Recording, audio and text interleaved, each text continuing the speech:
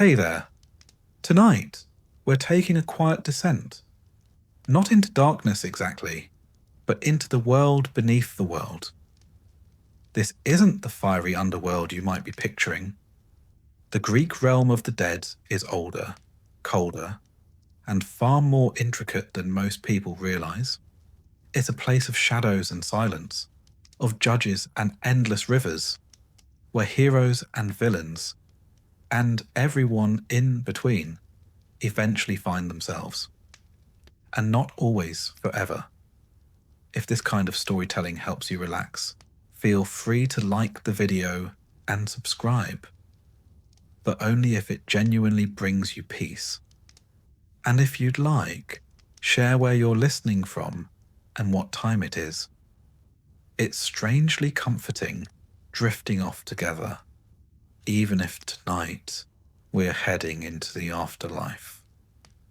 So, close your eyes, let the day fade, and let's begin with the entire story of the underworld.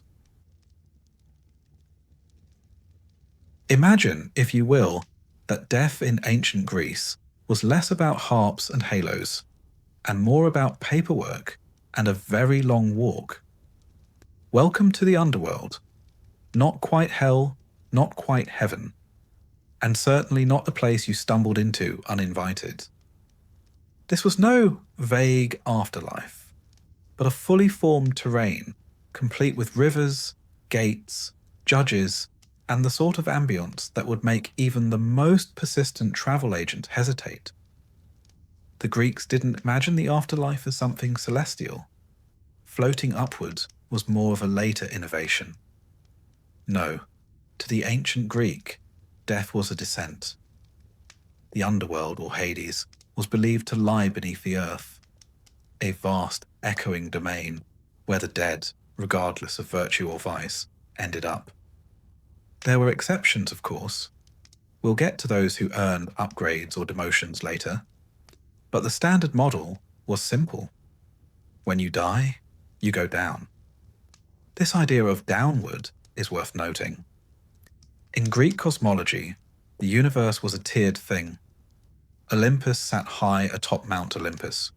The mortal world spread in the middle. And beneath it all, the underworld waited like a shadow. It wasn't a place of torment per se, at least not for most. But it was no one's idea of a retirement plan either. The name Hades referred both to the realm and to its king, an occasionally confusing naming convention, like calling your flat Philip, and then inviting Philip round for tea. The realm of Hades, though, was vast and complex. To map it is to understand the Greeks' deepest fears, beliefs, and, on occasion, grim sense of humour. The journey to Hades began with death, naturally. Hermes, ever the multi-talented god, served as psychopomp, a role that sounds like a Victorian insult, but actually means soul guide. It was Hermes who gently ushered the newly dead from the world of the living to the threshold of the underworld. And here, at the gates, stood the 5 rivers, the first and perhaps most poetic boundaries of the land of the dead. Each river in the underworld had a purpose and a personality, and none of them particularly friendly. Acheron, the river of woe, was the main entrance, a sorrowful torrent that the souls of the dead had to cross. It wasn't exactly inviting. Think more eternal sighing than babbling brook. Styx, the most famous of the 5, was the river of hatred. It wound its way through the underworld, forming a sort of ghostly moat around the palace of Hades himself. The gods, interestingly, swore their most sacred oaths by Styx. If one broke such an oath, they were forced to lie breathless for a year. The Greeks took promises and rivers very seriously. Phlegethon, the river of fire, flowed like molten lava through Tartarus, the realm's bleakest depths. Not a river to picnic beside, unless you like your olives flambe. Cocytus, the river of lamentation, echoed with the cries of the damned. It had an excellent echo, which presumably made things worse.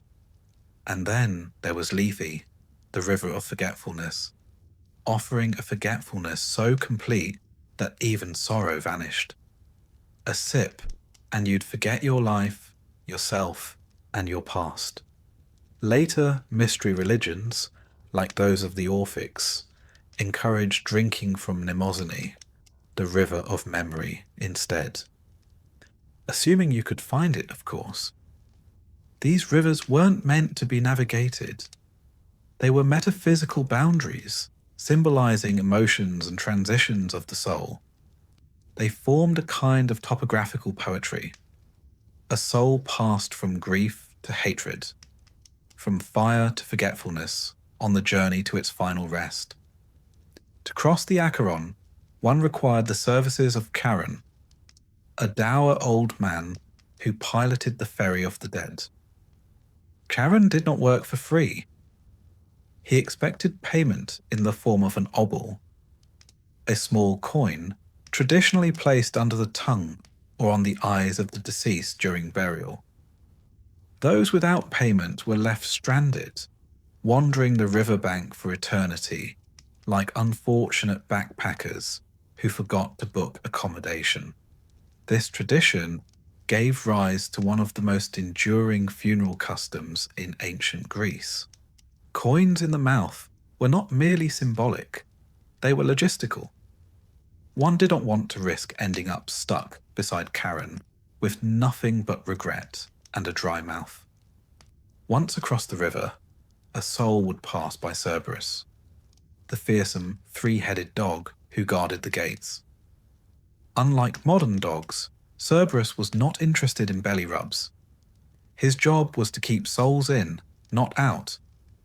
He was, in effect, the underworld's answer to airport security, though far less likely to misplace your luggage.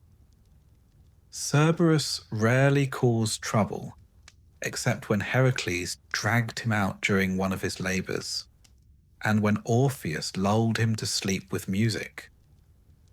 That's the sort of workplace chaos even Hades didn't enjoy. A bit like having a dragon as a receptionist and finding him humming to a lyre. Once past the gate, souls were sorted, not by a divine receptionist with a clipboard, but by 3 judges, Minos, Rhadamanthus, and Aeacus. They were former mortal kings, now given posthumous promotions to arbiters of eternal destiny. From there, souls went to one of 3 places. Asphodel Meadows was the most common destination. Souls here wandered in a grey, twilight world, stripped of memory and identity. It wasn't punishment, just boring. The Greek version of eternal mediocrity. Elysium, or the Elysian Fields, was a paradise for heroes and the especially righteous. This was the Greek reward for a life well lived. Green fields, music, and an absence of paperwork. Some believed Elysium even had its own special reincarnation cycle. The Isles of the Blessed, for those who lived 3 consecutive virtuous lives. And then there was Tartarus, a prison for the wicked and rebellious. Notably, it also held divine enemies like the Titans, along with famous mythological wrongdoers. More on them later, they're quite the rogues gallery. Later philosophers, especially the Orphics and Pythagoreans, would complicate this map. They introduced ideas of reincarnation, transmigration, and the soul's journey through many lives. But the standard map remained etched in the Greek imagination. A journey downwards, a ferry ride, a judgment, and an eternity, somewhere. The Greeks, being delightfully imaginative, located several earthly entrances to the underworld. Among the most famous was Cape Tainaron in the Peloponnese, a cave by the sea said to be an actual doorway to Hades. Another was Lake Avernus in Italy, adopted by the Romans but inherited from Greek tradition. Poets and pilgrims alike treated these sites with reverence, or at least with caution. One didn't go spelunking near a gate to the afterlife. Not without Hermes on speed dial. The Greeks believed the soul, or psyche, departed the body at death, often imagined as a small winged figure. Not an angel, mind you, just a ghost with accessories. This psyche then journeyed downward through all the stages we've mentioned. Interestingly, the soul in Greek tradition wasn't necessarily immortal in a celebratory sense. It lingered, it remembered, sometimes. But it was diminished. This was not a resurrection faith. The afterlife was a shadow of life, not a glorious continuation of it. To understand the underworld is to understand Greek morality. Life was lived under the constant shadow of death, and the afterlife wasn't a reward or punishment system so much as a mirror, reflecting your deeds, but dimly. Only the truly great, the dazzlingly virtuous or heroic, made it to Elysium. Most wandered asphodel. The worst went to Tartarus. And the rest? Well, that depended on the ferry fare. So here we are, standing on the bank of the Acheron, coin in hand, a dog with too many heads watching us shuffle nervously toward the ferry. It is a strange thing, this underworld. Grim, yes, but orderly. Logical even. A place where death is not the end, but the beginning of bureaucracy. And for the ancient Greeks, it was precisely this structure, this detailed, mapped, and river-crossed realm, that brought meaning to the unknown. The underworld was not chaos, it was navigation. And in that map, they found comfort. Next, we'll meet its rulers, the quiet king, Hades, and the unwilling queen, Persephone. But for now, keep your obol safe and don't pet the dog. When one pictures royalty, certain images come to mind. Golden thrones, courtiers fawning, banquet halls echoing with laughter. The underworld's rulers, however, are a rather different sort. Hades and Persephone do not throw feasts. They don't pose for coins. They reign quietly, more like librarians than monarchs. But make no mistake, theirs is a formidable kingdom, not of conquest, but of permanence. Let's begin with Hades himself. The eldest son of Cronus and Rhea, yes, eldest, though often overshadowed by his more flamboyant brothers. Zeus got the skies, Poseidon got the sea, and Hades drew the short end, or depending on how you see it, the deepest one. He was given dominion over the land of the dead, which in ancient Greek cosmology was less of a punishment and more of a cosmic necessity. Someone had to tend the graveyard of the world. Contrary to popular interpretation, Hades wasn't evil. He was stern, yes, unforgiving, certainly, but not malevolent. He ruled with order, not cruelty. In fact, the Greeks didn't even like to say his name aloud, not because they feared him as wicked, but because they respected his solemn distance. Euphemisms were preferred. Pluton, meaning wealthy one, was a common choice. It's a clever nod to the riches of the earth, gold, silver, and the dead, all found beneath the soil. His appearance in myths is rare, and when he does emerge, he's not tossing thunderbolts or turning into animals. He appears when duty calls, when lines are crossed, or when a bride must be taken. Ah yes, Persephone.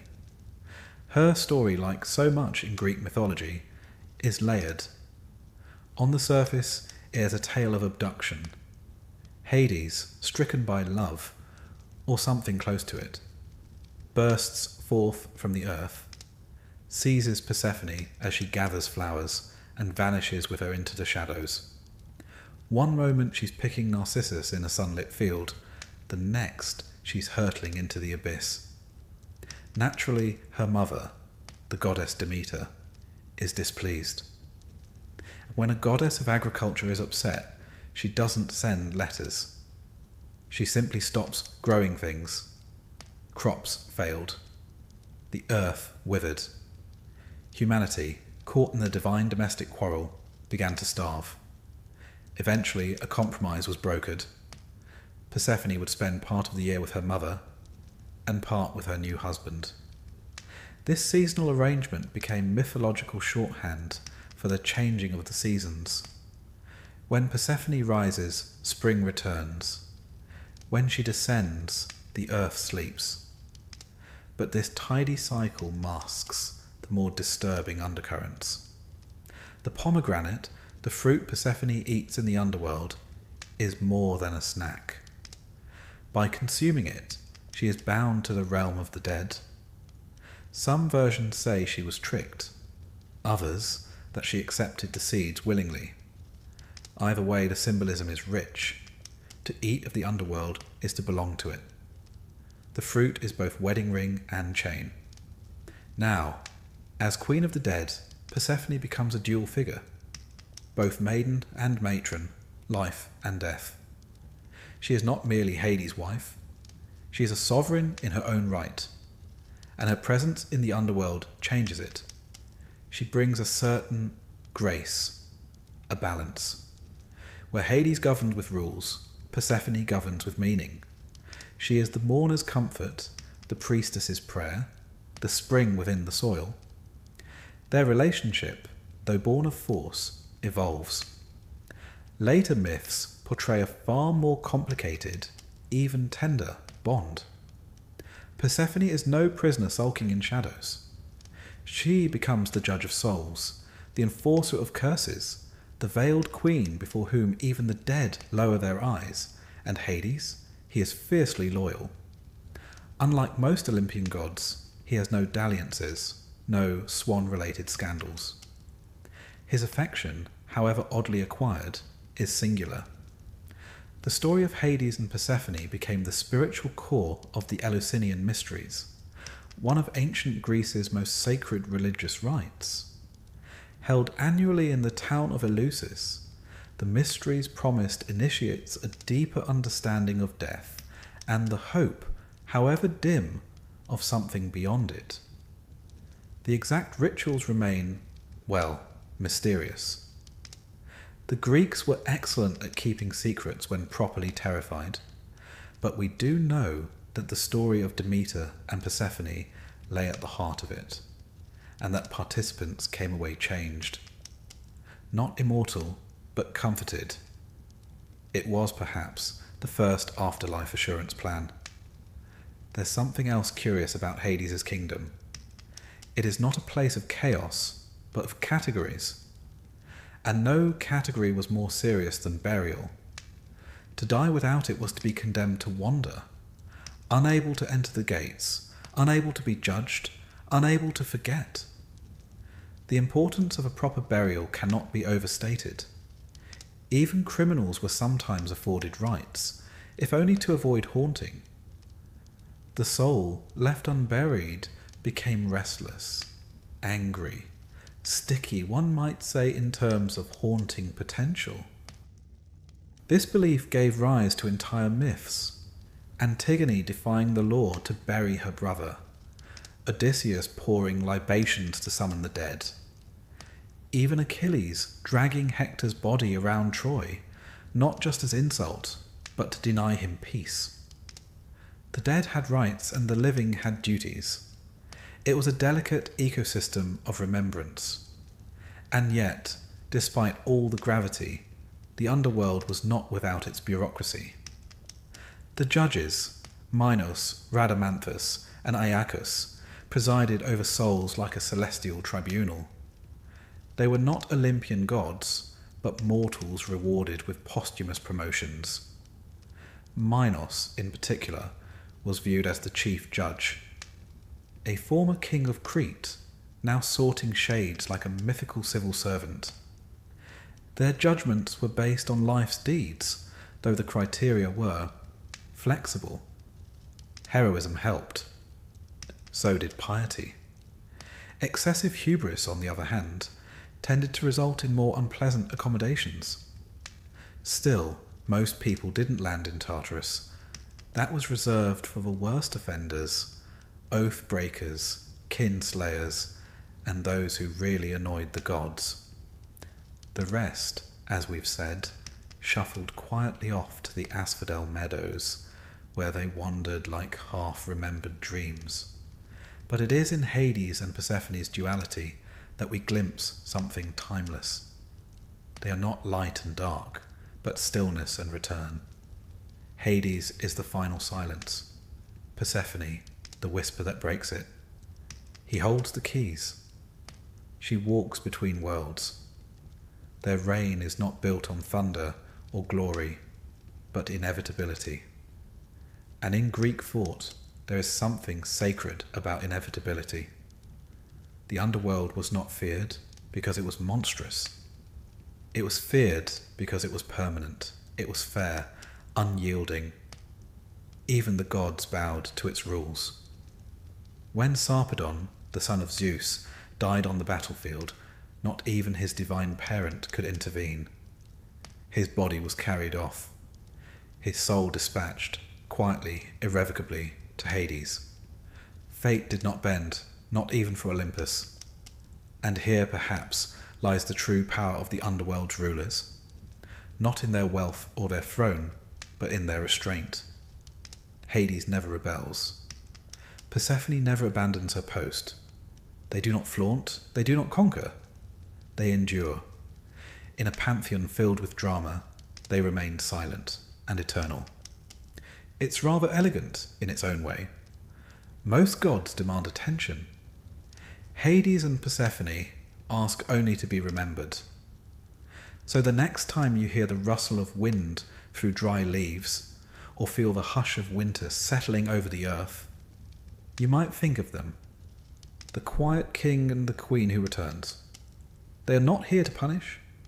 They are here to remind that everything ends, that everything returns. And somewhere in the dark beneath the earth, they are waiting, not with malice, but with certainty. Now, let us leave their shadowed court behind, for in our next descent, we'll meet the judges of the dead themselves, and explore how morality, memory, and myth intertwine in the soul's final trial. Just be sure to bring your best defense. If you thought death in ancient Greece meant a simple fade to black, think again. The Greeks had a deep fondness for formality, and the afterlife was no exception. Once you'd been ferried across the river, nodded politely at the three-headed dog, and stepped into the shadowed halls of Hades, there was one final obstacle to overcome: judgment. Because even in death, there's paperwork. Welcome, then, to the tribunal of the dead, presided over not by gods, but by three rather serious-looking mortals who had earned, through various deeds in life, the eternal privilege of sorting souls like celestial customs officers. Their names were Minos, Rhadamanthus, and Iacchus. Collectively, they judged every soul that entered the underworld. Individually, well, they each brought their own flavour to the court. Let's begin with Minos, former king of Crete, builder of labyrinths, wrangler of minotaurs. The myths describe him as wise, fair, and occasionally terrifying. In life, he was something of a mixed bag, prone to wrath, but fond of justice. In death, he was promoted to the highest bench, chief judge, robed in dignity, always frowning. He wasn't alone, of course. Rhadamanthus, his brother, was renowned for his unwavering honesty and incorruptible nature, qualities that, then as now, often made someone utterly exhausting at parties. He was assigned the souls of Easterners, Greeks from Asia Minor and the islands, and is said to have judged with a kind of moral purity that brooked no excuses. If you were a trickster, or even vaguely smug, Rhadamanthus likely sent you packing. And then there was Aeacus, ruler of the island of Aegina in life, and in death, the judge of those from the Western world, especially mainland Greeks. Aeacus had a rather impressive resume, even by mythological standards. He'd helped build the walls of Troy with Poseidon and Apollo, and was famed for his piety. Not a man to cross lightly. The idea of 3 judges comes not just from myth, but from the Greeks' own legal culture. The city-states of Greece often used citizen juries to determine guilt, and the notion that the dead too would be weighed and questioned was entirely in keeping with the social order. Death, it seems, was simply another court date, only this one was final. Of course, there was no cross-examination, no witty lawyers in togas. Your life was your testimony, your deeds, your defence. What counted as virtue? The Greeks had opinions.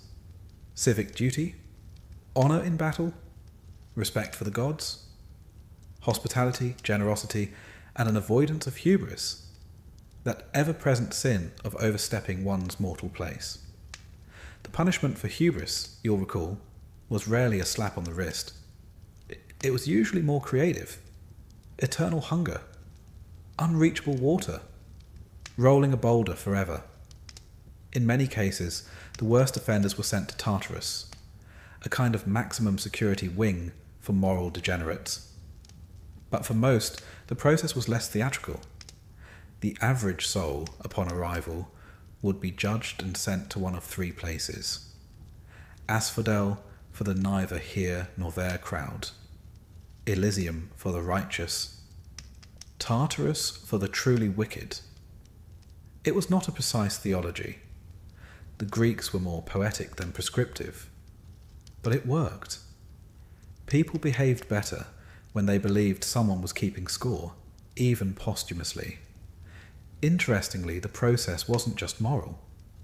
Memory played a role. In Orphic belief, those mystery cults that sprung up in later centuries, the soul's memory was a key component of judgment. The Orphics taught that most people drank from Lethe, the river of forgetfulness, and wandered asphodel in dreamy amnesia. But the wise drank instead from Mnemosyne, the river of memory. They remembered who they were, what they had done, and, crucially, how to escape the cycle. For the Orphics believed in reincarnation, not eternal rest, but repeated trials. The soul, if it failed to achieve purity, would be reborn again and again, a cosmic loop of mortality until it finally earned release. The judges in this system were not simply clocks. They were gatekeepers to higher truths. Your judgment might determine not where you rested, but where you started next. This idea likely had Eastern influences. India and Persia had long traditions of cyclical rebirth, but it blended neatly with Greek notions of fate, character, and consequence, and it raised the stakes. Death was not the end. It was a checkpoint. Let's turn for a moment to a few notable defendants. First, Sisyphus, king, trickster, and possibly the most annoying man in mythology. He cheated death twice, mocked the gods, tied up Thanatos, the personification of death itself. When he finally died properly, the judges did not bother with subtlety. He was sentenced to push a boulder uphill for eternity, a task so famously pointless that it's now a metaphor for modern email. Then there's Tantalus, who thought it would be clever to serve his own son at a banquet for the gods. Unsurprisingly, this did not go over well. His punishment? To stand in a pool of water beneath a tree of fruit, both forever just out of reach. Hunger and thirst without end despite being surrounded by abundance, a sort of divine irony. The judges were fond of those. Ixion, meanwhile, tried to seduce Hera. Not a bright idea. Zeus bound him to a flaming spinning wheel for eternity. Again, the punishment fits the crime. Desire unfulfilled, motion without progress. These examples weren't just stories for entertainment. They were moral instruction. The Greeks used myth to teach what not to do, especially when dealing with family, hospitality, or divine beings with trust issues. Now, one might ask, how fair were the judges? Did they ever make mistakes? Did they quarrel? The myths are oddly silent on this. Perhaps because the Greeks, for all their skepticism, wanted the underworld to feel consistent. Life was chaotic enough. Let death be orderly. It's worth noting that this entire system, rivers, judges, punishments, was not universal across all of Greece. Local beliefs varied. The Homeric vision of the afterlife, for example, was bleaker. In the Odyssey, the dead are little more than shadows. Even mighty Achilles says he'd rather be a poor farmer alive than a dead king. The later, more structured version of the underworld, with judges and options, reflects a cultural shift toward hope, or at the very least, structure. Philosophers played a role in this evolution. Plato, in particular, loved the idea of posthumous judgment. In his dialogue, Phaedo, Socrates waxes lyrical about the soul's journey. In the Republic, we find the myth of Air, a soldier who dies, sees the workings of the afterlife, and returns to tell the tale. In Air's vision, souls choose their next lives based on their past deeds. It's a mix of free will and consequence, laced with poetic justice. Plato's point is clear. How you live matters. Not because a god is watching, but because reality itself keeps score. That idea that there is an order to the universe and that death is not the end but the audit, and stuck.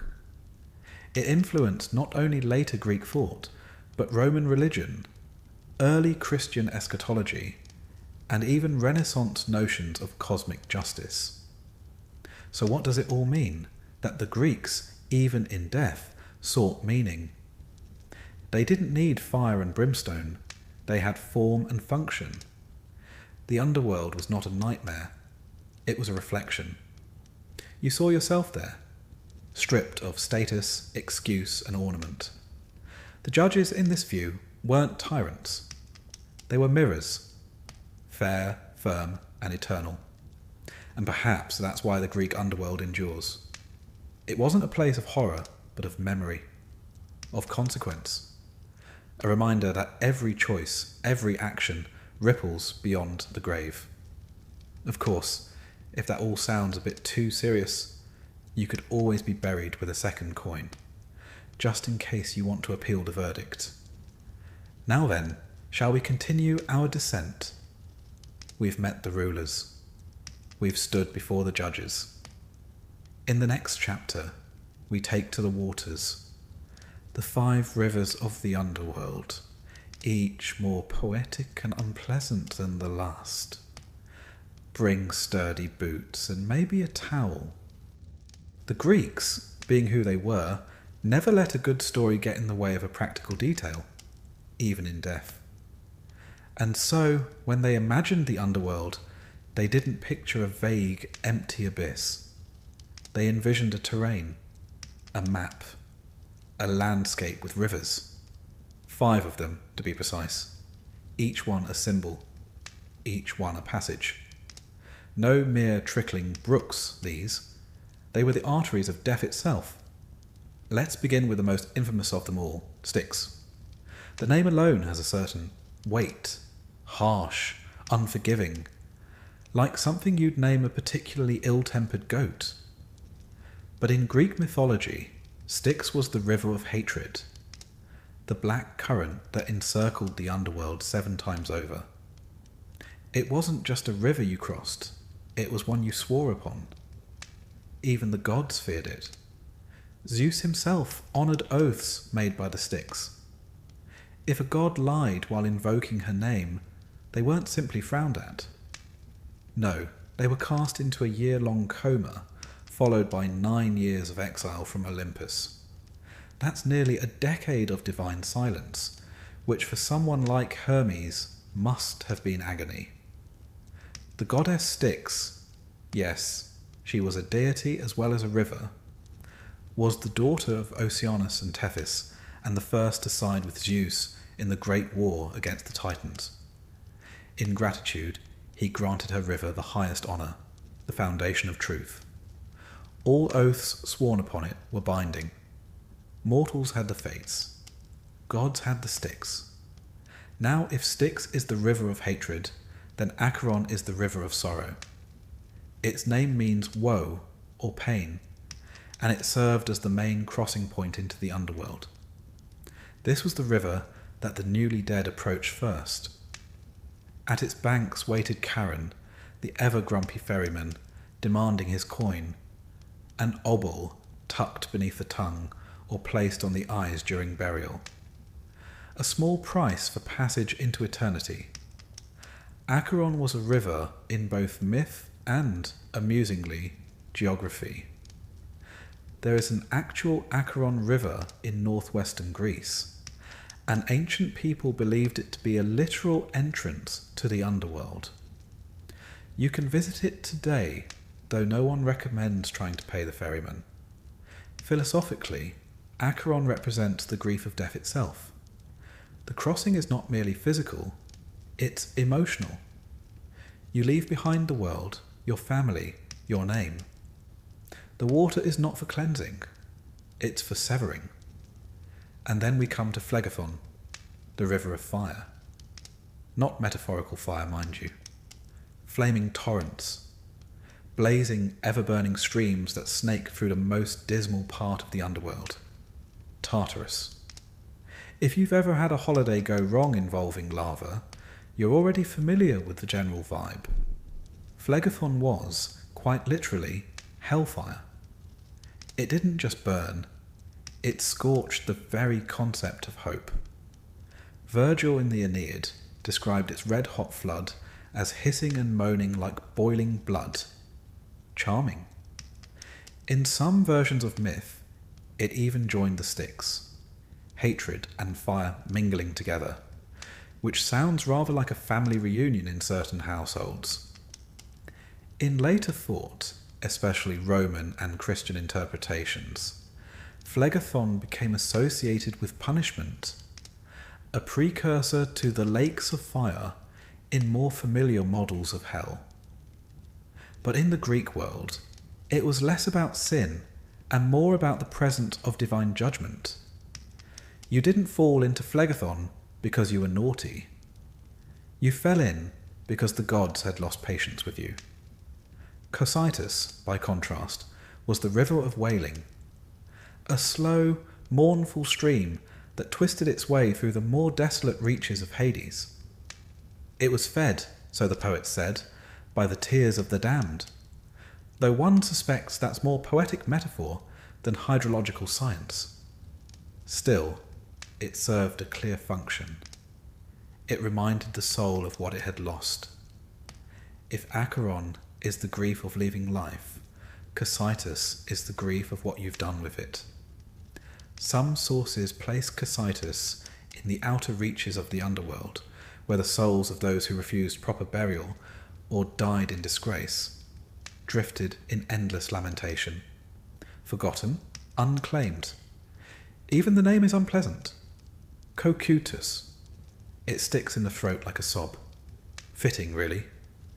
And now we come to Lethe, perhaps the most beguiling river of all, the river of forgetfulness. To drink from Lethe was to forget everything. Your name, your life, your choices, your shame. It was the great eraser, the final mercy, or the final theft, depending on how one viewed it. In most traditions, all souls drank from Lethe before entering the Asphodel meadows.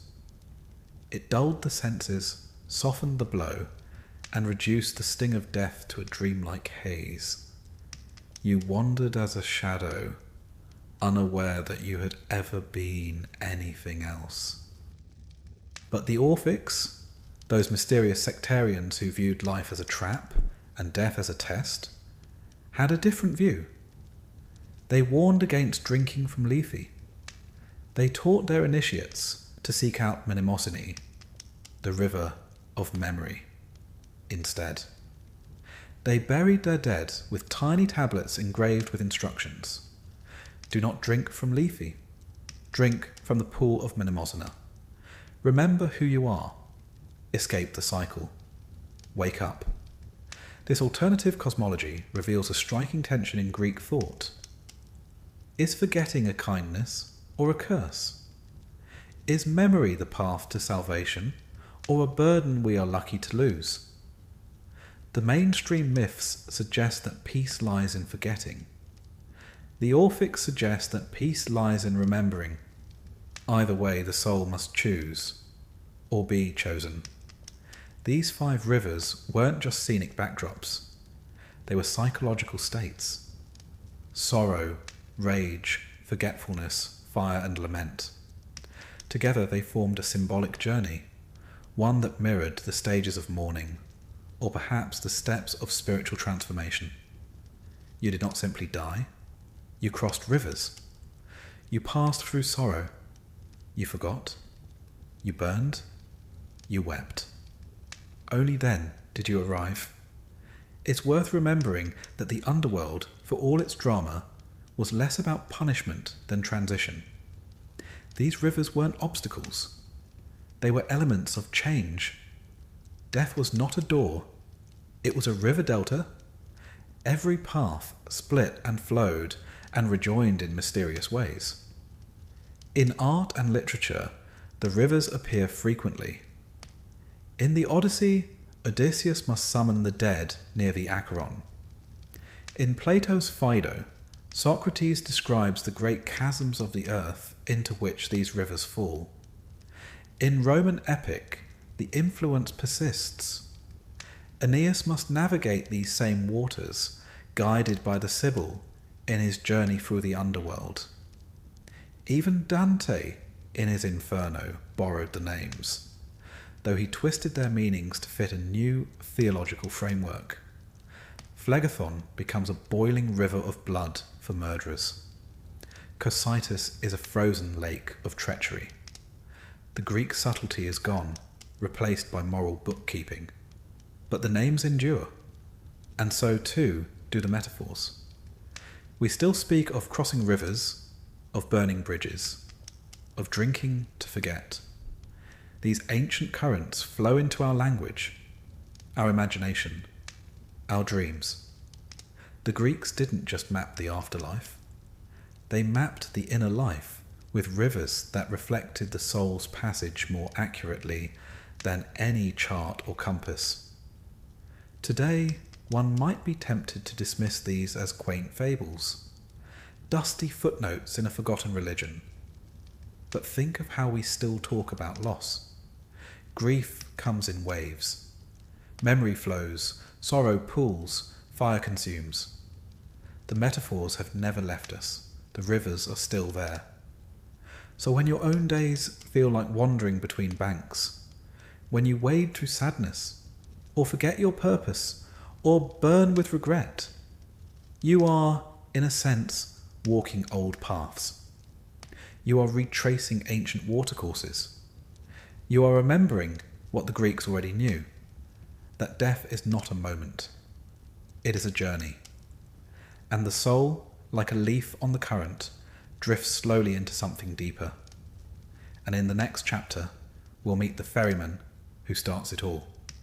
Charon, keeper of the crossing. Just don't forget your coin. He's terribly fussy about that. By now, you've died. You've descended. You've passed judgment. You've crossed, at least metaphorically, a number of troubling rivers. And just before you truly enter the realm of the dead, there's one more figure standing between you and the next stage of your existence. He doesn't smile. He doesn't ask how your journey was. He's not even particularly chatty. This is Charon, the ferryman of the underworld, the man with the boat, and the world's most stubborn coin policy. Charon, whose name means something between fierce brightness and keen gaze, depending on how poetic your ancient Greek is one of the most iconic figures of the underworld. And rightly so. He's the first employee you meet. Less a greeter, more a gatekeeper, and absolutely allergic to small talk. His job is simple.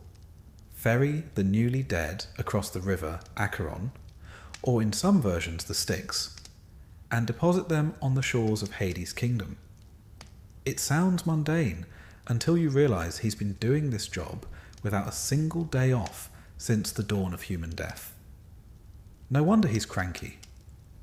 But before we get too deep into his performance review, let's talk logistics. In order to gain passage on Charon's boat, you need to have been buried properly, which in ancient Greek terms meant more than just digging a hole. The dead had to be prepared with rites, prayers, and most importantly, a coin. An obol, a small silver or bronze piece placed under the tongue or on the eyes.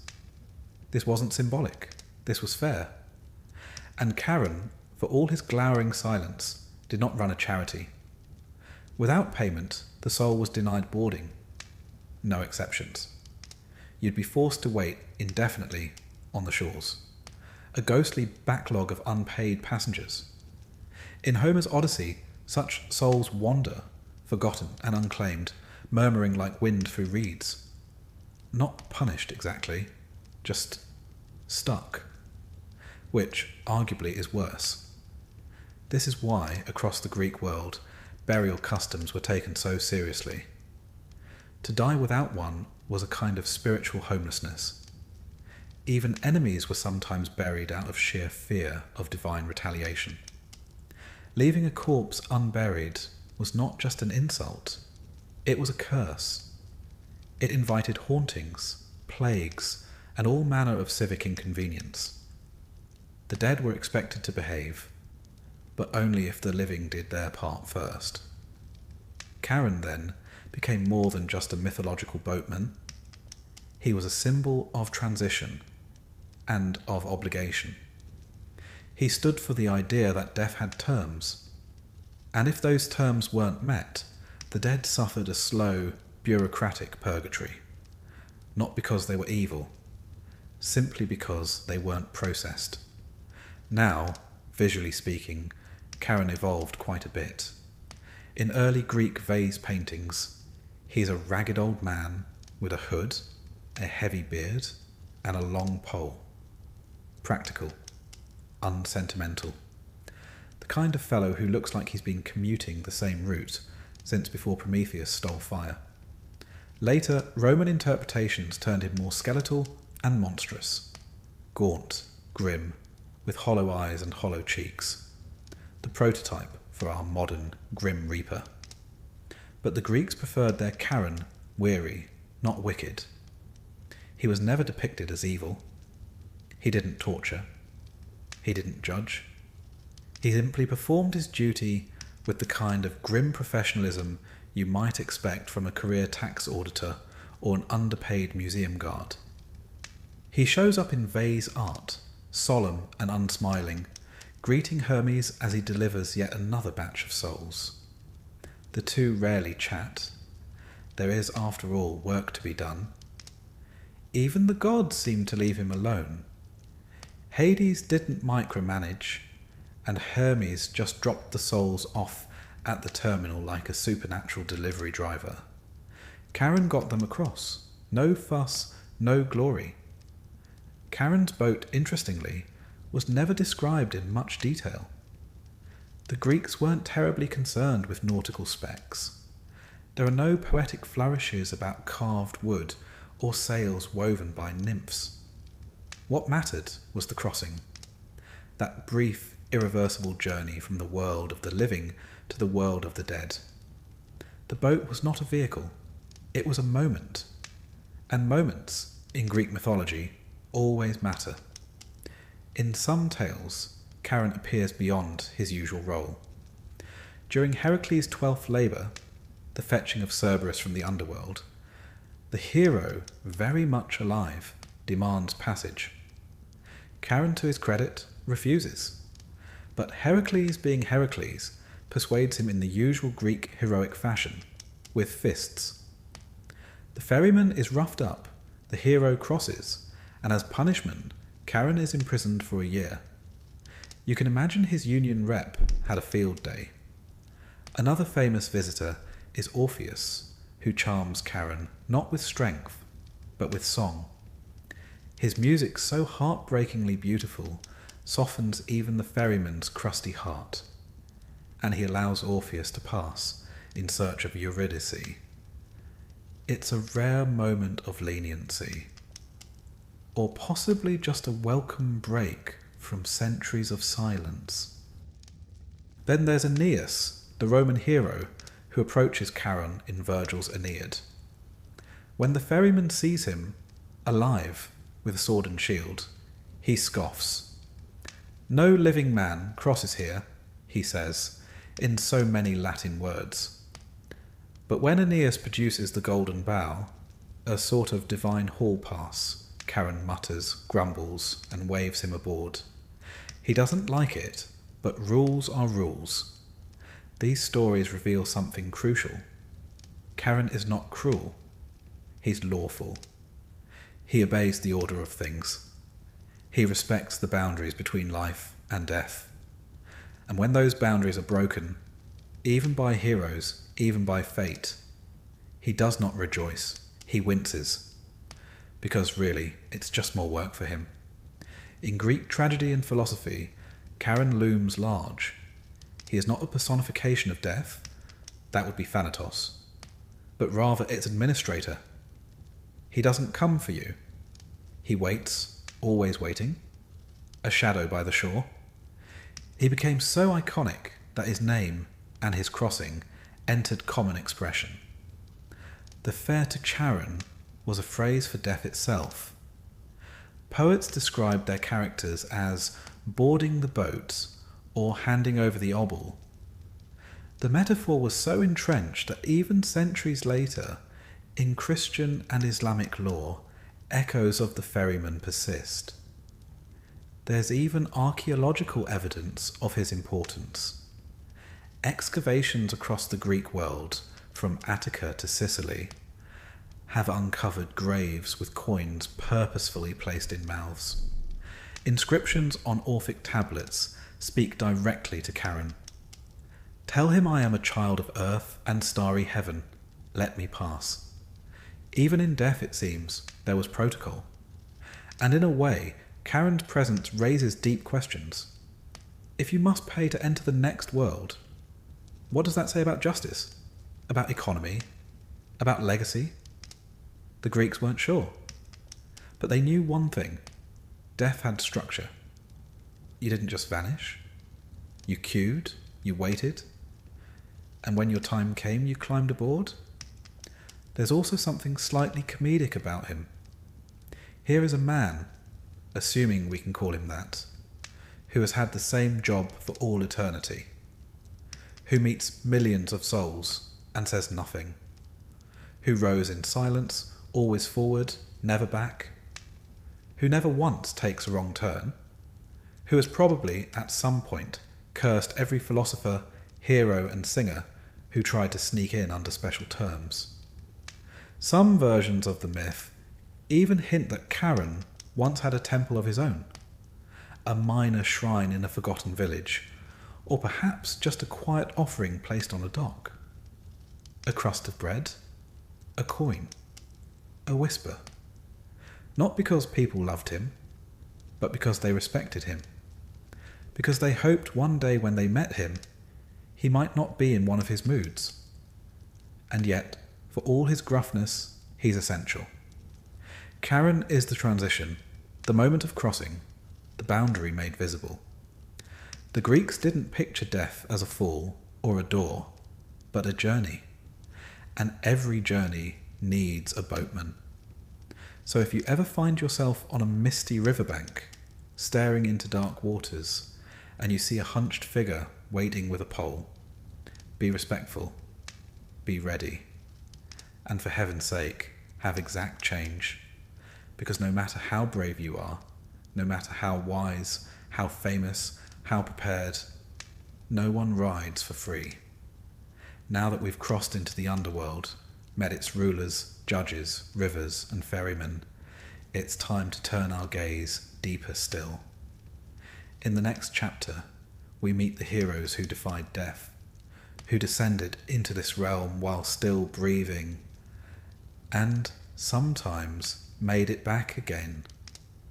They are not many, but their stories still echo in the dark. For most mortals, death was a one-way journey. You lived, you died, you paid your coin to Charon, and you moved on with varying degrees of dignity depending on how you'd behaved above ground. But there were a few notable exceptions. Mortals who stepped across the boundary without waiting for death to claim them, who descended into the underworld alive and, more miraculously, came back. Not ghosts, not souls, but breathing bodies in a place that didn't welcome breath. These are the katabasis stories, from the Greek word katabasis, meaning descent. In myth, they're always dramatic.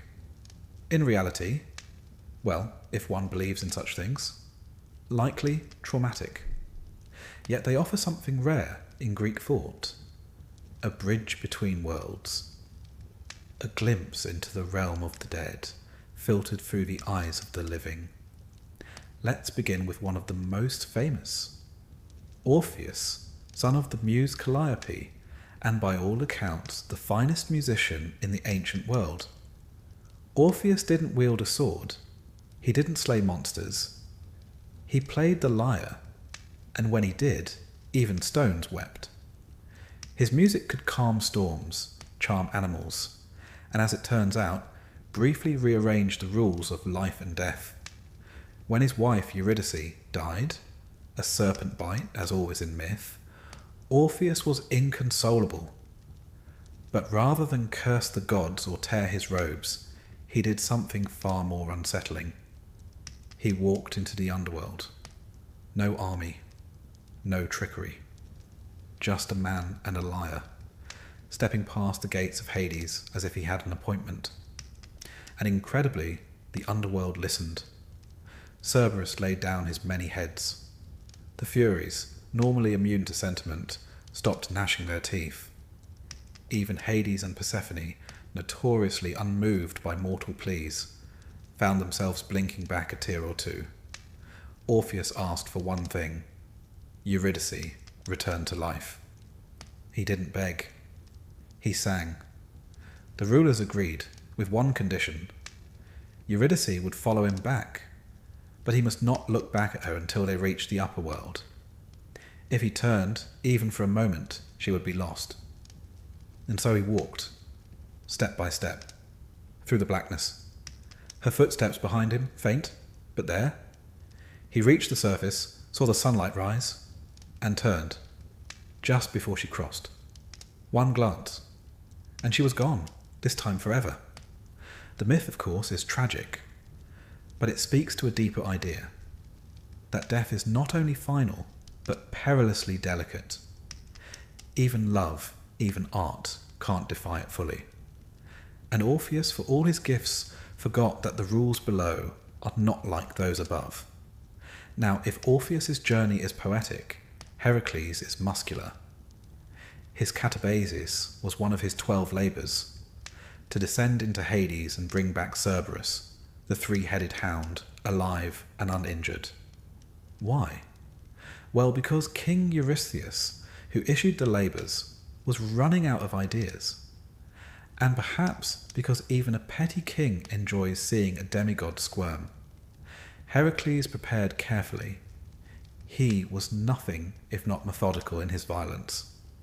He sought the help of Hermes and Athena, was purified in Eleusis, and then marched boldly down into the realm of the dead. No lyre, no tears. Just brute force and a lion-skin cloak. He asked Hades politely for Cerberus. Hades, perhaps bemused, agreed, on the condition that Heracles subdue the beast without weapons. Heracles, never one to shy away from a challenge involving wrestling something with too many heads, tackled Cerberus with his bare hands, wrestled him into submission, and dragged him snarling back to the surface. It was not an act of love. It was not tragic. But it was the sort of heroism the Greeks admired.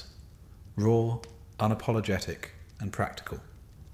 Heracles didn't conquer death, but he manhandled its guardian, and that was close enough. Then there's Theseus, who, along with his slightly less intelligent friend, Pirithous, also tried to enter the underworld. Their goal? Kidnap Persephone, the queen of the dead, and make her Pirithous' bride. Now this was not a plan born of brilliance. Hades, upon meeting the two heroes, smiled, which, given the context, should have been a warning. He invited them to sit. They did, and immediately found themselves fused to their seats, physically stuck, bound by magic, perhaps even fate. They remained that way, eternally immobilized on the so-called chair of forgetfulness, until Heracles, during his own catabasis, found them and managed to free Theseus. Pirithous, however, was left behind. The gods were not keen on rescuing someone whose great ambition was to seduce the wife of death. The tale is instructive.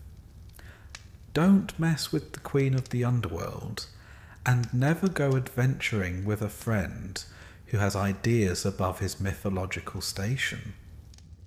One of the most haunting catabasis stories, though, is found in Homer's Odyssey. In Book 11, Odysseus is told to seek prophecy from the dead, specifically from the blind seer Tiresias.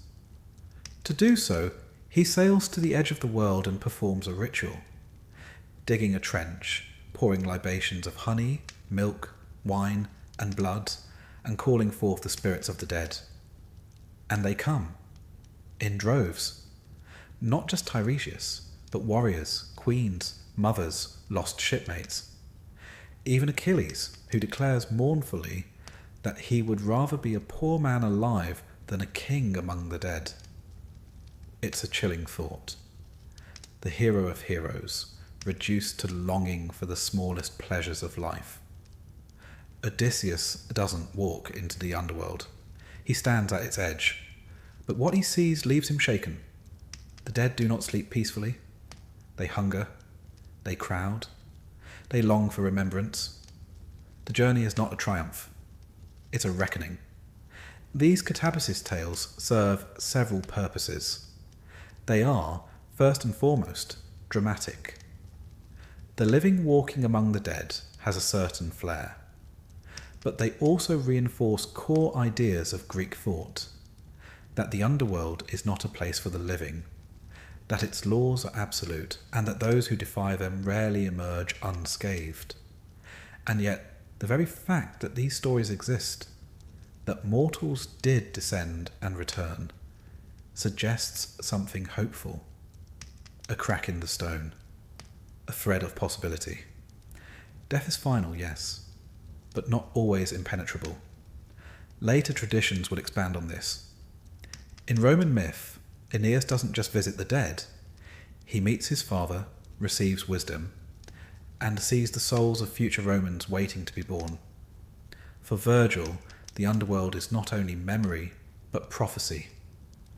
In the Orphic Mysteries, the soul descends not once, but many times, through lifetimes, seeking purification. Their catabasis is not a single heroic feat, but a spiritual map. The soul falls, forgets, remembers, and returns until it finds release. Their heroes are not warriors, but initiates. These stories influenced everything that came after. Dante's Inferno, with its guided tour through hell, is one long catabasis. Christ's descent into the underworld in Christian tradition echoes the same structure. Even modern literature borrows the trope: the hero who must descend into darkness, face death, and come back changed. In all these tales, the descent is not punishment, it's transformation. And perhaps that's what the Greeks understood best, that to face death, to look into it, walk beside it, and still return, is the greatest knowledge of all. The hero doesn't conquer death, he survives it. He sees its rules, and he learns how to live differently. So whether one carries a lyre, a club, or a coin, the lesson is the same. Those who walk into the underworld must leave something behind, and never return quite the same. In the next chapter, we'll travel deeper than any hero ever dared, to Tartarus, the prison beneath even Hades. A place not for mortals, but for monsters, titans, and those who offended the gods in ways that simply couldn't be ignored. Bring a torch and a sense of proportion. Beneath the underworld, beneath the rivers, beneath the meadows of asphodel and the fields of Elysium, lies something darker, older, less a place, more a consequence. A pit not carved into the earth, but into the bones of myth itself. Welcome to Tartarus, the prison of the damned and the divine, the abyss at the edge of everything. In the beginning, there was chaos, and out of chaos came Gaia, Earth, and from Gaia, both Uranus, the sky, and Tartarus, the pit. The ancient poets were quite clear on this. Tartarus was not just a location. It was a primordial being, a presence, a kind of cosmic depth. If Gaia was the ground beneath your feet, Tartarus was the endless drop beneath that ground, the no further of the universe. Later, the word Tartarus became shorthand for the lowest region of Hades. But originally, it was far worse. In Hesiod's Theogony, it said that an anvil falling from heaven would take 9 days to reach Earth, and another 9 to fall from Earth to Tartarus. That's how far down we're talking. Not a hole, but a boundary. A containment zone for what even the gods couldn't allow to roam free. Tartarus was used to imprison the Titans, those colossal, elemental beings who ruled before the Olympians. During the Titanomachy, the great war between the gods and their predecessors, Zeus and his siblings fought from Mount Olympus, while the Titans hurled mountains from Ophrys. When the dust finally settled, the Olympians won, with some help from the Hecatoncheires, 100-handed giants, useful in a scrap. And the Titans, locked in Tartarus. They weren't just dropped in like stones down a well. They were bound in chains of adamant, an indestructible divine metal, and sealed away. Cronus, once king of the cosmos, now languished in silence. Some versions say he sleeps still, others that he contemplates revenge, but none suggest escape, because Tartarus isn't a prison you can leave, it's a punishment you become. Yet the Titans weren't the only residents. Enter Sisyphus, the most clever man who ever lived, and perhaps the most irritating. King of Corinth, Sisyphus had a habit of angering the gods. He chained up Thanatos, the personification of death, to prevent people from dying. For a while this worked surprisingly well, until Ares intervened, furious that no one was dying in battle anymore. When Sisyphus was finally caught, he convinced his wife not to bury him, then complained to Persephone that he hadn't received proper rites and thus couldn't be dead yet. She let him return to the living world to sort it out, whereupon he promptly refused to come back. Twice he escaped death, but 3rd time's the charm. he was sentenced to Tartarus, where he now pushes a boulder up a hill for eternity, only for it to roll down just before reaching the top. Every time. Hope followed by failure. An endless loop of almosts. And then there's Tantalus, who thought it wise to test the gods' omniscience by serving them a stew made from his son. The gods, fortunately, noticed the suspicious flavour. Tantalus was punished by being placed in a pool of water beneath a fruit tree. But whenever he reached to drink or eat, the water would recede and the fruit lift away. Hunger without satisfaction. Desire without reward. From him we get the word tantalize, a reminder that language remembers cruelty. There's Ixion too, mortal king, murderer, and general menace, who tried to seduce Hera. Zeus, testing him, created a cloud in Hera's shape. Ixion, ever charming, fell for it. From that union came the race of centaurs. Zeus, unimpressed, bound Ixion to a flaming wheel that spins for eternity. The Greeks, you see, had a particular genius for fitting punishment to crime. And then we have the Danaïdes, the 50 daughters of Danaus, many of whom murdered their husbands on their wedding night. Their punishment? To fill a leaky vessel with water, endlessly, like Sisyphus, like Tantalus, condemned not by pain, but by futility. Tartarus isn't fire and brimstone. It's failure on repeat. The Greeks didn't invent this type of punishment. Mesopotamian and Egyptian myths have their own versions, but the Greeks made it elegant, personal, morally ironic. If you lied, you were denied truth. If you cheated, you were tricked. If you tried to surpass the gods, you were crushed by your own ambition. And speaking of ambition, one of the most fascinating inhabitants of Tartarus is a monster who never actually lived among men. Typhon. Born of Gaia and Tartarus, Typhon was a storm of a creature. He had 100 dragon heads, each spitting fire, and wings that stretched across the heavens. He challenged Zeus directly, and nearly won. For a time, the gods fled in fear. According to the Homeric hymn to Dionysus, they transformed into animals and hid in Egypt, a delightful bit of mythological crossover. But eventually, Zeus rallied, struck Typhon with a thunderbolt, and buried him under Mount Etna. Some say his fiery breath still fuels the volcano. Typhon wasn't placed in Tartarus just to contain him, but to ensure he could never rise again. Tartarus, in this sense, isn't a place. It's a lid. The Greek view of punishment wasn't purely about cruelty. It was about restoring balance. Cosmic crime demanded cosmic consequence, not in the name of revenge, but in the name of order. The universe had a rhythm, and those who disrupted it were flung to the margins, to Tartarus. Yet strangely, Tartarus wasn't just a place for punishment.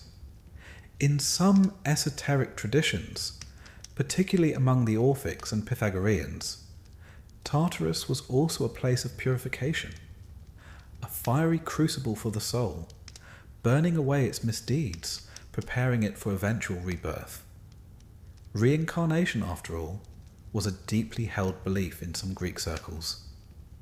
To these thinkers, Tartarus was more than hell. It was transformation.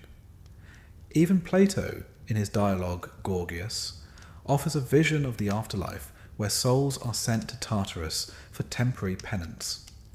Not everyone stays forever. Some return chastened, enlightened. That idea of punishment as cleansing marks a shift from myth to philosophy. But let's not romanticize it too much. For the poets, Tartarus remained the dark basement of the world, a place where screams echo endlessly and the air tastes of iron. A place not just beyond life, but beyond meaning. And if you think no one ever dared visit it, well, think again. Heracles, as mentioned, descended to fetch Cerberus. But some say he glimpsed Tartarus too, peered into its chasm, heard the weeping. He said nothing about what he saw. He just came back stronger. Orpheus, during his descent, heard a sound from a distance. Not music, not speech. A kind of grinding. Perhaps the wheel of Ixion. Perhaps something older. In later Roman poetry, Lucan describes Tartarus in horrifying detail, full of ghosts, gorgons, and the ashes of hope. It became the model for later Christian hell. But the Greek version always retained something cooler, more clinical. You weren't burned. You were bored. You weren't screaming. You were straining. It's also worth noting that Tartarus wasn't for mortals. Not most of them. You had to do something truly memorable. Kill kin, defy the gods, meddle with fate. Everyday cowardice or greed didn't get you sent there. No, that earned you the Asphodel Meadows, which, depending on your tolerance for grey landscapes, might have been just as bad. In this way, Tartarus stood apart. It was a warning, a boundary, and a narrative tool. And it's still with us, really. The word Tartarus has persisted into modern language. It shows up in video games, novels, theology, and even cooking, though tartare sauce is mercifully unrelated. It's our cultural shorthand for the worst that can happen. Not pain, not even fear, but eternal consequence. Because for the Greeks, that was the true horror. Not death itself, but what came after. Not punishment, but being remembered only for your crime. To live on in myth, not as a hero, but as an example, a warning. So next time you hear of someone getting away with it, remember, in Greek thought, no one truly does. Not in the long run. Not in the mythic rhythm of the cosmos. Justice may be slow, but it's thorough. In our next chapter, we climb out of the abyss and walk into the light. Not the world of mortals, but Elysium, the paradise of heroes, philosophers, and poets. But don't relax just yet. Even paradise has conditions. And sometimes the reward is more complicated than the punishment. If Tartarus is the grim basement of the cosmos, all chains, futility, and divine disappointment, then Elysium is its golden attic, a place of gentle winds, endless spring, and soft music played on harps that never go out of tune. But don't get too comfortable. This is Greek mythology after all, and even paradise comes with paperwork. Elysium, or the Elysian Fields, was the reward for the exceptionally good, the notably heroic, and occasionally the just plain well-connected. While most souls drifted through the grey anonymity of the Asphodel Meadows, and the very worst were dropped screaming into Tartarus, a lucky few awoke in Elysium to find themselves not suffering, which, by Greek standards, was astonishing. But let's not confuse this with heaven. Elysium wasn't granted by mercy or faith. It was earned through courage, through virtue, through proximity to the gods. You didn't get in by confessing. You got in by mattering. The earliest mentions of Elysium appear in Homer. In the Odyssey, the hero Menelaus is told that he will not die, but will be sent to the ends of the earth, to Elysium, where life is easy, the air is always sweet, and the sea breeze sings. No snow, no storms, just peace. One imagines Menelaus, who spent 10 years fighting at Troy and another decade wandering, rather appreciated the offer. In Homer's version, Elysium is not underground. It's far away. at the ends of the earth, near the river Oceanus. It's not a place of the dead so much as a reward for very specific mortals. Early Elysium, in other words, is not democratic. It's elite. But over time, the myth evolved. By the time of Pindar, in the 5th century BCE, Elysium becomes less a physical location and more a spiritual destination. Souls judged to be righteous were sent there. Not just heroes, but poets, philosophers, even athletes. Those who had lived not just boldly, but well. Later still, under Orphic and Pythagorean influence, the concept of reincarnation took hold. And here, Elysium became part of a cycle. If a soul lived virtuously, it might go to Elysium. If it lived that way 3 times in a row, 3 virtuous lives, it could escape the wheel of rebirth altogether and be granted eternal bliss in the Isles of the Blessed. Think of it as the VIP lounge of paradise, the reward for mastering mortality. What did one do in Elysium? The myths are vague, which is quite on brand for paradise. It's always a bit underdefined. Some sources suggest you could spend eternity enjoying athletic contests, music, feasts, and philosophical conversation. An endless symposium, but without the hangover. Others describe Elysium as a place of calm, where the soul is no longer restless, no longer yearning, simply content. One later tradition paints it like a permanent springtime countryside. No extremes, no chaos, just balance. As if the very climate were a reward. There is no farming in Elysium, but the fruit grows on trees. There is no fire, but the warmth is constant. No need for temples or sacrifices. Here, the gods are at peace too, or perhaps simply absent, having already rendered their judgment. It wasn't gaudy. There were no gold streets, no gem-studded gates.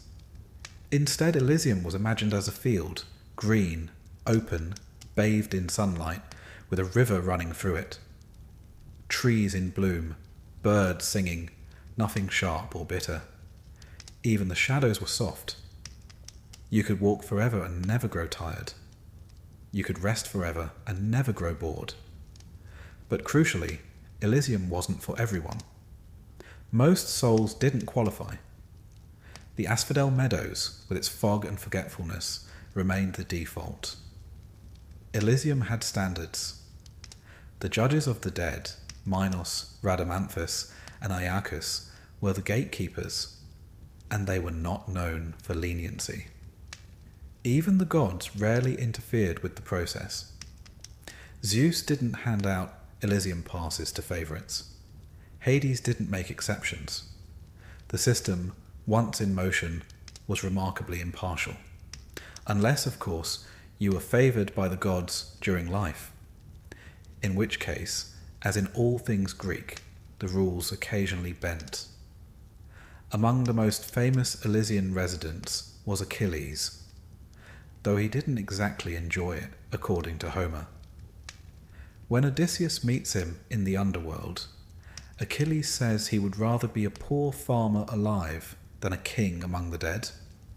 A bitter sentiment, but one that reflects an earlier view, that no afterlife, no matter how pleasant, could compare to the vibrancy of life. But not all agreed. Later poets, Virgil especially, reimagined Elysium as a genuine reward. In the Aeneid, Aeneas visits the Elysian Fields and finds not sorrow, but joy. He meets his father, Anchises, among the blessed. He sees warriors, musicians, statesmen, all at peace. And he learns about the cycle of souls, how they drink from the river Lethe to forget their former lives before being reborn. Here, Elysium becomes not just reward, but a station on a cosmic journey. In some interpretations, the Lethe runs along the edge of Elysium, a kind of threshold. Drink from it, and you forget. Stay unthirsty, and you remember. The Orphics, always keen on avoiding rebirth, instructed their initiates to avoid Lethe and seek Mnemosyne, the river of memory.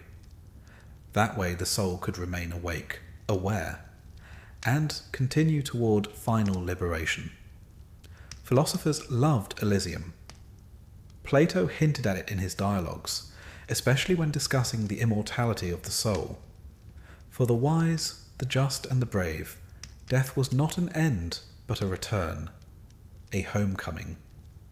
Socrates, facing execution, spoke of death as a liberation. Not a plunge into darkness, but a step into the light. One imagines he hoped for Elysium, though he was far too humble to say it aloud. There's even evidence that Elysium inspired actual behaviour. Inscriptions from Orphic burials include phrases like, "I am a child of earth and starry heaven, but my race is of the heavens alone." These souls believed, or hoped, that they had earned their place in Elysium. They were not begging. They were reciting credentials. This view of paradise, not as charity but as achievement, is distinctively Greek. It reflects a culture that valued action, virtue, and memory. The gods, for all their thunderbolts and transformations, didn't dominate the afterlife. Mortals did. Their choices mattered. Their stories endured. And those stories made Elysium something more than myth. It became a mirror, a goal, a whisper in the ear of those still alive, urging them to live well, because rest, if earned, was real. Interestingly, Elysium wasn't always described as eternal. For some, it was a holding place, a stopover between lives. In certain traditions, even those in Elysium could choose to return to the mortal world if they so wished. In Virgil's Aeneid, Aeneas sees the souls of great Romans to be waiting patiently in Elysium before being reborn into history. The afterlife, it turns out, had recruitment posters. Some souls chose to return, some did not. The idea that paradise includes the option of leaving it is one of the more philosophically haunting aspects of Greek thought. Fulfillment might exist, but so does choice. Even joy cannot always bind a restless spirit. And let us not forget the Isles of the Blessed, sometimes considered an extension of Elysium, other times a separate realm entirely. Reserved for those who lived 3 righteous lives, the Isles were said to be even more beautiful, even more serene. There, it was always spring. The breeze was perfumed. The stars shone closer. If Elysium was a dream, the Isles were the dreamer's final piece. Poets, too, imagined Elysium as a place of legacy, where bards might sit beside their muses, where wisdom flowed like wine, where the noise of war and politics faded into memory. It was not about doing any more. It was about being complete. It's a curious thing that the ancients, so often focused on glory and power, placed the greatest peace not in triumph, but in letting go. That after a life of striving, the prize was a green field and silence. Perhaps they understood what we often forget, that the highest reward is not to be remembered by others, but to no longer need to be. And so, Elysium waits, not with open arms, but with soft grass, warm sun, and the gentle hush of everything finished. In our next chapter, we descend once more, but not into punishment or paradise. Instead, we meet the beings who keep the underworld running. Creatures, spirits, and divine enforcers who inhabit the space between myth and metaphor. Cerberus, the Furies, the Shadows. Those who are not judged, but who judge. Those who do not rest and make sure others do. By now, we've met the kings and queens of the underworld. We've strolled through its fields, peered into its prisons and crossed its rivers. But there's another class of inhabitant that we've yet to meet. The enforcers. The watchful eyes. The teeth behind the judgment. These are the creatures and spirits who dwell in the shadows, not to be judged, but to make sure judgment is upheld. They do not rest. They are not reborn. They are the staff. Let us begin with the most iconic of them all, Cerberus, the three-headed hound who guards the gates of Hades. Sometimes called the Hound of Hell, though that's a later Christian phrase, Cerberus is not evil. He's simply thorough. He stands at the threshold of the underworld, not to keep people out, but to keep the dead in. It's an important distinction. The Greeks didn't worry much about demons dragging people to the afterlife. They worried about the dead wandering out again. Cerberus ensured the finality of death. If you passed him, you stayed past. Descriptions of Cerberus vary. In some myths, he has 3 heads, each snarling and independent, perhaps representing past, present and future. In others, he has 50, or 100. He may also have a mane of snakes, a serpent for a tail, and eyes that see both night and soul. Despite all this terror, Cerberus is remarkably ineffective against certain musical genres. Orpheus, on his descent, famously lulled the hound to sleep with his lyre. In other stories, Heracles subdues him with brute strength, dragging him into the sunlight as part of his 12th labour. A thankless task for Cerberus, who simply wants to do his job without being serenaded, strangled or kidnapped. Still, he is loyal, fearsome, tireless. And like most underworld entities, he doesn't hate, he simply functions. There is something almost tragic about him. The dog who never leaves his post, never runs, never plays. Always watching, always waiting, but Cerberus is not alone. Wander deeper into the gloom, and you'll hear another sound, not growling, but hissing, whispering. This is the realm of the Erinyes, the Furies. 3 of them typically: Alecto, unceasing; Megaera, grudging; and Tisiphone, avenger of murder. They are older than the Olympians, born, some say, from the blood of Uranus when he was castrated by Cronus. Others say they sprang from Night herself. Either way, they are vengeance incarnate. Unlike Cerberus, who stays in Hades, the Furies move freely.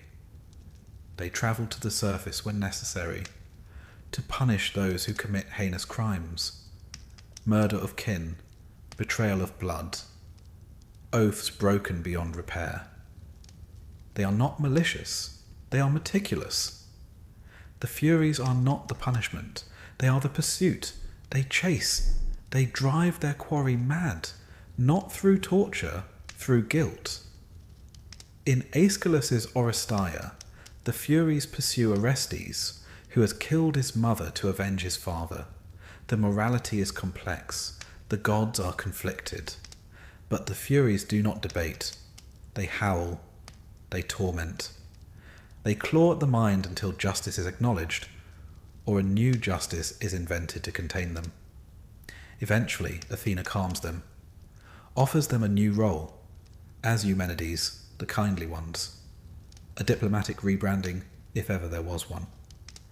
The idea was to give them a shrine, honour, a role within the city's justice system. But one suspects they never quite stopped being Furies. Just quieter now, waiting.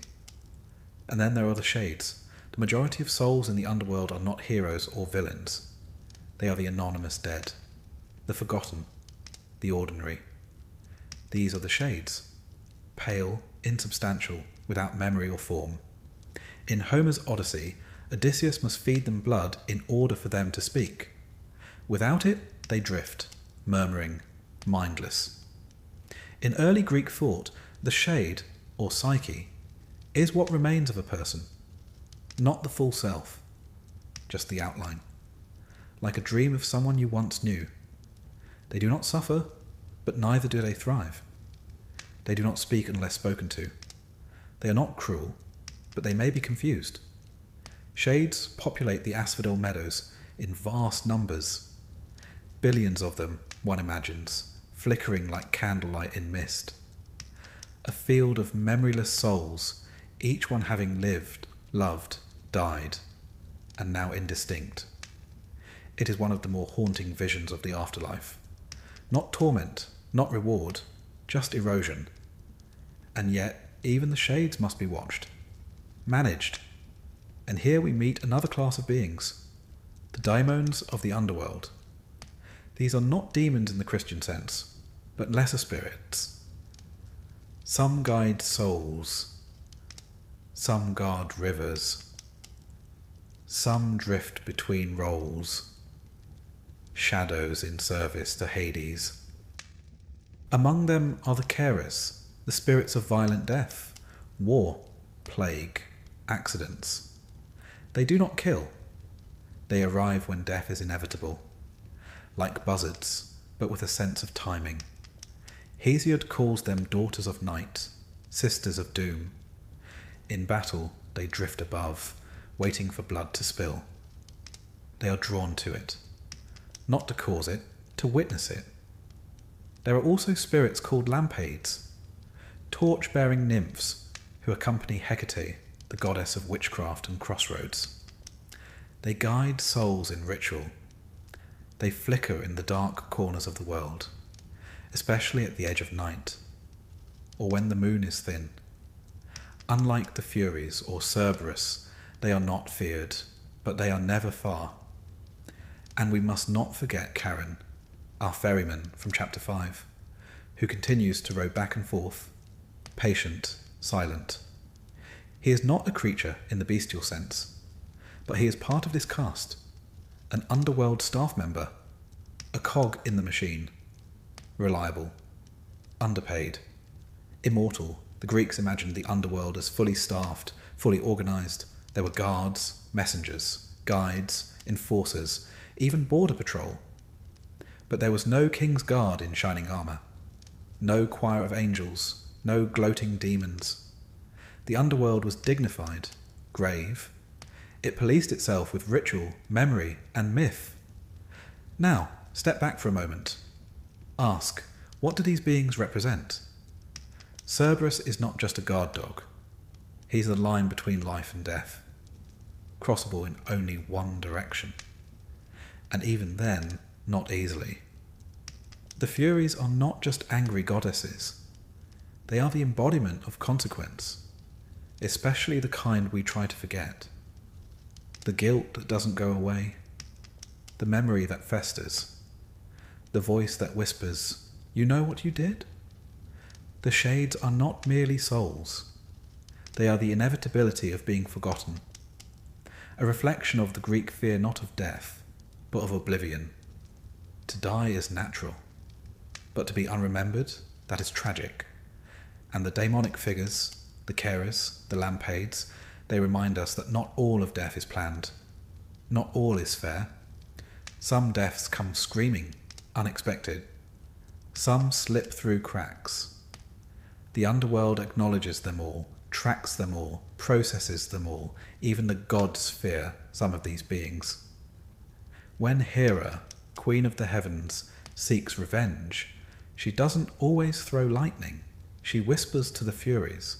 She stirs up the spirits. She moves the pieces that cannot be moved by Olympian decree. Hades and Persephone, too, rely on this retinue. They do not rule through fear. They rule through structure. And structure must be upheld, not by laws, but by those who live in the cracks between laws. The underworld creatures do not judge, they enforce. One must also mention Hecate, a complex figure, often shown holding twin torches. Though not confined to the underworld, she is closely associated with it. She walks between worlds. Goddess of magic, crossroads and ghosts. She was invoked in household rituals and major rites alike. She presides over entrances, not just literal doors, but thresholds of transformation. She is there when a soul crosses from life to death, and perhaps when one tries to return.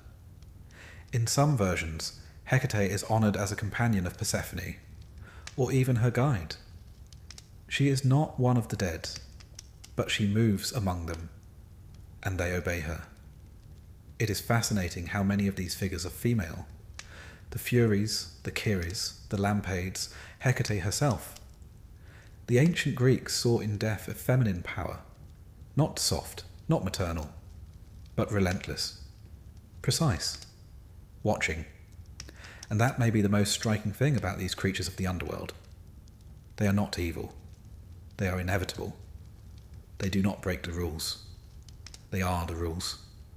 They are the jaws of justice, the teeth behind myth, the reminder that death, like life, has a bureaucracy, and it must be obeyed. And yet, in all of this, there is something comforting. The underworld is not chaos. It is order. It is staffed. It is monitored. One does not fall into it and vanish. One is received, processed, watched. That may not be cheery, but it is dignified. Perhaps that's why the Greeks feared the underworld, but did not hate it. They respected it. It was not wild. It was civilized, in a way that only eternity can be. Next, we reach our final descent, not into a place, but into an idea. What did the underworld mean to the ancient Greeks? What did death teach them about life? In our final chapter, we'll explore how philosophers, poets, and common people alike imagined what came after, and why it mattered so deeply to those still breathing. If you followed us this far, past the rivers and gates, past judgment, through the field and the fire, past guardians, singers, heroes, and kings, you might be tempted to ask the ultimate question: what exactly was the point? What did the ancient Greeks believe about death? Not just its mechanisms, not just its geography, but its meaning. Why build an entire mythology, layer by layer, soul by soul, creature by creature, unless it taught you something about life? The underworld, for all its gloom, was not just a cosmic warehouse of souls. It was a mirror, a moral map, a story the Greeks told themselves and each other about how to live well and how to die well. In this final chapter, we look not just at Hades and Persephone, or Tartarus and Elysium, but at the Greeks themselves, and how the dead shaped the living. To begin with, we must recognize that the Greeks feared death deeply, but not in the way one might assume. They didn't fear fire or demons or eternal torture. Those are later anxieties. What they feared, more than pain, was erasure. To die was natural. To be forgotten? That was unbearable. This is why so many Greek heroes are obsessed with glory, kleos. Achilles doesn't fight at Troy for wealth or safety. He fights for memory, to be sung of, to be known. For the Greeks, fame was a form of afterlife. Not in heaven, but in story. The only immortality a mortal could truly earn. This fear of being forgotten shaped everything, from funeral rites to epic poetry. Yet the dead had to be buried, mourned, named. Their tombs marked, their deeds recorded.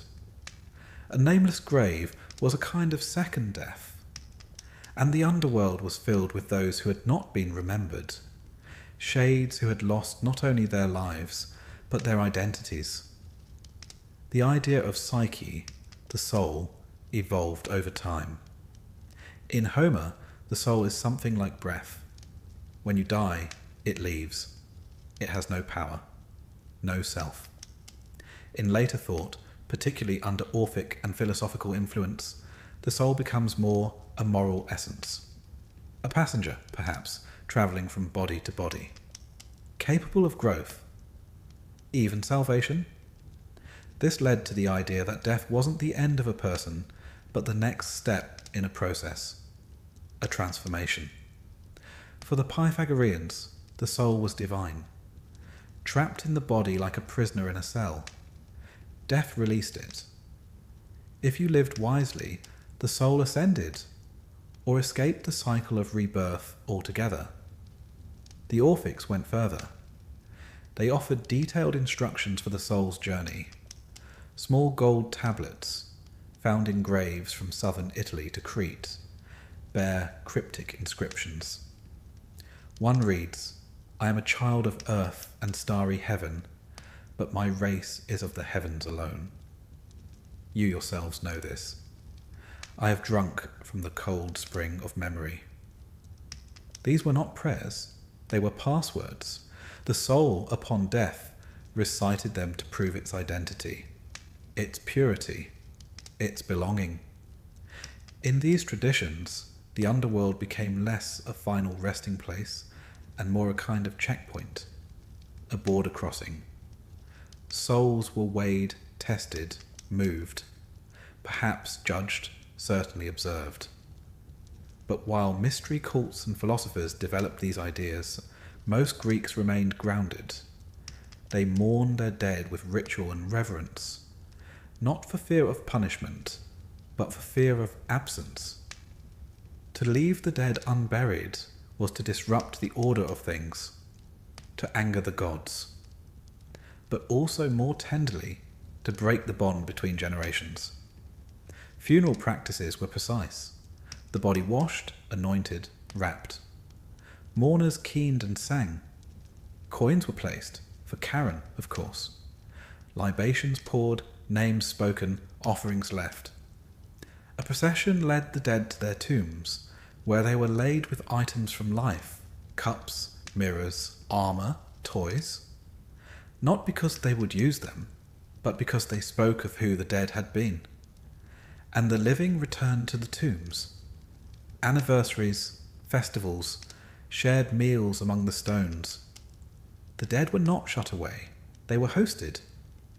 This closeness to death shaped Greek architecture, poetry, even politics. Pericles, in his famous funeral oration, didn't praise the dead simply for dying bravely. He praised them for giving Athens its memory, its identity. In remembering the fallen, Athens remembered itself. And so, the underworld was not a terrifying unknown. It was a structured unknown. And that made all the difference. In a world where life could be short, unpredictable, and brutal, it helped to know that death had rules. Those rules were not always fair. Heroes died young, villains prospered. But the Greeks believed that death eventually revealed the truth. In Hades there were no lies, no disguises, only memory, only record. Plato plays with this idea in his Myth of A soldier dies, visits the afterlife, and returns to tell what he saw. Souls choose new lives, some foolishly, some wisely. Odysseus chooses the life of a quiet man. Orpheus avoids music. Ajax, still bitter, picks a life where no one will notice him. And the cycle continues. Plato's message is clear. How you live shapes how you die. And how you die shapes how you live again. But even this philosophical system retains something deeply human. It doesn't deny grief. It doesn't banish sorrow. It just gives it form. Greek funerary art often shows quiet scenes. A woman looking into a mirror, a man bidding farewell to his dog, a mother and child. These aren't moments of victory. They're moments of intimacy, of loss, of love. And that in the end is what the underworld reflects. Not just justice, but emotion. Not just fate, but feeling. Hades, the god, is not a monster. He is a bureaucrat, a warden, a silent witness to all things finished. Persephone is not simply a victim, or even a queen. She is a cycle, a symbol of return, of memory. She brings life to the dead, and death to the living.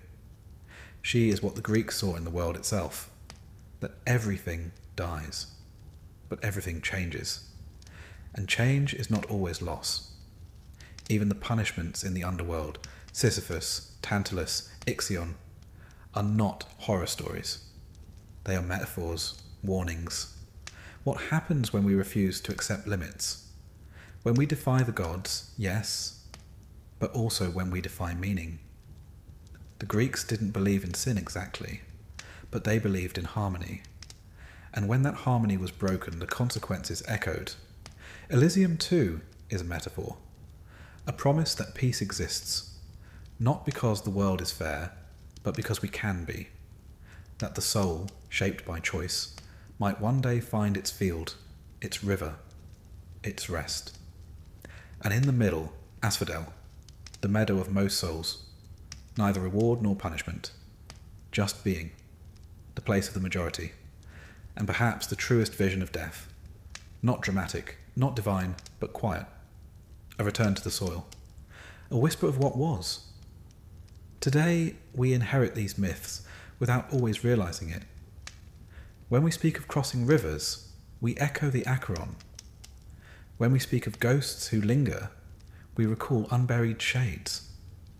When we fear being forgotten, or hope to be remembered, we walk in Greek footsteps. Even modern literature borrows this blueprint. Dante's Inferno, Tolkien's Paths of the Dead, Disney's Hercules.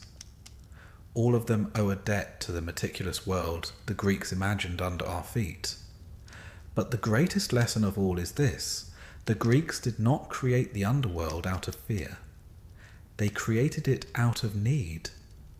They needed a story big enough to hold sorrow, a map big enough to fit all their ancestors, a place where their heroes could rest, their enemies could pay, and their questions could echo forever. They did not always agree on the details. Some believed in rebirth, some in rest, some in nothingness. But all believed that death meant something, that how you lived would ripple into the dark, that memory mattered. And so the underworld was not a horror. It was a human thing, wound around grief, honour, consequence and hope. You did not need to understand it fully. You only needed to walk forward. One step, one coin, one name spoken over your grave. And perhaps that's the final gift of Greek mythology. Not answers, but architecture. A shape for the shadows. A way of looking into the unknown and saying, yes, there's something there, and it means something. And now, dear listener, our journey too has reached its shore. The ferry waits, the wind stills, the light fades. But the story remembers, as all stories do. Let us begin, as all good stories ought to begin, with a mountain at dusk.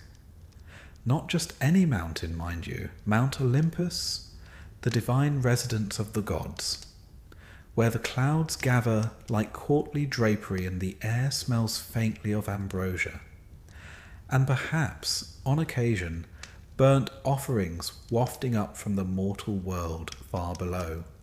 It stands tall and regal on the northern frontier of ancient Greece, its summit so often hidden by mist that it seemed only natural to assume someone or something must be living up there. In truth, Olympus is a very real mountain, the highest in Greece actually, rising to just under 10,000 feet. But to the ancient Greeks, it wasn't merely a collection of rocks and ridges. No, it was sacred geography. It was the celestial seat of power, draped in ever-changing light and ever-watchful silence. They saw it not as something to be climbed, but to be revered. A divine penthouse, if you like, with rather exclusive tenants. And those tenants are, yes, the Olympians. 12 gods and goddesses, give or take a few, depending on which myth you believe, and how generous you're feeling with seating arrangements. Together, they form the core of the ancient Greek pantheon. Capricious, passionate, thunderous, petty, brilliant. And they were worshipped, feared, and occasionally gossiped about for centuries. Quite like celebrities, really. If celebrities could hurl lightning and turn people into olive trees. But before we meet them individually, let's linger a little on the setting. For it's twilight on Olympus, the hour when the golden light fades gently behind marble colonnades and divine banquets are just beginning. Imagine wide halls gleaming with polished stone, lyres playing softly in the background, and long tables groaning with impossible fruits, cheeses aged by the winds of prophecy, and wine so potent they'd make a satyr weep with joy. This is no place of solemnity. Olympus, in myth, was vibrant, divine, occasionally chaotic, like a very large dysfunctional family gathering with a healthy sprinkling of immortality and magical livestock. The kind of place where someone is always playing a harp, and someone else is always dramatically storming out. Now, if you're imagining marble floors and ionic columns, you're not entirely off base, but don't expect a neatly catalogued palace blueprint. The earliest Greek poets, Homer and Hesiod, speak of radiant halls and cloud gates, but they weren't exactly architectural draftsmen.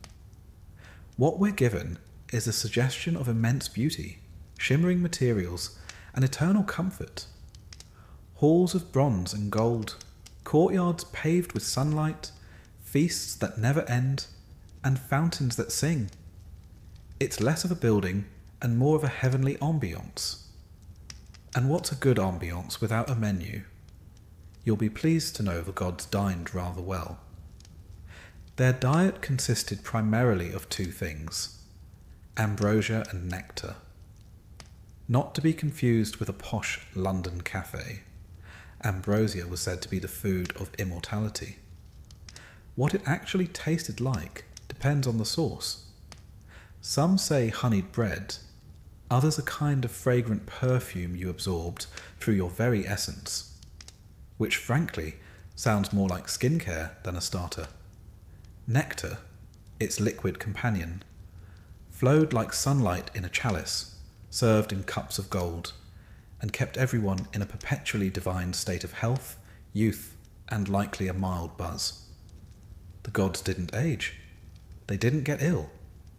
They didn't suffer the usual indignities of mortal life, apart from emotional outbursts, which, if anything, they had in abundance. The divine lifestyle was not without its duties, however. Each god had a portfolio, so to speak. Zeus, for example, handled thunderstorms, law, and infidelity. Poseidon had dominion over the sea, earthquakes, and moody tridents. Athena took care of wisdom, war strategy, and glowering from behind shields. Each Olympian had their domain, and while some took their roles seriously, others used them as an excuse to meddle in mortal affairs or skip staff meetings altogether. One might imagine that a day on Olympus involved quite a lot of sitting around looking powerful, which, to be fair, it probably did. But it also meant making decisions. Would a hero succeed in his quest? Would a city be blessed with rain, or buried under ash? Would a mortal's prayer be answered or ignored? The gods were not bound by logic. They were divine after all, and if they seemed inconsistent, well, that was rather the point. The world was unpredictable, and so were its rulers. From their cloud-wrapped thrones, the gods watched mortals go about their business with varying degrees of interest. They observed, they judged, They laughed, they wept occasionally, and sometimes they interfered, often dramatically. The line between gods and mortals, you see, was not quite so firm in ancient Greek thought. The gods were not distant deities, unreachable and abstract. They were near, familiar, emotionally turbulent. They could take human form, walk among us, fall in love, or lust more often, and produce heroes with a knack for slaying monsters and starting wars. Their children became demigods, whose lives were extraordinary but seldom long. But Olympus itself was different. It was the place the gods returned to, a safe haven above the chaos of the world. Imagine, if you will, the moment after a storm, the clouds parting, a golden glow returning, and silence falling over the peaks. That was Olympus. Not a realm of perfection, but of divine pause. The only real constant in a world where nothing else lasted. Now, about the company kept on this mountain top. We often refer to the 12 Olympians, but the list wasn't entirely fixed. It usually included Zeus, Hera, Poseidon, Demeter, Athena, Apollo, Artemis, Ares, Hephaestus, Aphrodite, Hermes, and either Dionysus or Hestia. Poor Hestia was occasionally bumped from the guest list, despite being the goddess of the hearth. One assumes she didn't mind. She always struck me as someone who preferred a quiet evening by the fire to a thunderbolt measuring contest between brothers. Each god brought something unique to the table. Apollo, radiant and polished, never without his lyre or a cryptic prophecy. Artemis, watchful and swift, ever elusive beneath the trees. Ares, brawny and brash, the kind of guest who eats all the olives and breaks the furniture. Aphrodite, all soft glances and dangerously persuasive silences. And Hermes, that wily trickster with a grin that said he'd already stolen your sandals. They were gods, yes, but unmistakably human in spirit. That was the genius of Greek mythology. Its divinities reflected us in all our glittering flaws. The Greeks built temples to honour them, yes, magnificent columns rising toward the sky, sanctuaries thick with incense and prayer, but they also told stories. Myths passed from lips to ears, campfires to amphitheatres. Stories of love, betrayal, pride, revenge. Stories that taught, warned, entertained. Olympus was not just a place above the clouds. It was a theatre stage, a family drama, a mirror of the human soul raised to cosmic scale. And what of the mortals who gazed up toward the summit? They knew they would never see its peak. Olympus was shrouded not just in clouds, but in mystery. No human was meant to reach it, not really. Those who tried, like the Titan Atlas, who bore the sky on his back, often paid dearly for their ambition. Olympus was a place of dreams. It was not for climbing, it was for imagining. And imagine it they did, the poets especially. Homer, in his Iliad and Odyssey, filled Olympus with radiant halls and divine disputes. Hesiod gave it grandeur, genealogy, structure. Later playwrights gave it irony, philosophers gave it doubt, but always Olympus remained, serene, glowing, gently aloof. Today, the mountain still stands. People hike it now, of course, in sturdy boots with trail mix and GPS. They reach the summit and see the land stretch far in all directions. The Aegean in the distance, fields below like faded mosaics. But they do not find temples, only wind and sky, and the sense of something ancient watching quietly. The gods may not live there anymore, but their stories linger in the air. And perhaps, as the sun sets over the crags and shadows pool like old wine, one might close their eyes and hear, faintly, the sound of laughter carried on the breeze, a harp, a voice, a divine footstep, something not entirely gone. So let us leave Olympus now, with a gentle step and a quiet heart.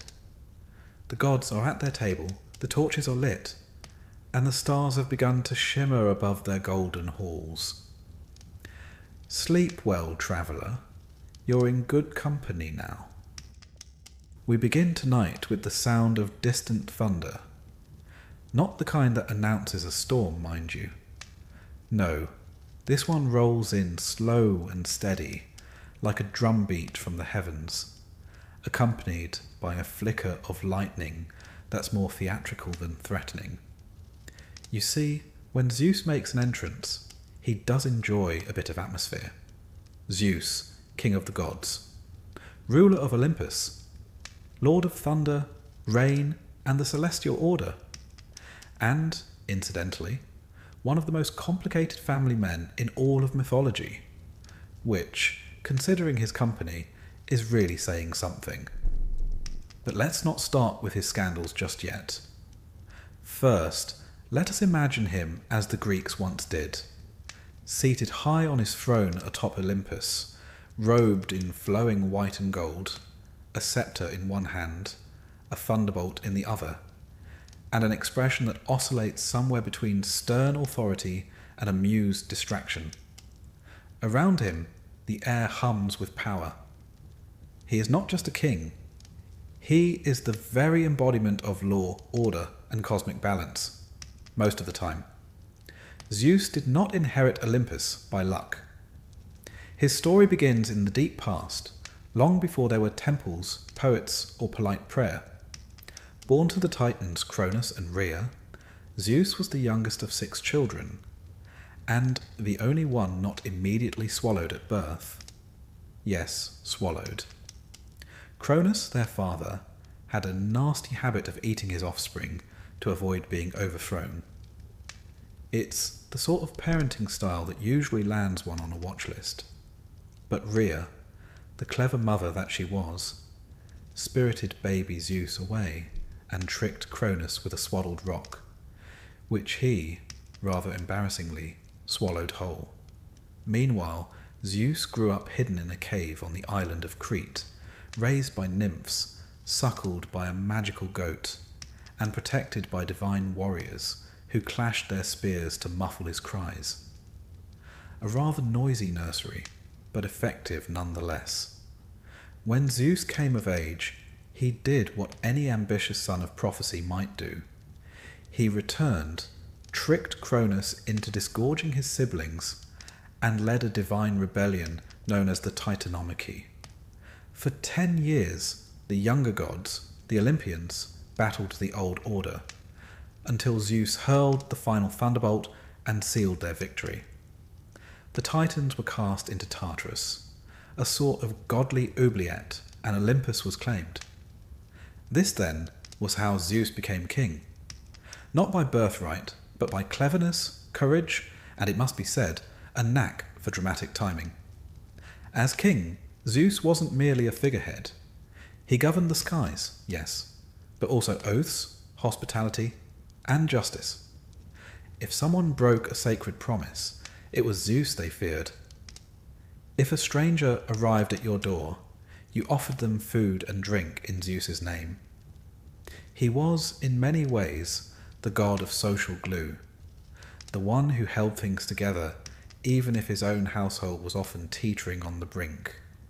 Now, if you'll forgive a brief aside, no discussion of Zeus is complete without addressing the, shall we say, romantic entanglements. Zeus, it must be admitted, had a wandering eye, and foot, and the occasional animal disguise. His liaisons with mortal women, and quite a few goddesses, form a veritable catalogue of ancient myths. Sometimes he approached them in the form of a handsome man, other times as a swan, a bull, a shower of golden light. Whatever works, I suppose. These unions produced many of the great heroes of Greek mythology. Heracles, Perseus, Helen of Troy, Minos, and so on. Each was born of a different woman, each destined for a different path, and each a small stitch in the grand tapestry of Zeus's legacy, though perhaps not the sort of legacy Hera, his wife, had in mind. Ah yes, Hera, queen of the gods, goddess of marriage, and long-suffering spouse of the most prolific philanderer in Olympus. Their marriage, as immortal as it was, would not be described as tranquil. Hera was dignified, intelligent, and ferociously proud. Zeus, for his part, loved her, in his own way, but that didn't stop him from repeatedly testing the limits of her patience. If you've ever attended a family dinner where no one mentions the elephant in the room, and then Zeus turns into that elephant, well, you begin to get the idea. Their quarrels were the stuff of legend. Sometimes Hera would attempt to outwit or even overthrow her husband. Once, she orchestrated a rebellion among the Olympians, and Zeus had to be rescued by a 100-armed giant named Briareus. Another time, he suspended her from the sky by golden chains as punishment. Not his finest moment, to be sure. But always they reconciled, or at least reached a détente. Immortality is a long time, after all. One does get used to things. Yet Zeus's story is not all mischief and lightning. He was also the arbiter of cosmic balance. When mortals committed crimes or acted with hubris, that dangerous blend of arrogance and defiance, it was Zeus who issued judgment. He sent omens. He dispatched the Furies. He struck down the proud. But he also rewarded virtue. He upheld the sacred bonds of guest and host. And he listened to prayer. The Greeks saw him as the great anchor of divine authority. His image adorned temples, coins, and statues across the ancient world. In Olympia, a colossal gold and ivory statue of Zeus sat within the grand temple, crafted by the sculptor Phidias and counted among the 7 wonders of the ancient world. He was not merely a myth, he was a cultural cornerstone. And yet, there's something very human about him, isn't there? For all his thunderbolts and grandeur, Zeus often behaved like an exasperated father trying to keep a house full of eccentric children from setting the curtains on fire. He meddled in Trojan politics. He weighed the fates of heroes in battle. He tried, often in vain, to maintain order on Olympus. It was a divine soap opera, and Zeus was both director and reluctant lead. He could be merciful, forgiving Prometheus, for instance, after centuries of punishment for stealing fire for mankind. And he could be vengeful, as when he flooded the earth to cleanse it of human wickedness. But above all, Zeus was consistent in one regard. He reminded mortals of the limits of their reach. In the myths, those who challenged him, whether giants or kings, almost always fell. Not because Zeus hated them, necessarily, but because the natural order had to be preserved. And order was what Zeus valued most. In the post-Titan world, the universe was no longer chaos and darkness. It had rhythm, seasons, laws. The stars wheeled in the sky. The rains came and went. Cities rose and fell, but the heavens endured. And somewhere, high above, Zeus watched it all. Now it's easy to imagine him as simply a tyrant with a thunderbolt, but I prefer to think of him as something more complex. A divine figure who carried the weight of the world's unpredictability on his shoulders. One who stood between the realm of mortals and the unknown beyond. One who roared and wept and raged, not because he was cruel, but because the world was full of choices, and none of them ever simple. Even the gods had their burdens. So when we picture him, let it be not only with power in his gaze, but with weariness behind it. For though he was the king, his rule was never quiet. There was always a new hero to watch, a new war to judge, a new prophecy to ponder. And all the while the wind shifted, the clouds gathered, and somewhere down below, a poet whispered his name. Tonight, the thunder is distant, the skies are calm. Zeus reclines in his hall, the firelight glinting off his crown, and the world, for the moment, is at peace. The stars blink overhead like ancient eyes, and the mountain breathes its slow, eternal rhythm. Sleep now.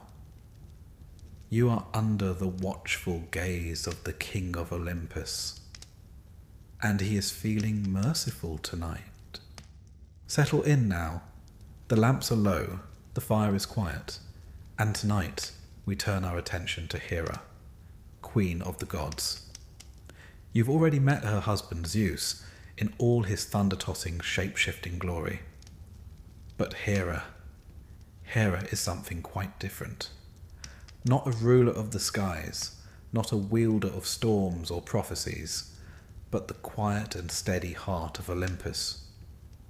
And, on more than one occasion, the source of a sharp look that could turn a lesser deity into stone, or at the very least send them scuttling off to a minor temple in Thessaly. She was, and remains, the goddess of marriage, of women, of childbirth, and of regal dignity. But Hera is not merely domestic. She is not gentle in the way springtime is gentle. She is fierce, enduring, intelligent, and more than capable of making her displeasure known, particularly when it concerns the many, many indiscretions of her husband. But we'll get to that in good time. First, let us begin at the beginning, at her birth, long before Olympus was even built. Hera was born to the Titans Cronus and Rhea. Yes, that same Cronus who had a rather troubling habit of swallowing his children whole. Hera, like her siblings Hestia, Demeter, Hades and Poseidon, vanished into the belly of her father until Zeus, the youngest and savviest of the lot, rescued them all. One does not typically think of rebirth as an act of digestion, but mythology rarely bothers with subtlety. When Zeus freed his siblings and overthrew the old order, Hera emerged into the world anew. Though younger than her brother husband, yes, mythology is like that, she quickly established herself not just as his consort, but as his equal in divine authority. She was not merely Zeus's wife, she was the Queen of Olympus, crowned in her own right. And how did they meet? Well, Zeus, naturally, pursued her with all the subtlety of a lightning storm. But Hera, clever and cautious, was not so easily impressed. She resisted his advances, holding him at bay until he employed one of his more peculiar courtship strategies. Disguising himself as a helpless cuckoo bird, he flung himself into her lap, trembling and pitiful. Touched by pity, she cradled the bird, at which point he transformed back into himself, and, in classic divine fashion, took her by surprise. It's not exactly romantic by modern standards, but in the mythological world, it was practically a sonnet. Their marriage, however, was far from idyllic. Hera, the goddess of marriage itself, found herself bound to a husband whose fidelity was about as stable as a chariot with one wheel. Zeus's dalliances with mortal women, nymphs, and even other goddesses became the stuff of legend and tragedy. Each time he strayed, Hera's response was not silence or resignation. It was vengeance, measured, precise, and often deeply poetic. But let us be fair. Hera's anger wasn't blind rage. It was rooted in dignity, in a deep sense of what was proper, sacred, and just. She did not lash out without cause. When she punished, she did so with the calm certainty of a queen upholding order in a realm that seemed determined to unravel. Consider, for instance, the tale of Io, a mortal priestess whom Zeus fancied. When Hera came sniffing around, Zeus panicked and turned Io into a white cow. Hera, of course, saw right through this bovine charade. She accepted the cow as a gift, ever so graciously, and appointed Argus, a giant with 100 eyes, to guard her. Not the subtlest move, but effective. Zeus, desperate, sent Hermes to lull Argus to sleep with stories and music. And once all 100 eyes had closed, Hermes dispatched him. Hera was furious. She retrieved the cowgirl Io and placed Argus's many eyes onto the tail of her sacred bird, the peacock, a detail that endures in the bird's plumage to this day. That's the thing about Hera. She didn't forget. She memorialized. She took insults and carved them into the stars, into feathers, into stone. Not out of spite, but out of principle. Her world was order, and when it was disrupted, she responded accordingly. Another tale, this one involving Heracles, one of Zeus's many sons by another woman. Hera hated him from the moment he drew breath. She sent serpents into his cradle. She drove him to madness. She placed obstacles in his path at every turn. And yet, in an irony almost too perfect, it was Heracles, after his death, who was welcomed into Olympus and reconciled with Hera, even marrying her daughter Hebe. One imagines the family dinners were tense, but Hera was not merely an angry wife. That's a simplification, and an unfair one. She was the goddess to whom women prayed for safe childbirth, for a stable home, for the sacred bond of marriage to hold firm. She was protector and patroness of queens. Her temples were among the most splendid in Greece, particularly the great Heraion near Argos, where priestesses performed elaborate rituals and dedicated their lives to her service.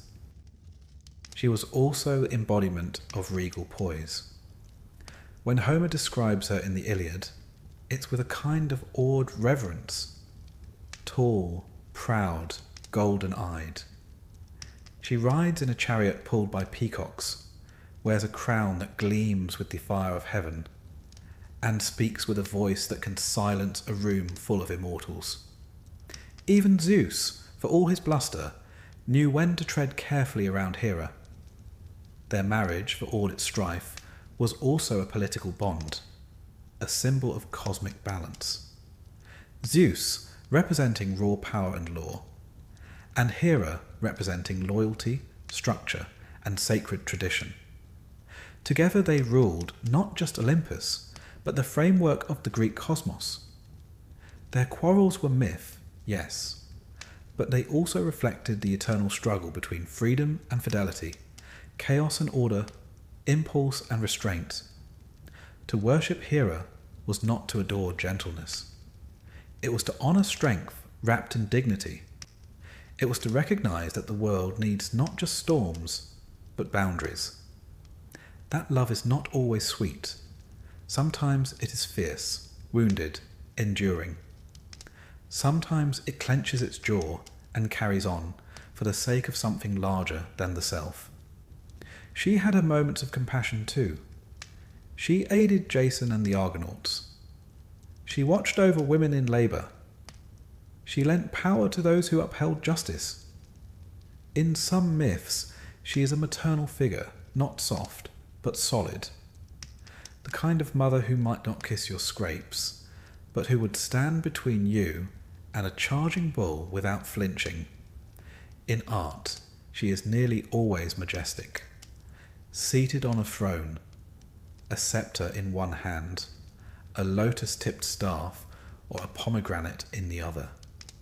The pomegranate, as you might recall, being a symbol of fertility and the cycle of life, one that appears frequently in ancient depictions of divine queenship. Her sacred animals, beyond the peacock, include the cow, not merely for its docility, but for its association with nurturing and steadfastness. There's a reason the Romans called her Juno and made her the chief goddess of their pantheon. Hera's archetype, the divine matron, both feared and revered, echoes across countless cultures. She is not a goddess who fades with time. She is one who endures it. And so we imagine her now, seated in her radiant hall, high above the clouds, the golden light of Olympus falling across her brow. The peacocks shuffle softly at her feet. The fires crackle low. A divine scroll rests beside her, perhaps a new list of grievances, or a wedding invitation, or both. The gods around her quarrel and bicker, laugh and sulk, but Hera remains still, watchful. She does not always speak first, but when she does, Olympus listens. Tonight, her gaze is calm. Her court is quiet. Somewhere in the mortal world, a marriage is made, a child is born, a vow is kept, and the Queen of the Heavens for once is at peace. Sleep now, traveller. You rest beneath her watchful eyes, and she never forgets. The sea, even now, holds a kind of ancient silence, a deep, breathing presence beneath the surface, never quite still, never fully asleep. And in that timeless blue, long before sailors traced constellations or merchants dreamed of distant shores, the Greeks believed something older stirred, something powerful, proud, and on occasion rather moody. Poseidon, brother to Zeus and Hades, god of the sea, earthquakes, horses, and, quite notably, grudges. While Zeus ruled the skies and Hades reigned below, Poseidon claimed everything that foamed, surged, churned, and crashed. The sea, after all, was not merely water to the ancient Greeks. It was a force, a frontier, a mystery. And Poseidon was its sovereign. Imagine him now, tall, muscular, bearded like a storm-beaten king, hair tangled with salt and seaweed, his trident gleaming with the wet glint of dawn tides. He does not float above the clouds like his brother. He rides the crests of waves, pulled by hippocamps, those mythical seahorses with hooves of foam and manes like river reeds. When he speaks, it's with the low rumble of tectonic plates shifting beneath your feet. He is the voice of the ocean floor, old, rumbling, and not particularly patient. His realm is vast, not only the sea itself, but every inlet, spring, and underground stream. Sailors prayed to him before journeys. Fishermen whispered his name over their nets. Even those on dry land, far from the coast, feared his wrath. Earthquakes, which the Greeks called Poseidon shaking the ground, were seen as his doing.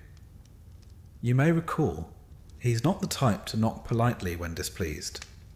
Like his brothers, Poseidon's origin begins in darkness, swallowed, like the rest of his siblings, by Cronus, then freed by Zeus.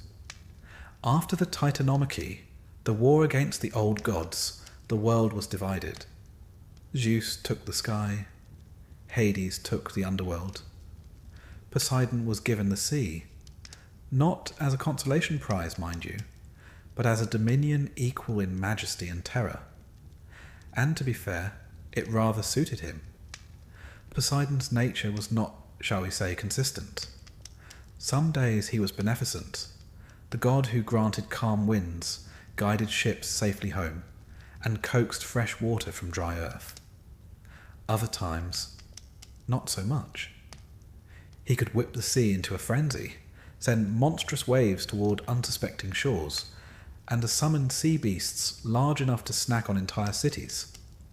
He was not cruel, simply temperamental. The sea, after all, is both giver and taker, and so was he. One of his more famous tempers was directed at a city we now know as Athens. You see, Poseidon and his niece Athena both wished to become its patron deity.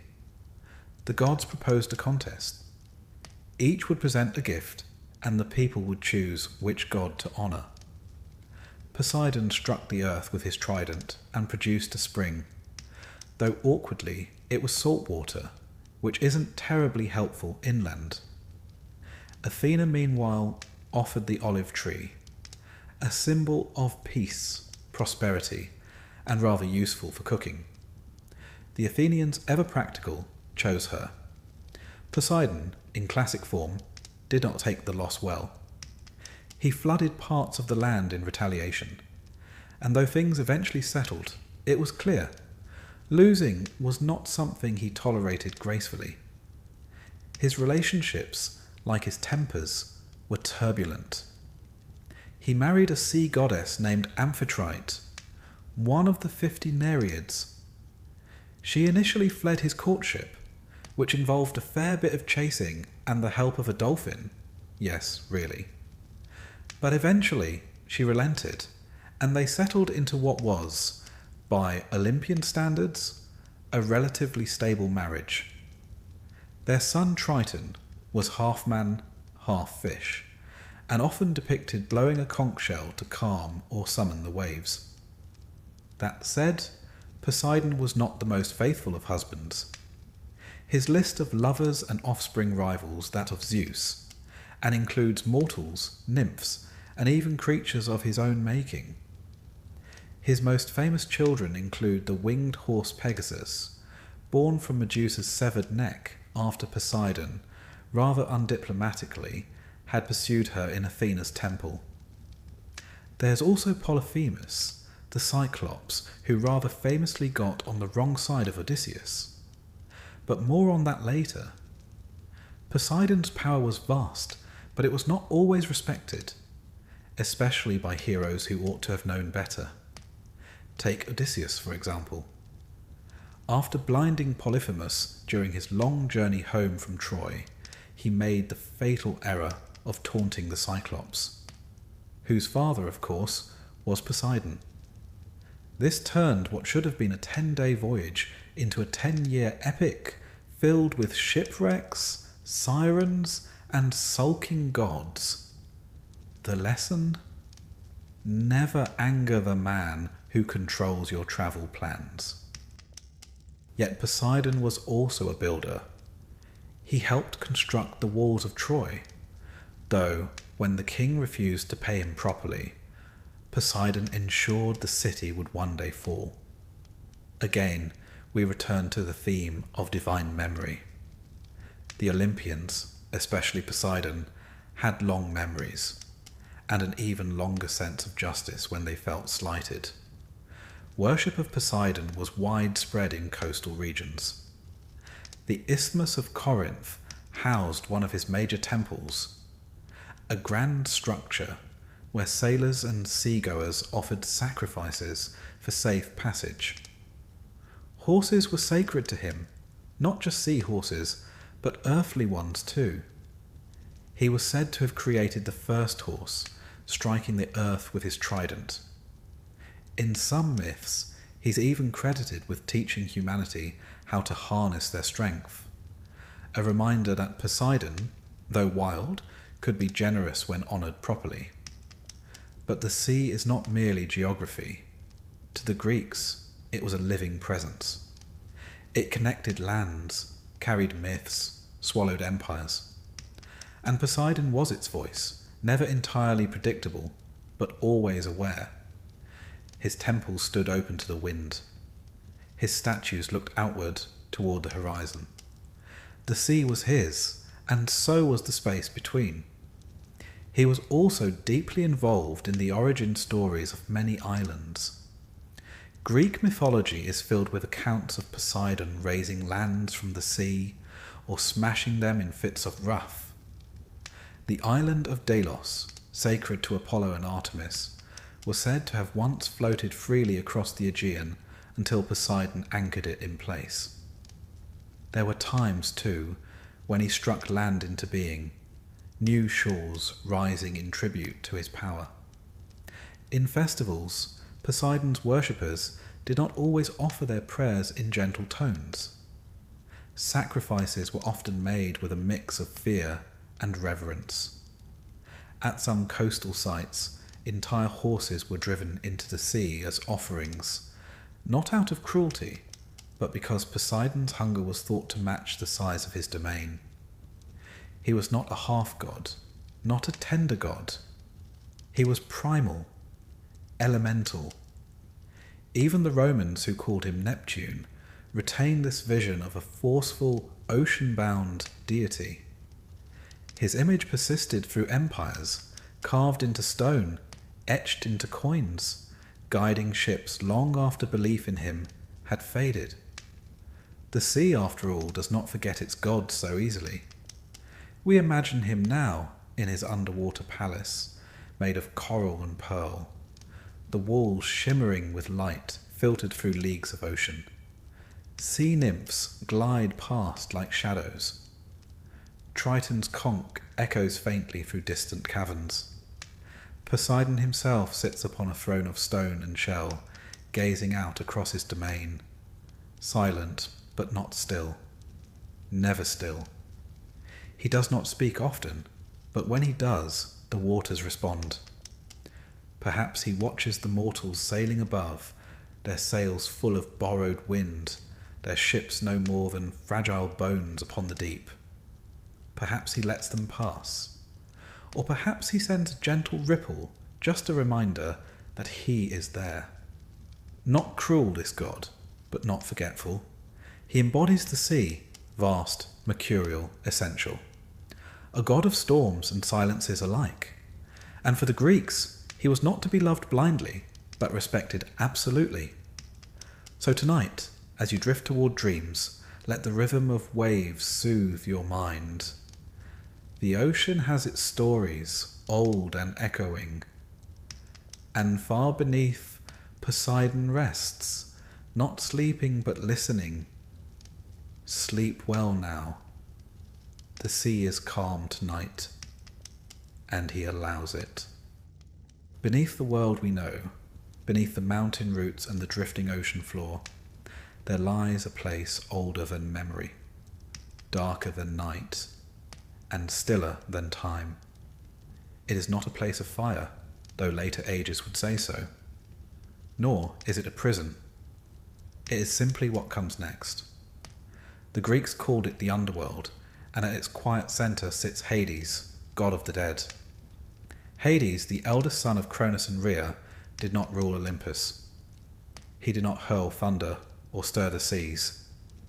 His power did not flash. It endured. When the world was divided among the three brothers after the defeat of the Titans, Zeus drew the sky, Poseidon the sea, and Hades, without protest, accepted the land beneath the earth. Some say he was unlucky. Others say he chose it. In truth, Hades never needed spectacle to be sovereign. He simply was. He is a god of silence, not absence, not cruelty, silence. In myth, he rarely shouts or boasts. He acts with measure, with weight. Mortals feared him, yes, but they also respected him. Not because he brought death, he did not, but because he received it. Because all roads in time lead to him. His realm is vast, layered like the roots of a great tree. The dead come by way of Hermes, who guides them gently down. At the threshold waits Charon, the ferryman, demanding his coin. It was for this reason that Greeks placed obols in the mouths of their dead. To be caught without payment meant wandering the shores of the Styx forever, unheard and unmourned. And the Styx is only one of many rivers. There is the Acheron, river of pain, the Cocytus, river of lamentation, the Phlegethon, which burns without consuming, and Lethe, river of forgetfulness, whose waters wash the mind to sleep. Each river marks a passage, not just in distance, but in meaning.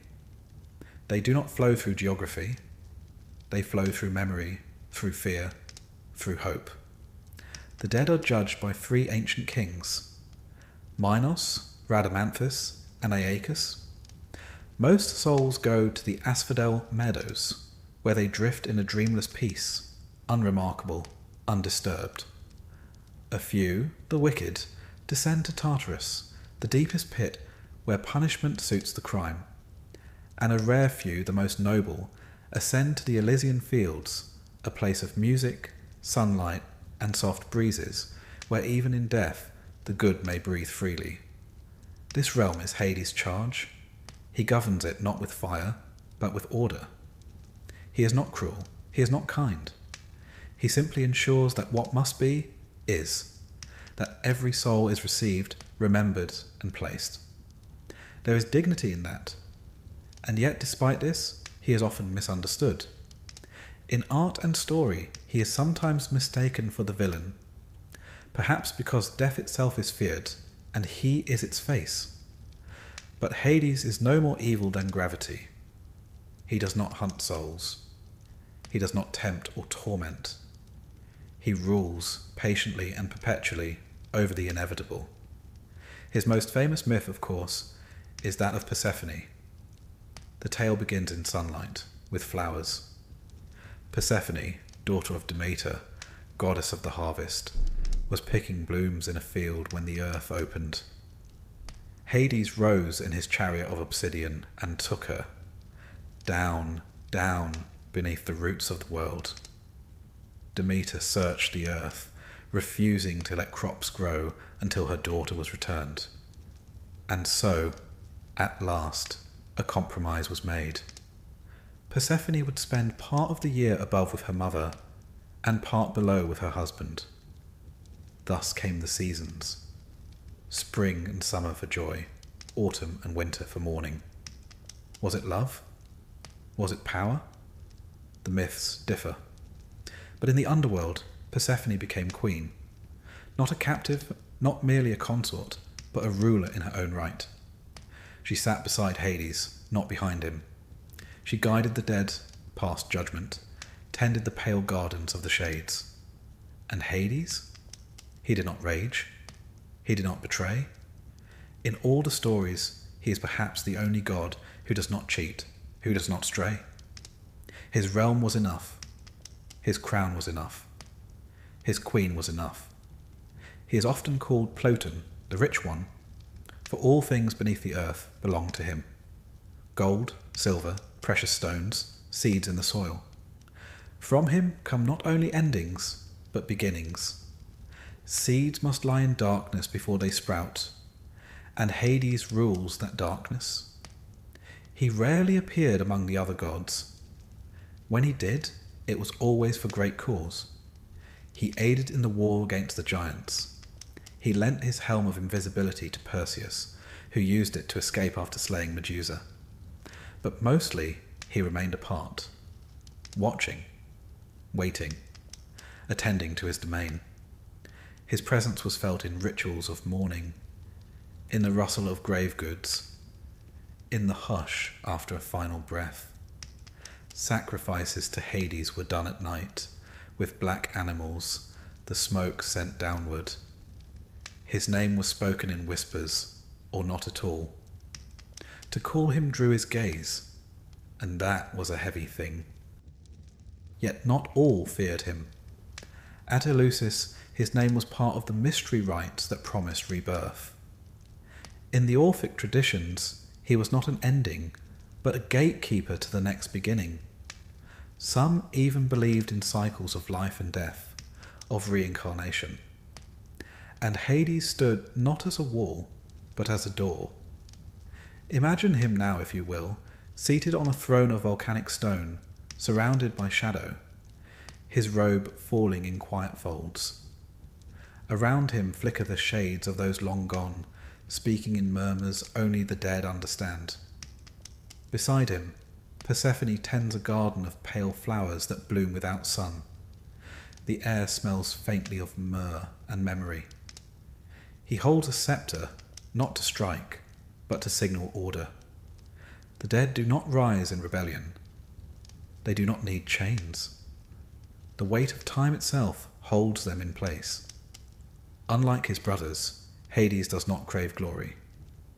He is not jealous of Olympus.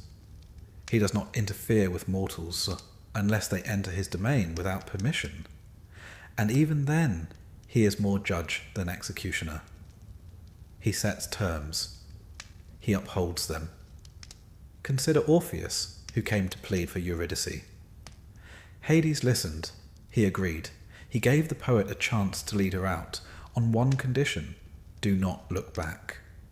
And when Orpheus did, Hades took nothing more than what was owed. There was no trickery, only the rules. In a world where even gods could be petty, Hades was consistent. Perhaps that is why, for all his distance, he was trusted. Feared, yes, but also trusted. And so the Greeks lived with him always in mind. Not in terror, but in acknowledgement. They built tombs with care. They left offerings. They remembered names. Because to be remembered was to remain just a little longer in the world above. Tonight, as you lay your head down, you need not fear the God below. He is not waiting in your shadow. He is keeping watch over those already gone. He tends a realm not of fire, but of memory. He sits in silence, because there is nothing more to prove. Sleep now. Let the earth hold you gently. Let your thoughts drift like leaves on the Acheron. Let the hush of that quiet kingdom lull you into rest. Hades waits, but not for you, not yet. He only waits as the world turns, and he always will. They say she was born not in the ordinary way, but from a headache, a rather severe one.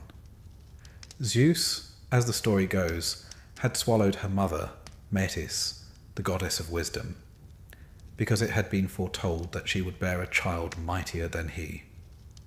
Problem solved, he thought. But divine digestion is rarely the end of a tale in Greek myth. One day, Zeus began to suffer an unbearable pain in his skull. Gods gathered. Suggestions were made. Eventually Hephaestus, ever practical, struck Zeus's head with an axe. Out sprang Athena, fully grown and fully armed, a spear in one hand and a shield in the other, shouting a battle cry that echoed across Olympus. A dramatic entrance, even by divine standards. Athena, goddess of wisdom, war strategy, crafts and reason, arrived not as a child but as an idea made flesh, poised, calm, and already thinking 3 moves ahead. She wore a helm, bore the aegis of Zeus, and from her first breath demanded the respect of gods and mortals alike. Her presence on Olympus was distinct. Unlike many of her peers, Athena was not known for tempestuous love affairs or dramatic feuds over vanity, though she wasn't entirely above such things. She was measured, exacting, and rather fond of logic. In a realm of passion and power, she was principle personified. That said, she was not cold. She simply saw the long game. Cities and civilizations adored her. Most famously, of course, Athens itself took her name. The contest between Athena and Poseidon for the patronage of the city is one of these tales that reveals as much about Greek values as it does about the gods themselves. Poseidon, being who he was, offered a gift of grandeur. He struck the earth and produced a saltwater spring, or in some versions, a warhorse. Either way impressive, but not terribly useful to the residents of a rocky inland city. Athena, ever pragmatic, planted the olive tree. Shade, food, oil, and wood, all from one gift. The Athenians chose her, and frankly, who wouldn't? From then on, Athena became more than a goddess to them. She was the guardian of their identity, their sense of civic pride, their pursuit of reason, art, and just war. Her temple, the Parthenon, still crowns the Acropolis today, its columns watching the Aegean like sentinels of marble. It remains not just a relic of ancient architecture, but a testament to her enduring spirit. Athena's approach to war was nothing like Ares' bloodlust. She preferred tactics, planning, the application of intelligence to conflict. She represented the mind in battle, not the frenzy. She advised heroes rather than charging in herself. Odysseus, in particular, earned her favour. His cunning, his guile, his talent for words over weapons, all were qualities she prized. She guided him home through storm and strife, always the voice of reason whispering beneath the chaos. But wisdom is not always gentle. Athena could be uncompromising, and when insulted her wrath was cold and enduring.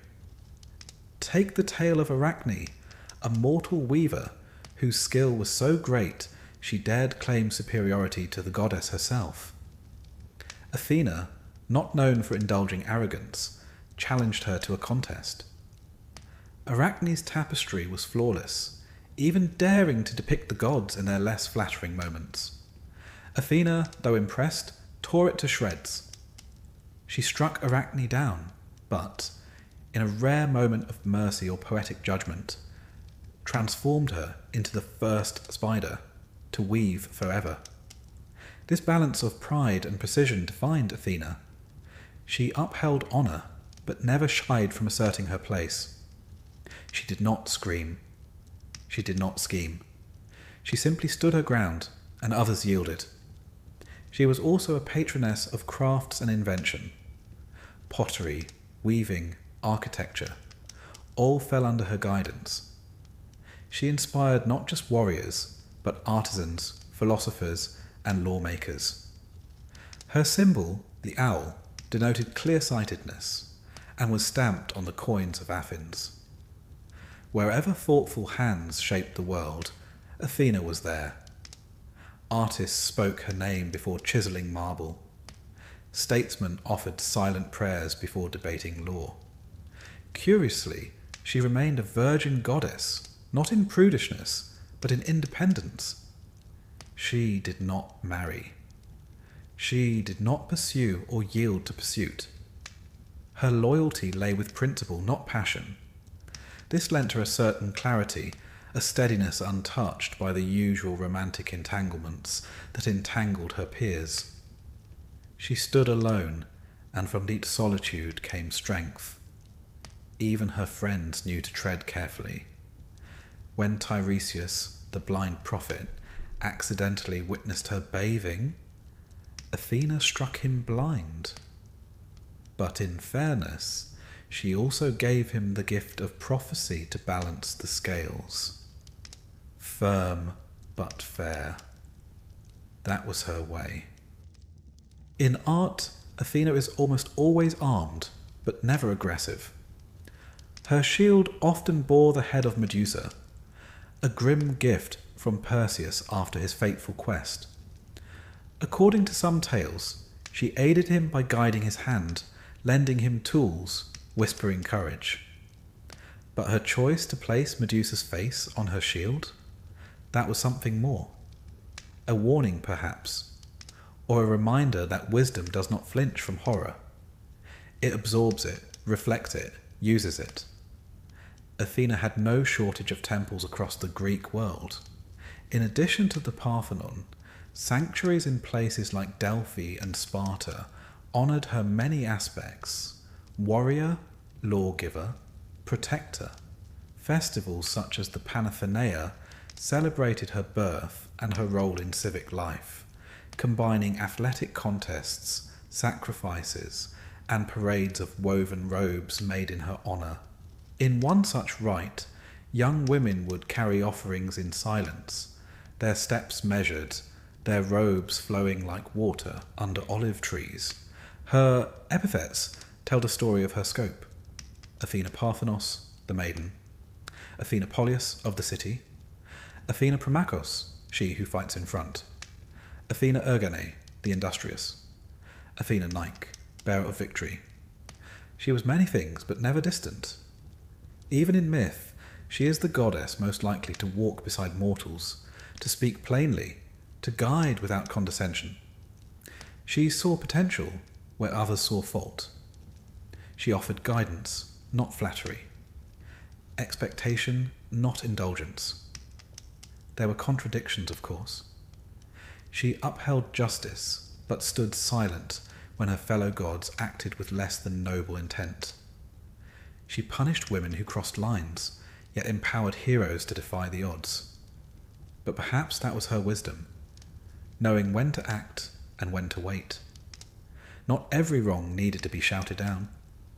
Some could be corrected with time, with silence, with the long view. Athena always had the long view. She rarely raised her voice, but when she did, it was the sound of clear judgment, like bronze striking bronze in the still air before battle. A single note, impossible to ignore. Her advice was often laced with calm warnings, softly spoken truths. In council, the gods might argue for hours, but when Athena spoke, the room fell still. Her logic was not easily refuted. Her presence was not easily dismissed. Imagine her now, seated on her marble throne, high in the halls of Olympus. Her eyes are cool and calm, scanning scrolls of mortal deeds. She does not smile often, but when she does, it is the smile of one who sees potential, not perfection. Her owl perches silently nearby, and outside, the stars wheel in precise procession. Every movement above reflects her mind below. Quiet, deliberate, constant. Somewhere below, a child learns to write. A potter turns a wheel. A general marks a map. A philosopher pauses mid-thought, wondering from where the insight came. And in all these things, Athena stirs. She is not the flashiest of gods, not the loudest, but she is the one whose name is whispered in libraries and courtrooms, in war rooms and workshops. She is wisdom in bronze. And tonight, as you close your eyes and drift toward dreams, know that she keeps watch, not in thunder or fire, but in thought, in structure, in the still strength of what is rightly built. Sleep now, and if you dream, let it be of olive groves and marble halls, of clear skies and steady hands. Athena is near, and she is thinking. In the soft glow before dawn, when the world holds its breath and the sky hesitates between silver and gold, two figures move through myth, twins, born of the same mother, destined to walk very different paths beneath the same ancient heavens. Apollo and Artemis, sunlight and moonlight, brother and sister, opposites and echoes. They were born on the island of Delos, a place said to have once drifted free in the sea until it anchored itself just in time to shelter their mother, Leto. Hera, ever so fond of revenge and not at all fond of Zeus's many liaisons, had forbidden any land to receive Leto while she was pregnant. Delos, unrooted and wild, was not bound by such rules. And so, on that shifting soil beneath a curious sky, Leto gave birth to Artemis first, and then Apollo. From the beginning, they were not ordinary children. Artemis, it is said, helped deliver her brother, and thus became the goddess of childbirth and protector of the young. Apollo, radiant and golden, emerged second, but would come to embody light, music, poetry, prophecy, and healing. A resume so robust it might make even Hermes blink. The two were close, but distinct. Artemis claimed the wild, forests, mountains, creatures of the night. She roamed with her bow and hounds, untouched by civilization, untouched by men. A virgin goddess, her strength lay in independence, her power in her distance. She guarded the liminal spaces, dusk, wilderness, the edge of becoming. Apollo, by contrast, loved the centre, the sunlight, the lyre, the temple steps warm with afternoon heat. He ruled order and clarity truth spoken through the lips of oracles, the measured beat of poetry, the clean line of sculpture. Where Artemis prowled under trees, Apollo strode into plazas, head lifted, every step in rhythm. And yet they remained mirrors of each other. Where he brought the day, she drew the night. Where he offered reason, she guarded mystery. They did not oppose one another, but completed a circle.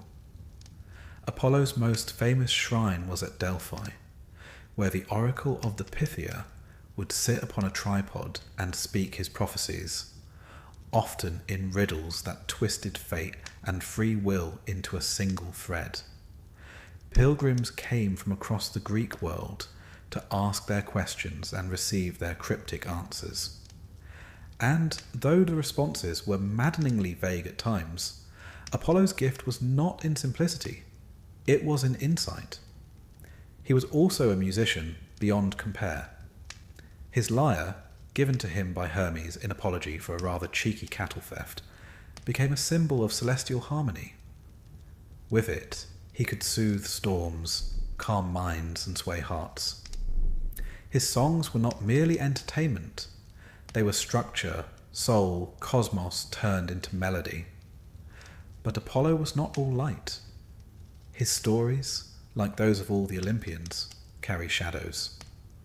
He loved often and disastrously. Daphne, a nymph who fled him, was turned into a laurel tree to escape his pursuit. Coronis, whom he loved, betrayed him, and he struck her down, only to save their unborn child, Asclepius, god of medicine. His wrath was precise, his grief enduring. Artemis too had her shadows. She punished those who saw her without consent. Actaeon, a hunter, stumbled upon her bathing and was transformed into a stag, torn apart by his own hounds.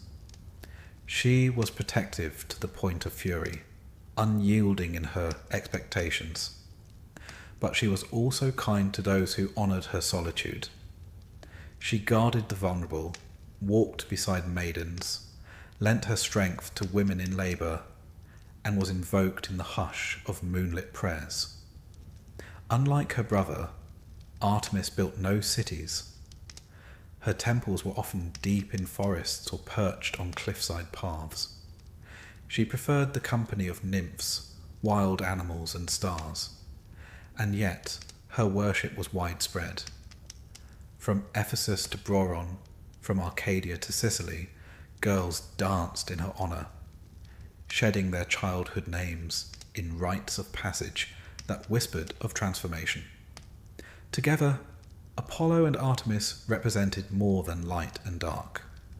They were a pair of divine principles: reason and intuition, civilization and wilderness, speech and silence, the bow that hunted and the lyre that healed, and always, always they remained siblings, never rivals, never strangers. One tale tells of the Gigantomachy, the battle between the gods and the giants. In it, Apollo and Artemis fought side by side. He struck with arrows of burning gold, she with arrows silver cold. Together they felled foes far larger than themselves, their aim unwavering, their cause righteous. The sun and moon fought as one. Another myth speaks of the death of Niobe's children.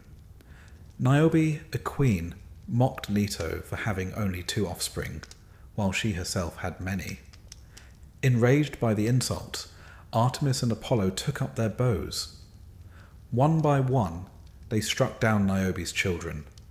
He, the sons, she, the daughters. Only one child, in some versions, was spared. Niobe fled, weeping, and was turned to stone, a waterfall of endless mourning. The lesson, while grim, was clear. Do not mock the mother of light and shadow. And yet these myths were not simply warnings. They were mirrors held to the human heart, showing how passion, loyalty, and power play out in forms larger than life. Through these stories, the Greeks explored the very structure of feeling. Apollo and Artemis did not merely punish or protect. They expressed divine aspects of our own inner worlds. Apollo, the god of healing, was also the god of plague. A single note from his bow could bring sickness, another restoration. Artemis, goddess of the hunt, was both life-giver and death-dealer to animals. They held paradox in their palms, like a bowstring stretched between extremes. Historically, their worship shaped much of Greek religious life. At Delphi, Apollo's oracle defined political decisions, voyages, and even wars. The Delian League took its name from his birthplace. Athletes swore oaths in his name before the Pythian Games, held every 4 years in his honour. Artemis, meanwhile, was central to rites of maturity. At Broron, girls approaching womanhood took part in rituals where they dressed as bears, an echo of Artemis's role as guardian of transitions. Her sanctuary at Ephesus, with its massive temple and statues adorned with symbols of fertility and wildlife, was one of the 7 wonders of the ancient world. The Romans, too, honoured them. Apollo remained Apollo, a rare instance of continuity.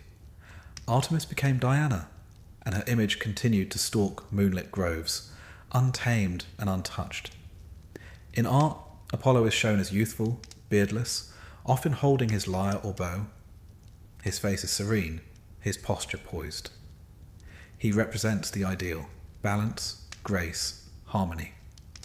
Artemis, in contrast, is swift and sure. Her robes swirl as she moves, her gaze sharp as the silver tip of her arrow.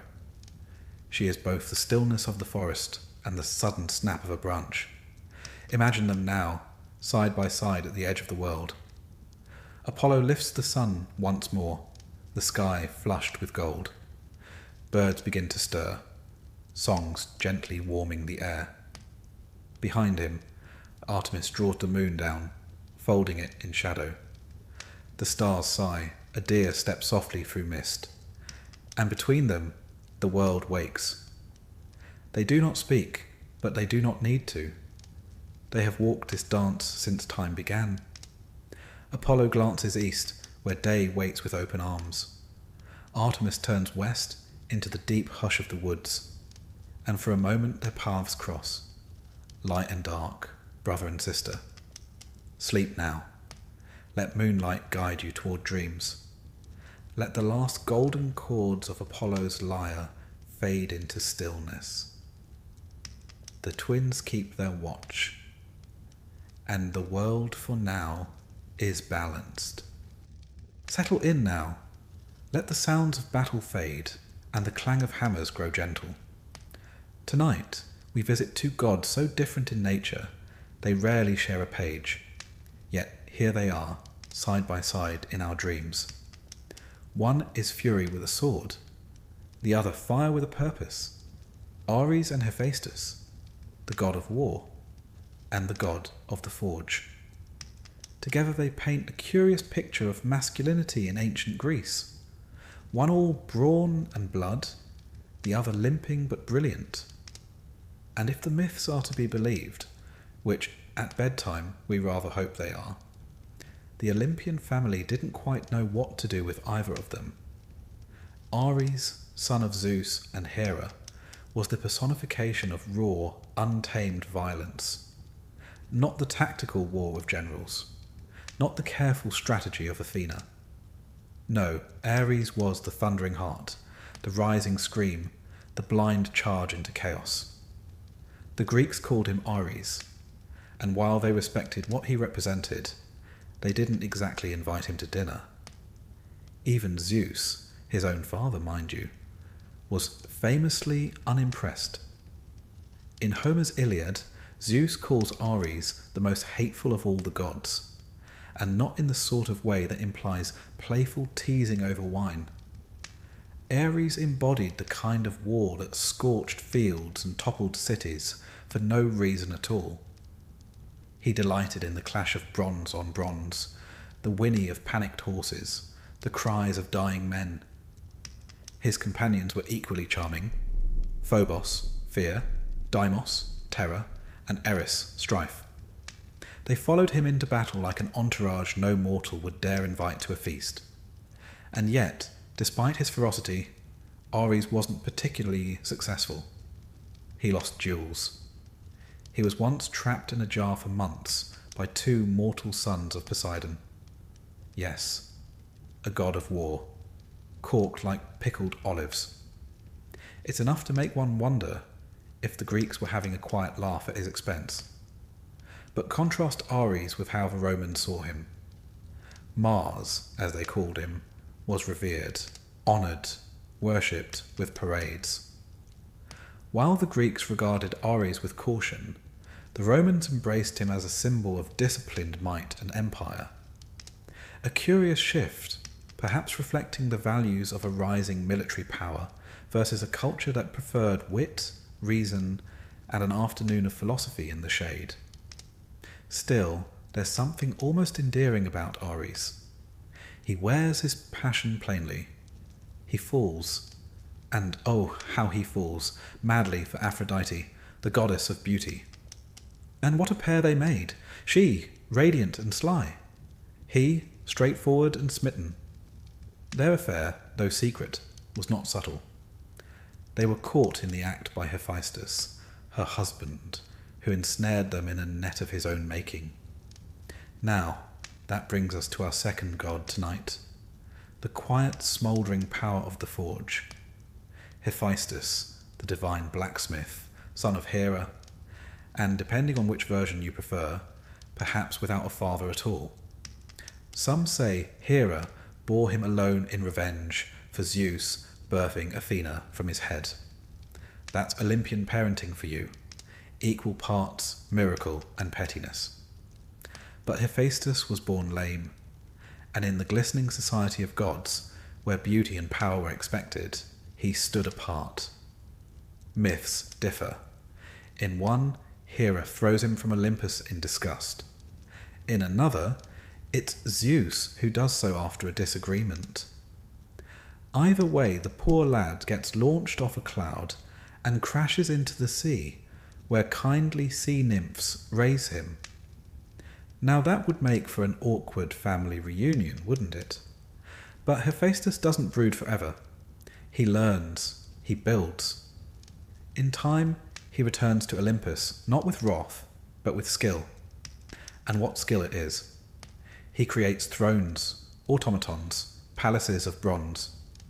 He crafts Achilles' shield, so intricate that poets had to stop and describe it for hundreds of lines.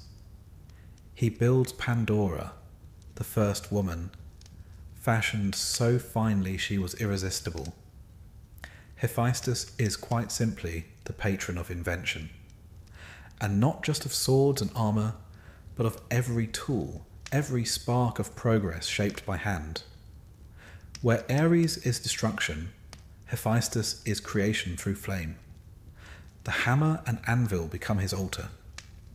The ancients recognized this. He had cults across Greece, especially in Athens and on Lemnos, the volcanic island that claimed to be his earthly home. There, fires were sacred, and every blacksmith was a kind of priest, echoing their divine patron in sweat and soot. In Athens, Hephaestus shared a temple with Athena, a pairing not romantic, but symbolic. She brought wisdom. He brought the means to build it. Craftsmanship and cleverness side by side. And yet, for all his brilliance, Hephaestus rarely wins in myth. His marriage to Aphrodite is unfaithful. His traps are ingenious, but they rarely solve his loneliness. He is powerful, but not worshipped for his appearance or charm. In this way, he is one of the more relatable gods, not draped in glory, but labouring in the shadows, forging the world while others fight over it. And maybe that's the secret. Because the Greeks, for all their love of myth, were practical. They built, they reasoned, They argued in the agora and laid stones in perfect lines.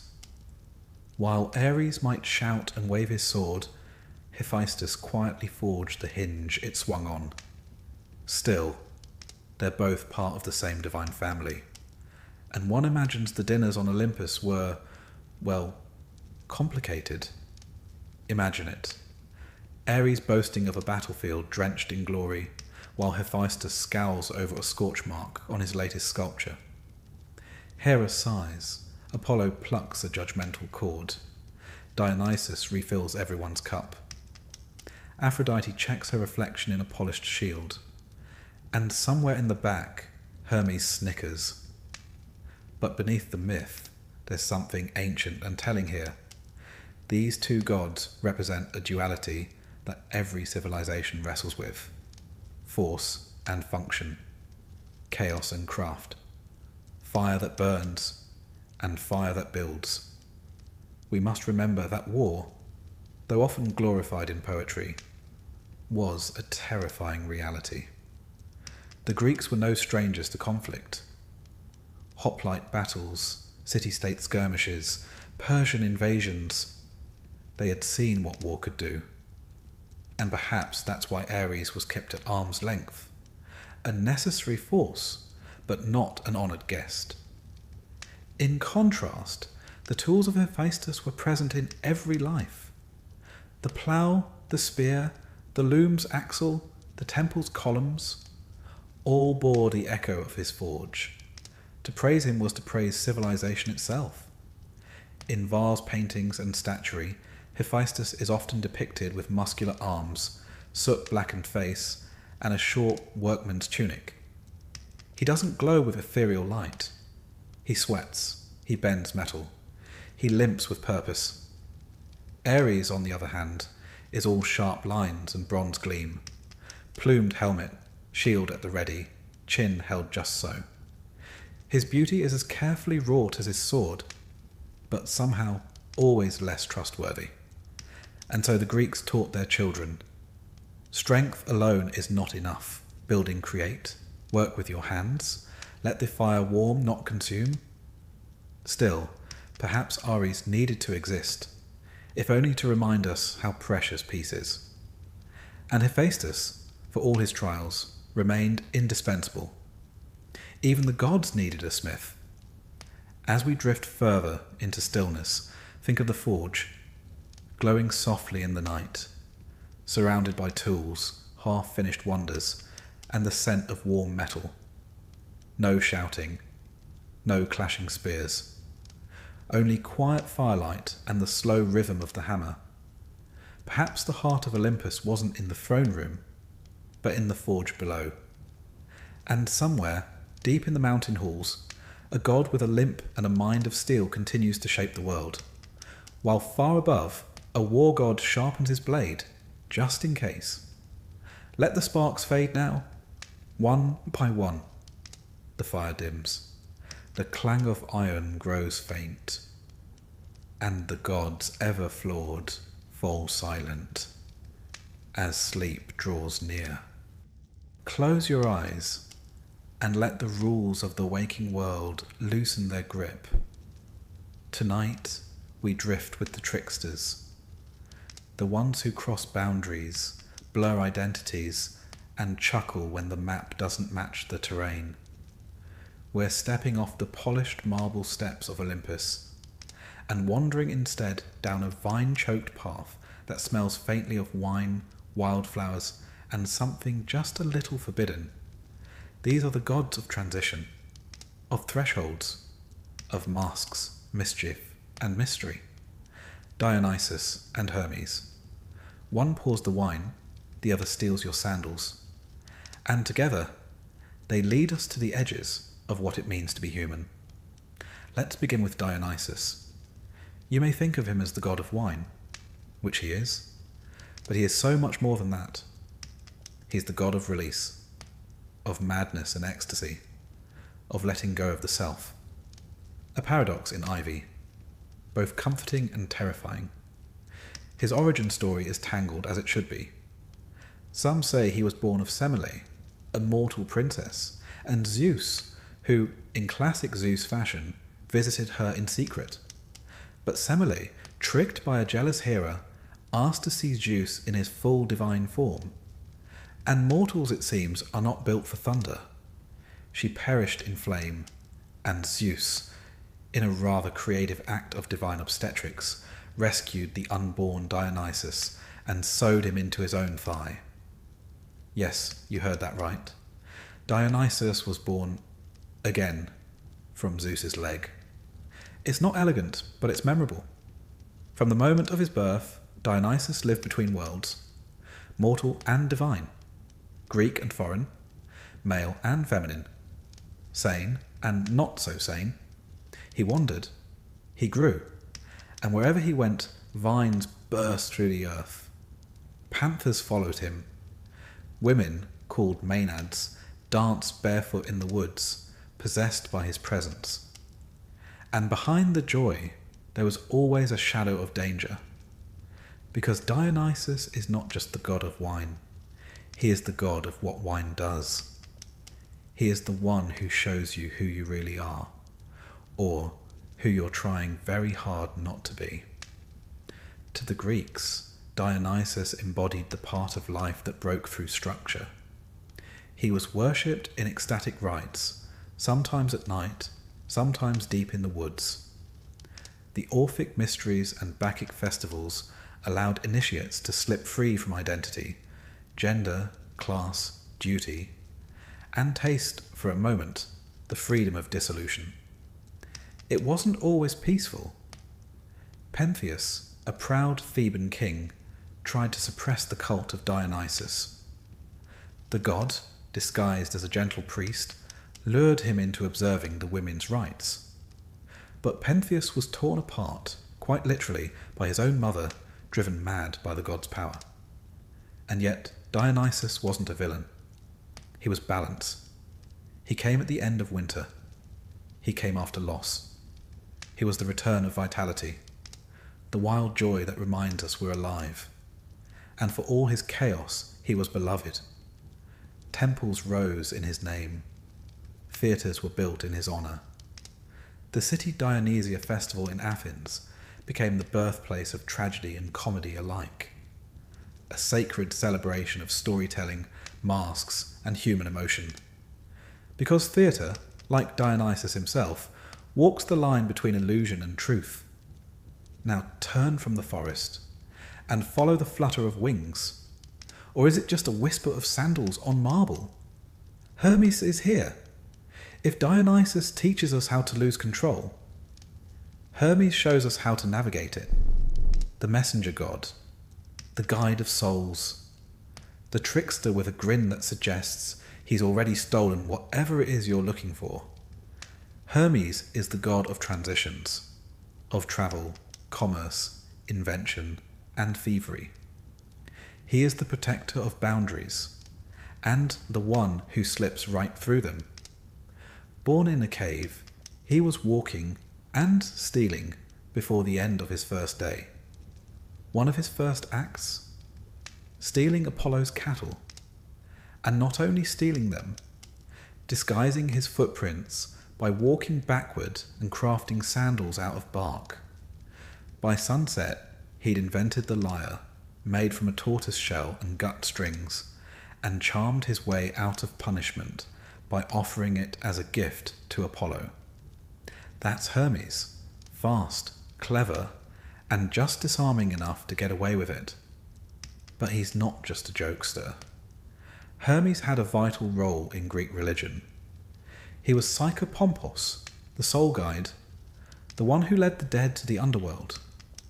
Not judging, not punishing, simply escorting. A quiet presence at the moment of death, neither feared nor worshipped too loudly, but always needed.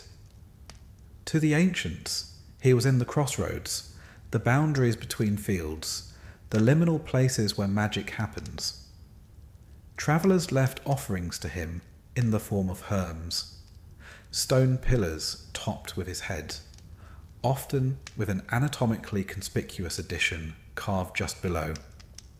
These stood as guardians of movement, fertility, and cheeky reminders of divine presence in the everyday. Hermes was also the god of merchants, of trade, negotiation, and yes, the occasional scam. But in the ancient world, that was part of the game. Commerce was sacred, and Hermes, ever adaptable, was both its protector and its jester. He appears everywhere, on coins, in plays, in dreams, a flicker of winged sandals across the sky.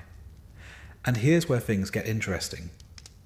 Because while Dionysus and Hermes are not often paired directly in myth, they are spiritual cousins. They are both liminal. They both connect opposites. Life and death, mortal and divine, order and chaos. They are gods of change. And in the ancient world, change was something to be respected, even feared, because it reminded people that the line between the civilized and the wild was thinner than we like to admit. In some Orphic traditions, Dionysus is linked with the soul's rebirth, torn apart by titans, reborn in fire. Hermes, meanwhile, appears in esoteric texts as a keeper of hidden knowledge, later merging with Egyptian Thoth to become Hermes Trismegistus, father of alchemy and the mystical arts. Between them, these two gods whisper a strange truth, that transformation is divine, that the in-between is sacred. The Greeks understood this. Their myths weren't meant to be consistent. They were meant to reflect life, messy, contradictory, and beautifully uncertain. And so, when a festival was held for Dionysus, with its masks and madness, it wasn't just about wine. It was about freedom, about feeling, for one night, that the world could bend, and maybe, just maybe, you could let go. And when a traveller stepped onto a road, uncertain of where it led, a prayer to Hermes wasn't just about reaching a destination. It was about protection in the unknown. A little luck, a little cleverness, a little mischief, just enough to make the journey interesting. In art, they appear in vivid contrast. Dionysus is crowned with ivy, robes slipping from his shoulders, holding a wine cup or a thyrsus, a staff wrapped in vines and crowned with a pine cone. His gaze is distant, ecstatic, as if he's watching something only the initiated can see. Hermes is lean, athletic, winged. On his hat, on his sandals, sometimes even on his ankles. He holds a caduceus, the staff with two serpents twined, which began as a symbol of negotiation, and later, quite curiously, ended up as a symbol for modern medicine. Together they tell us that not all gods are warriors or rulers. Some are wanderers. Some dance in the dark.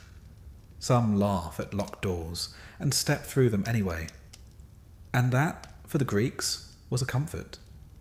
That even in uncertainty, even in death or madness or stolen cattle, there were gods who understood. Gods who would walk with you, laugh with you, guide you. So now as you breathe more slowly and your thoughts soften like dusk on the Aegean, imagine them. Dionysus in a clearing, music playing softly, surrounded by flickering torches and dancers who have no need for names.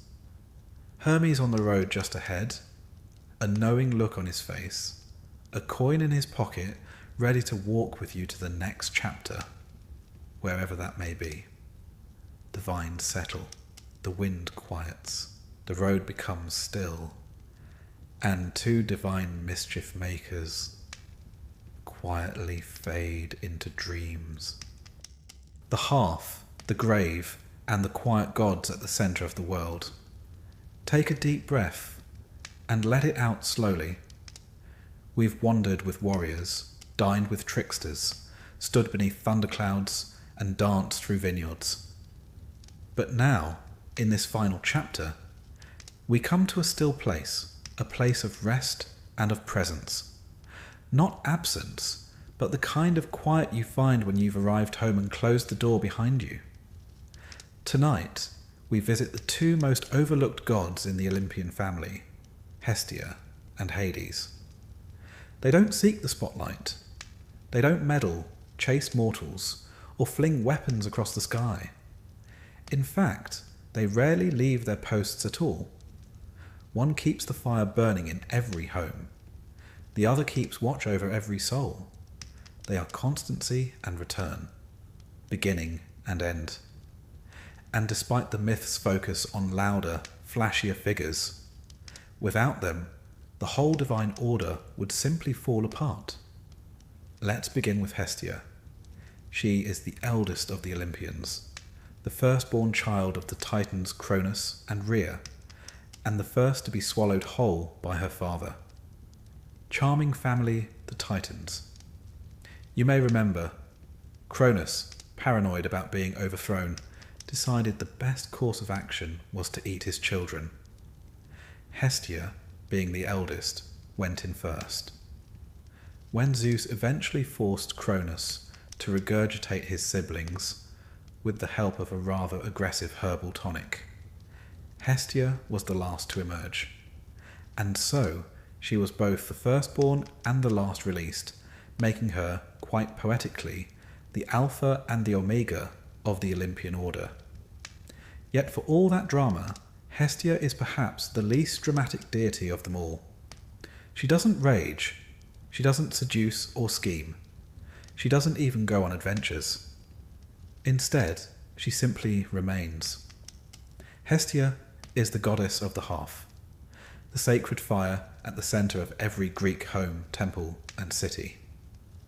The hearth wasn't just a place to warm your hands or boil lentils. It was the spiritual anchor of life. Families gathered around it. Offerings were made at it. Prayers began and ended in its flickering glow. In every Greek household, Hestia's flame was a quiet promise that no matter how turbulent the world outside became, there was a place, even a small one, of warmth, safety, and belonging. She never married. She was courted, yes. Both Poseidon and Apollo tried their luck. But she politely declined, took a vow of eternal virginity, and went on quietly tending the fire. When the 12 thrones of Olympus were distributed, she stepped aside to let Dionysus, the youngest, have a place. She didn't make a fuss. She didn't sulk. She simply chose the centre over the summit. And in that centre, she became the most constant presence in all Greek life. In cities like Athens, a sacred flame to Hestia burned in the Prytaneum. The public hearth kept ever alight. When a colony was founded, fire was taken from that hearth and carried across the sea so that the new settlement could begin with Hestia's blessing. In this way, she linked the old world and the new, one glowing ember at a time. She had no grand temples, because every home was her temple. She had no epic poetry, because her story was not one of conquest or calamity. She simply was. She made every rite, every offering, and every home possible. Even at the start of any public or private sacrifice, the Greeks invoked Hestia first. Before the meat hit the altar, before the libation was poured, there was Hestia. At the end, as the last drop of wine spilled and the smoke rose skyward, there she was again. To us that might seem modest, but to the Greeks it was reverence of the highest sort. If Athena was the mind of the city and Artemis its wild edge, Hestia was its heart, quietly beating, never drawing attention, but always there. Now shift with me from the hearth to the depths of the earth, to another god who rarely spoke, but who ruled over far more than most realized. Hades, lord of the underworld. He, too, was a child of Cronus and Rhea, and he too was swallowed and later rescued by Zeus. When the war against the Titans was won, the three brothers, Zeus, Poseidon, and Hades cast lots to divide the cosmos. Zeus drew the sky, Poseidon the sea, and Hades drew the lot of the underworld. Now let's be clear, he wasn't cast down. He didn't lose. He simply got the job no one else wanted. Quietly, responsibly, and without complaint. And for that reason, he was misunderstood. In later ages, especially in Roman and Christian-influenced retellings, Hades was twisted into a demonic figure. But to the Greeks, he wasn't evil. He was inevitable. His realm wasn't hell. It was simply after, the natural destination of every mortal life. To them, Hades was a somber, dignified ruler. Strict, yes, but not cruel.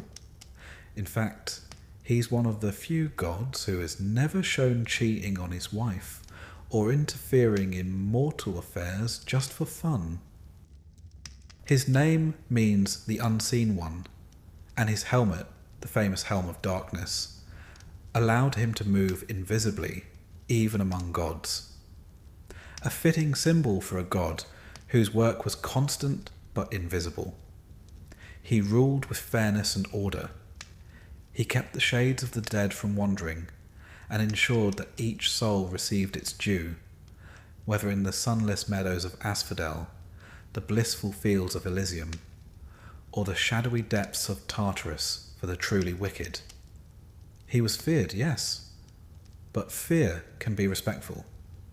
In fact, people avoided speaking his name altogether. Euphemisms like Pluton, meaning wealth giver, became common. After all treasures of the earth came from below. Gold, silver, crops, stability. Hades, in this guise, wasn't the god of doom, but of hidden riches. And then there's Persephone, the queen of the underworld, his equal in title and power. The myth is well known. Hades falls for Persephone and carries her off to his realm. Her mother, Demeter, goddess of the harvest, grieves, and the earth withers. Eventually, a deal is struck. Persephone will spend part of the year with Hades and part with her mother. Thus came the seasons. Spring when she returns, winter when she departs. It's easy to cast Persephone as a victim. But in the older mystery cult versions of the tale, she is powerful, chosen, even willing. Queen not just in name, but in role, a guide to the dead, and a bridge between life and the afterlife. And Hades, he remains faithful. Unlike Zeus and Poseidon, he has no wandering eye, no scandal. His love, while strange in form, is singular. This subtle stability was recognized in cult practice. At Eleusis, the initiates of the mysteries learned sacred secrets of death, of return, of rebirth. And central to it all was Hades, not a tormentor, but a keeper, a god who made sure nothing was lost forever, only transformed. So here, in this final chapter, we find something curious. The Olympian family is filled with movement, war, lust, laughter, rage. But at either end, bookending the myths like candles on a shrine, are two figures who do not chase, who do not flee, who simply hold. Hestia at the centre of the home, Hades at the centre of the earth. One keeps the fire burning, the other welcomes the flame when it fades, and neither boasts, though they touch every moment of life. From the first breath by the cradle to the last sigh at the tombstone, Hestia and Hades are there. In art, they are quiet. Hestia appears veiled, seated, serene, a modest woman holding a flame. Hades, often bearded and reserved, sits beside Persephone, sometimes with a cornucopia, a reminder that what lies beneath nourishes what grows above. And perhaps that's the lesson the Greeks left us. That glory isn't always loud, that power doesn't always parade, that the greatest forces in life are those that simply endure. So now, let the fire burn low, let the earth cradle your thoughts, in one corner of the hearth, a flame flickers, constant, unbothered by wind or time. Far below, in quiet halls of stone, a king walks the corridors of memory, steady and patient. And in between, everything we are. Let Hestia hold your dreams. Let Hades guard your rest. And let sleep take you gently, where the gods who stayed home still keep their watch.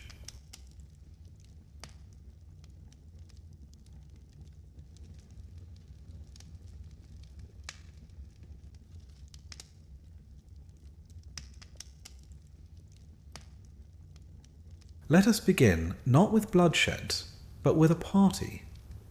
A grand one at that. The kind of divine wedding that demands golden goblets, celestial harpists, and the sort of banquet where mortals are most definitely not invited. The setting is somewhere between the heavens and the wine-dark sea. The marriage of Peleus, a mortal king, and Thetis, a sea nymph of surpassing beauty and uncertain temperament. One day she's calming the waves, the next she's turning into a fire-breathing lioness. You know how it is with sea nymphs? Slippery in every sense of the word. Now, this was not your average wedding. The gods themselves were in attendance: Zeus, Hera, Athena, Apollo, even Dionysus, who no doubt came for wine and stayed for the drama. You see, it had been prophesied that Thetis' child would one day outshine his father. Naturally, the gods, being the divine equivalent of power-hungry middle managers, decided that none of them fancied raising a demigod who might overthrow them. So they married her off to a mortal instead. The lucky man? Peleus, a respectable enough Thessalian warrior who probably didn't ask too many questions. Now, here is where our story begins to turn from celebration to catastrophe. You see, someone was not invited to the wedding. That someone was Eris, goddess of strife, discord, and all things inconvenient. Think of her as the divine embodiment of a poorly timed group text. Snubbed and seething, Eris did what anyone in her position might do. She showed up anyway and brought a gift. A golden apple, shining and lovely, with 3 little words carved into its surface. To the fairest. She tossed it into the hall, watched the room grow quiet, and likely walked away with a satisfied smirk. The gods, one might think, would be above petty squabbles over a shiny piece of fruit. But no, dignity fled the building faster than Hermes on market day. 3 goddesses laid claim to the apple. Hera, queen of Olympus; Athena, goddess of wisdom and war; and Aphrodite, goddess of love, beauty, and complicating everything. Each one believed herself the rightful recipient, and each was, in her own way, terrifying enough to make the others second-guess it. Faced with this celestial beauty contest, the gods did what many bureaucracies do when confronted with a no-win scenario. They passed the problem to someone else. Enter Paris, Prince of Troy, a man whose later decisions would suggest that judgment was not his strong suit. But at this moment, he was a shepherd on Mount Ida, having been quietly removed from royal life due to a prophecy that he would one day cause the destruction of Troy. Naturally, his family decided to abandon him as a child. You know, just in case. Still, he grew up handsome and healthy and, more importantly, utterly unprepared to referee a divine pageant. The 3 goddesses appeared before Paris, not in mortal modesty, mind you, but in full divine radiance. Each offered him a bribe. Hera promised power, kingship over all of Asia. Athena offered wisdom and victory in battle. But Aphrodite, always knowing her audience, promised him the love of the most beautiful woman in the world. Paris, thinking like a young man and not a geopolitical strategist, handed the apple to Aphrodite, and thus the world began to burn. Now, who exactly was this most beautiful woman in the world? Her name was Helen, Queen of Sparta, daughter of Zeus and Leda, or possibly Nemesis, depending on which version you read. She had been courted by many Greek kings, all of whom had once nearly come to blows over her. To avoid conflict, her mortal father, King Tyndareos, had made all the suitors swear an oath that they would respect Helen's choice, and if anyone ever took her away, they would all band together to bring her back. An early example of what you might call a foreign policy nightmare waiting to happen. Helen eventually chose Menelaus, a capable if somewhat humorless king of Sparta. They were married, and for a time, things were peaceful. That is, until Paris showed up at court under the pretense of diplomacy, and then, with Aphrodite's encouragement, either seduced or abducted Helen. It rather depends on the source. In Homer's Iliad, Helen seems weary, regretful, and passive. In Euripides' version, she's more assertive. Later poets go further, claiming Helen never even went to Troy, just a phantom version, while the real one sat out the war in Egypt like a mildly annoyed chess piece. Whichever version you choose, the result is the same. Paris sails back to Troy with Helen, and Menelaus, enraged, calls in every king, prince, and warrior who once pledged an oath to protect her. And this is where myth begins to collide with history. Scholars have long debated whether the Trojan War actually happened.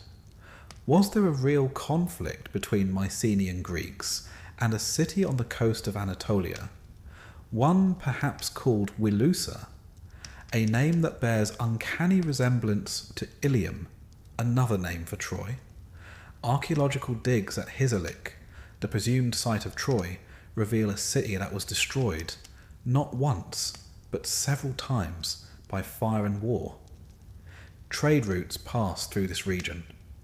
Riches flowed, conflicts surely followed, so while gods may not have hurled spears from Olympus, someone likely hurled something over those walls. And now, back to myth, the Greeks began to assemble. Agamemnon, king of Mycenae and brother to Menelaus, took charge. Not because he was particularly loved, he wasn't, but because he had the ships, the swords, and a rather loud voice. Other kings answered the call. Odysseus, the clever one, Nestor, the talkative one, Ajax, the strong and silent type, and most famously Achilles, son of Peleus and Thetis, the very couple whose wedding had started this mess in the first place. Achilles was a prince of Phthia, raised by a centaur named Chiron, as you do, and trained to be the greatest warrior of his age. His mother, fearing he would die young, dipped him in the River Styx to make him invulnerable, everywhere except the heel by which she held him. This, of course, gives us the term Achilles' heel, and reminds us that even the mightiest have their soft spots, sometimes quite literally. But not all heroes were eager to join the war. Odysseus, ever the tactician, feigned madness to avoid leaving his young son. He yoked an ox and a donkey to a plough, and began sowing salt into his fields, until a clever Greek placed his infant son in front of the plough. Odysseus swerved, proving he was sane, and was promptly dragged off to war. Achilles, too, was hidden, disguised as a girl among the daughters of King Lycomedes. This plan lasted until Odysseus came bearing trinkets and weapons, laying them out before the maidens. Achilles naturally went straight for the sword. Boys will be boys, even when wearing a dress. So the ships assembled, 1,000 of them, legend says. And the winds were ready. Or were they? At the port of Aulis, the fleet was becalmed. The gods, you see, were not so easily manipulated. Artemis, goddess of the hunt, had been offended, likely by Agamemnon, who either boasted of his skill or killed a sacred deer. As a result, she demanded a price: the sacrifice of Agamemnon's daughter, Iphigenia. This is one of those moments where Greek myth takes a very sharp turn from pageantry to tragedy. Agamemnon hesitated. Understandably so, but in the end, ambition won out over love. Iphigenia was lured to Aulis under the promise of marriage to Achilles, and there she was sacrificed. Some versions offer a gentler ending. Artemis whisked her away at the last moment and left a deer in her place. But most tell it straight. Agamemnon killed his daughter, and the winds began to blow. It was a grim start to a grim war. And so, with divine grudges simmering, oaths invoked, and personal tragedies mounting, the 1,000 ships set sail for Troy, not knowing they would remain there for 10 years, the cost of their pride and vengeance, and certainly not knowing that by the time it ended, nearly all of them would be dead, disgraced, or eternally wandering. But that, dear listener, is a tale for the next chapter.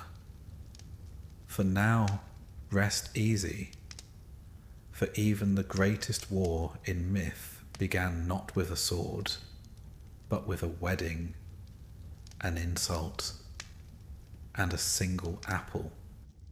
Let us turn now from the divine chaos of golden apples and goddesses to the woman who would, according to some, launch 1,000 ships. That may be a bit of an exaggeration. Poets have never been known for restraint, but it's fair to say that Helen of Sparta, later of Troy, was at the very heart of the storm. Helen's story begins before she was even born, which is always a worrying sign. Her mother Leda was queen of Sparta. One afternoon, Zeus, that most persistent of Olympians, spotted her from the heavens and decided, as he often did, to seduce her. But rather than appear as himself, divine, radiant, occasionally wielding thunder, he chose instead to transform into a swan. Because of course he did. The result of this peculiar encounter was, depending on the version, either an egg or several. Yes, Leda laid eggs. Myths, as you'll find, are very particular about the strange and not terribly interested in the plausible. From these eggs hatched Helen, and sometimes also her brothers Castor and Pollux, and her sister Clytemnestra, who will later become very important when things begin to unravel back in Greece. But for now, Helen was raised in royal luxury. She was, from the beginning, a marvel. Not just beautiful. Her beauty, we're told, was divinely beautiful. The kind that made men sigh, women whisper, and kings behave very badly. Now, as Helen came of age, she was pursued by just about every eligible man in the Hellenic world. Her suitors included the finest warriors, princes, and kings, including Odysseus, Ajax, and Menelaus. There were so many that her mortal father Tyndareus rightly feared that whoever he chose, the others would almost certainly take offence, start a war, and probably ruin the hedgerows on the way out. So, on the advice of Odysseus, ever the strategist, Tyndareus made the suitors swear a binding oath, the oath of Tyndareus. They would all agree to honour Helen's choice, and, more importantly, to protect the chosen husband should anyone ever try to take her from him. A clever solution, and one destined, as clever solutions often are in Greek myth, to backfire spectacularly. Helen chose Menelaus, brother of Agamemnon and future king of Sparta. Now, Menelaus was competent. Wealthy, respected, not particularly charming but not easily ignored. The kind of man who polishes his own armour and expects you to notice. Helen and Menelaus were married, and for a time all was well. They had a daughter, Hermione, settled in the Spartan palace, and reigned peacefully over a well-ordered kingdom. And then Paris arrived. Paris, son of Priam and Hecuba of Troy, had been raised not as a prince, but as a humble shepherd, a common trick in myth when someone's birth is accompanied by a troubling prophecy. In Paris's case, the prophecy was specific and rather ominous. He would cause the downfall of Troy. So naturally, his parents did what any responsible monarchs would do. They abandoned him in the wilderness. Unfortunately, Paris survived. Raised among shepherds, he grew into a man of striking beauty and very little foresight. He was eventually welcomed back into the royal family, prophecy presumably forgotten in the excitement. Not long after, he was sent on a diplomatic mission to Greece, officially to establish friendly relations, unofficially to stir up the plot. When Paris arrived in Sparta, Menelaus welcomed him warmly, a gracious host by Greek standards, which usually meant offering food, wine, and not stabbing anyone. But then Menelaus was called away to attend a funeral. Paris, ever the opportunist and heavily influenced by Aphrodite, who had promised him the love of the most beautiful woman in the world, took advantage of the king's absence. Whether Helen was a willing accomplice or a victim of divine manipulation is one of the great ambiguities of ancient myth. Homer's Iliad presents her as conflicted, ashamed, reflective, but not clearly coerced. Later tragedians such as Euripides give her more agency or none at all, depending on the tone. Some versions, like the Helen of Euripides, go so far as to say she never went to Troy, that Paris stole only a phantom image while the real Helen remained in Egypt, as confused as anyone.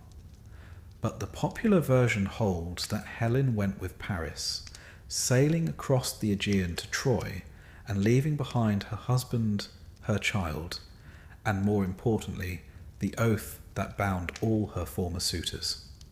When Menelaus returned to find his wife gone and his honour publicly shredded, he did not mourn in silence. He invoked the oath. Across Greece, messengers were sent.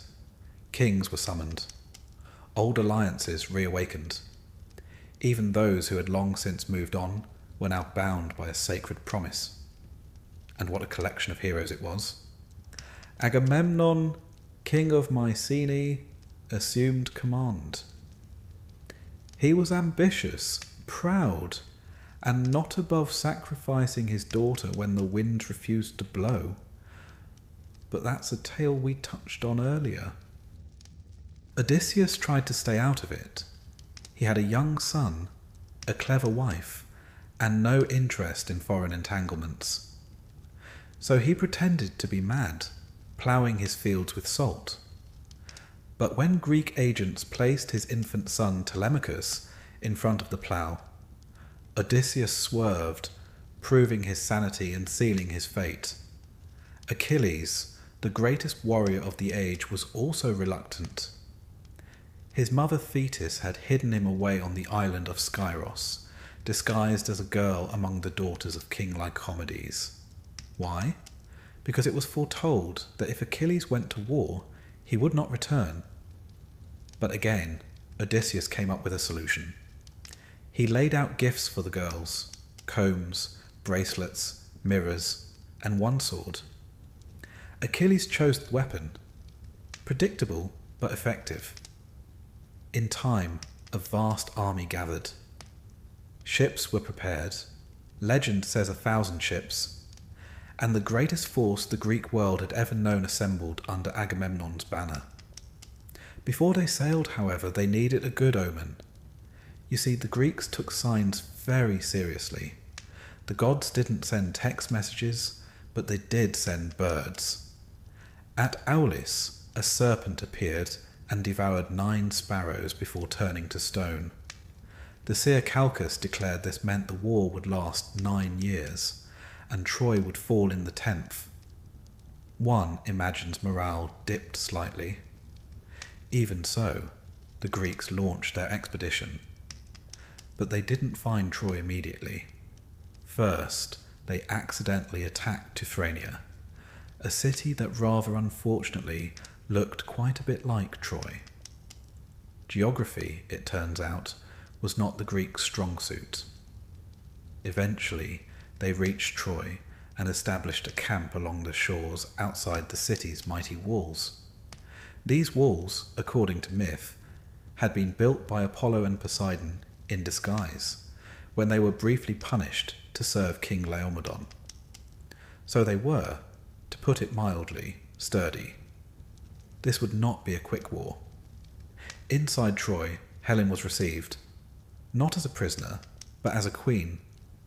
Priam, the aged king, treated her kindly.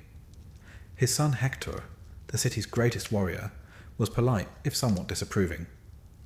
The city, for all its splendour, had become a cage. Helen was now the face of a conflict she had little control over, worshipped and blamed in equal measure. The war, meanwhile, settled into a long and grinding stalemate. Raids, skirmishes, and embassies followed. Heroes rose and fell, and through it all, Helen remained at the centre, not fighting, but watching. Her story is one of paradox. She is both victim and agent, loved and hated, remembered not for her deeds but for her presence. Her role as the prize over which the greatest warriors bled and perished. And what of Helen herself? Well, the myths offer no simple answers. Some say she came to love Paris, then hated him. Some say she pitied Menelaus, then despised him. In one version, when Troy falls, she returns to Sparta with her husband, who forgives her. In another, she is strangled by Menelaus' mother in a fit of righteous fury. The poets could never quite decide what to do with her. She was too beautiful to be evil, too dangerous to be good. She was, perhaps, the embodiment of the war itself, not rational, not fair, but entirely inevitable. And thus, with Helen in Troy, Menelaus in fury, and every king in Greece committed to vengeance, the stage was fully set. The war had not yet begun in earnest, but the fuse had been lit. The walls of Troy still stood tall, but every god, every mortal, and every poet knew they would not stand forever. In our next chapter, we'll meet the full cast of heroes and begin the siege proper, a war of pride, prophecy, and tragedy that would shape not only myth, but the entire identity of the ancient Greek world. For now, rest, dear listener. The storm is gathering, but there is still time before the swords begin to sing. It is a strange thing, preparing for a war that has not yet begun. The swords have not been drawn, the ships not yet launched, but the decisions made in these moments, the quiet ones, the stubborn ones, echo as loudly as the battle cries to come.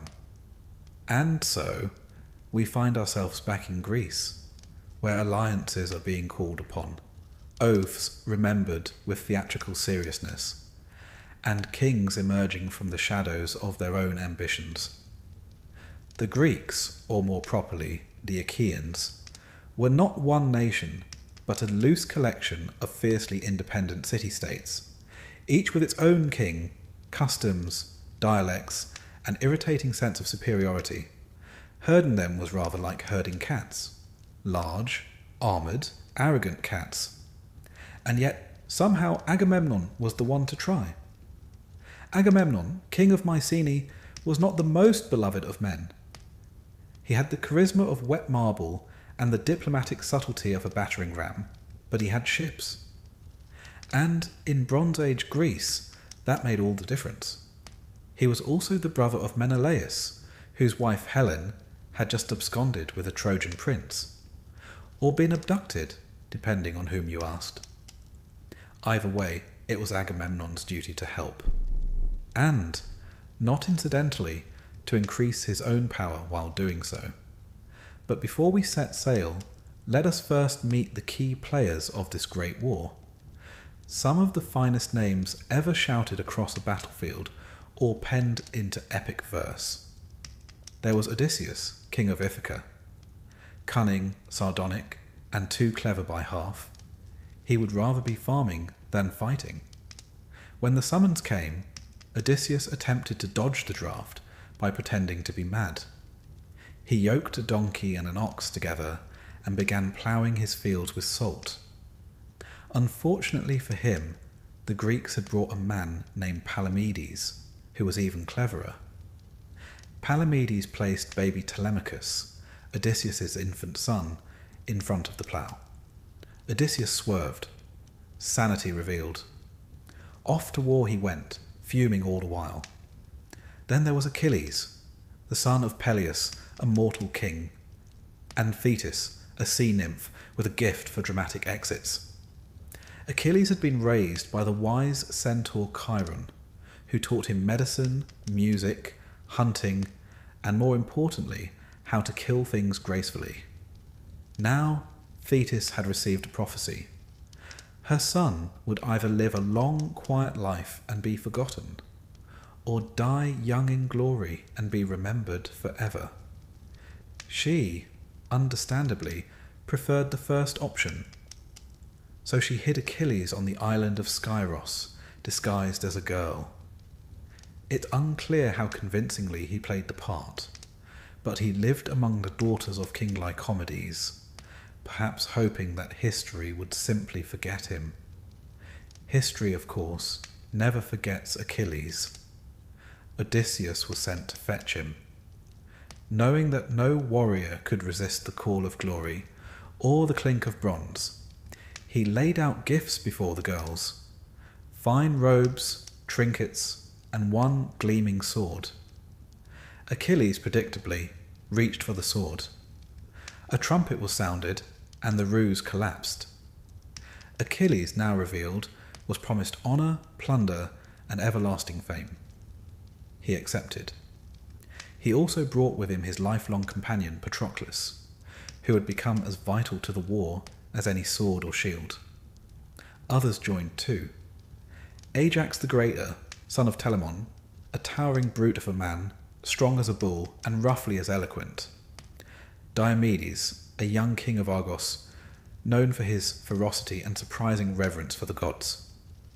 Nestor, the aged king of Pylos, who spoke mostly in long-winded stories about how things had been better in his day, and who somehow made everyone listen.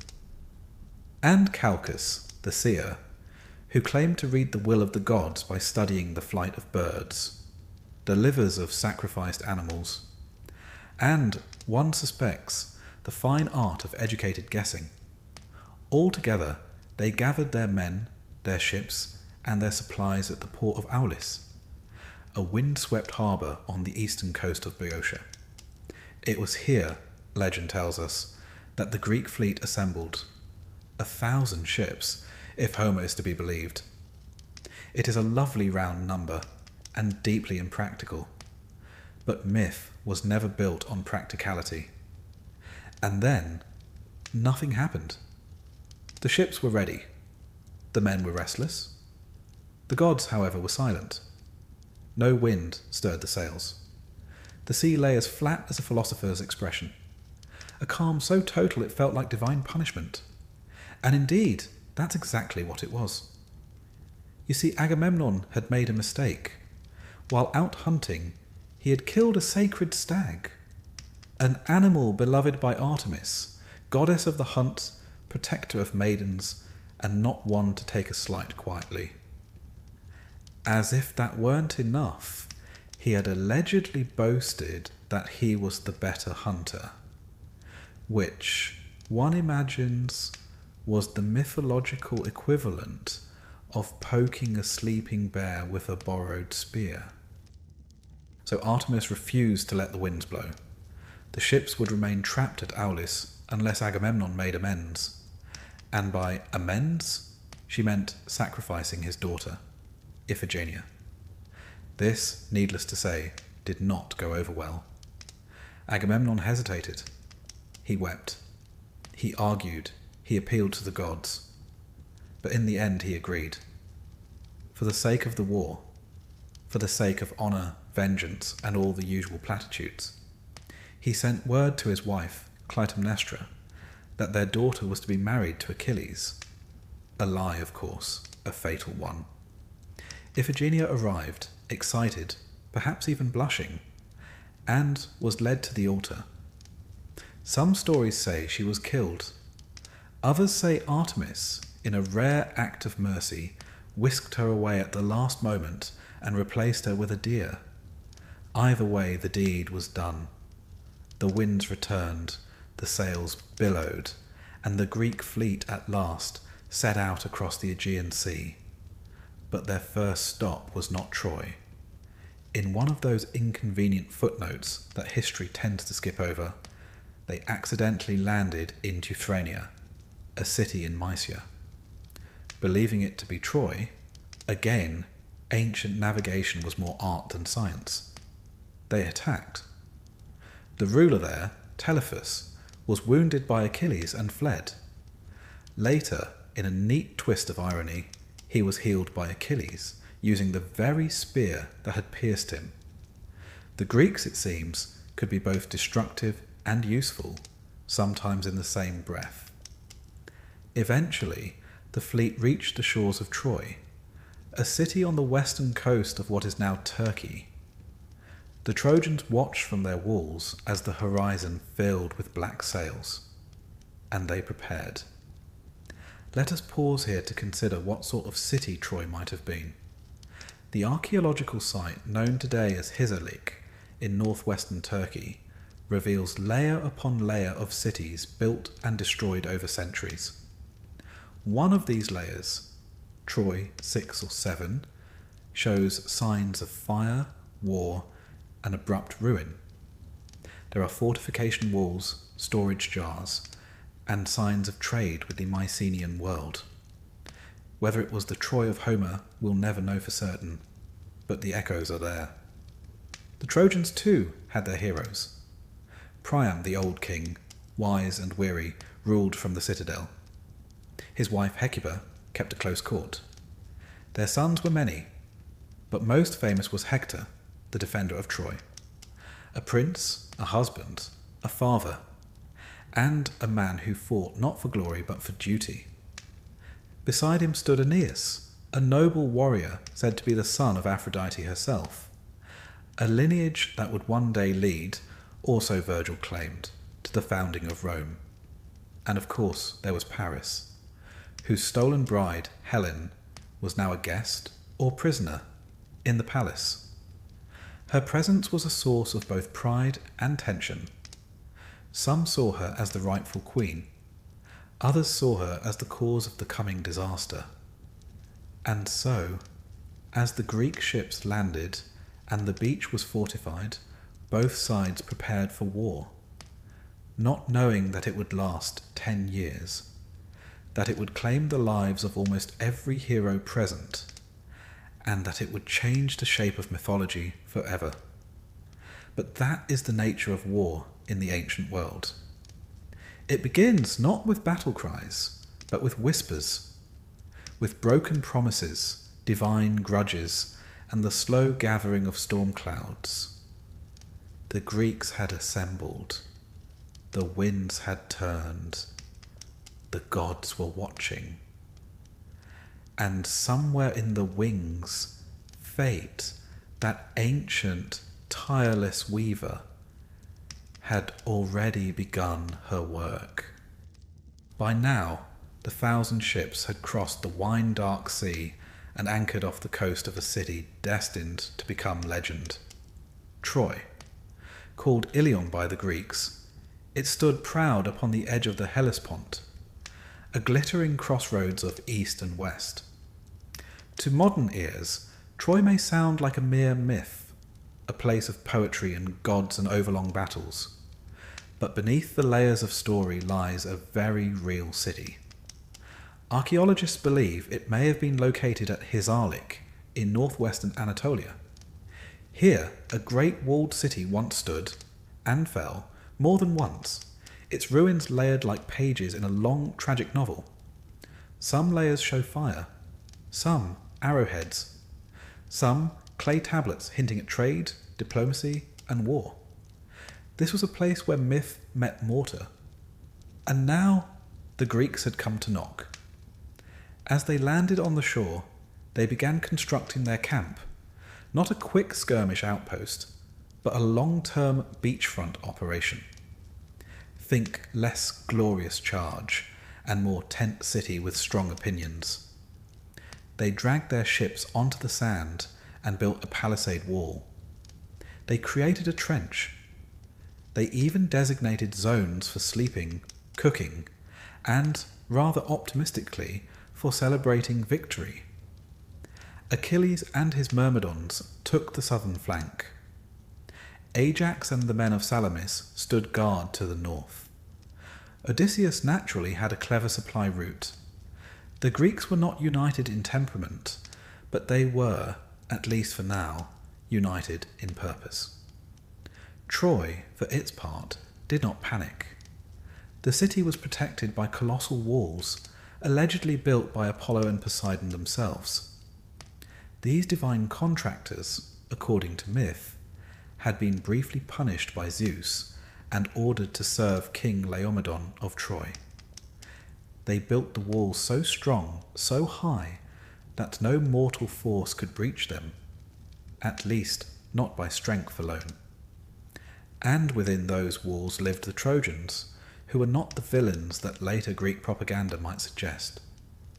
King Priam, now elderly, ruled with surprising dignity given the circumstances. His court was filled with sons, daughters, and advisors. His wife Hecuba was sharp and formidable, and quite frankly more perceptive than most of the warriors outside the gates. The jewel of Troy's defence was Hector, firstborn son of Priam and Hecuba. He was no demigod, no half-immortal brute.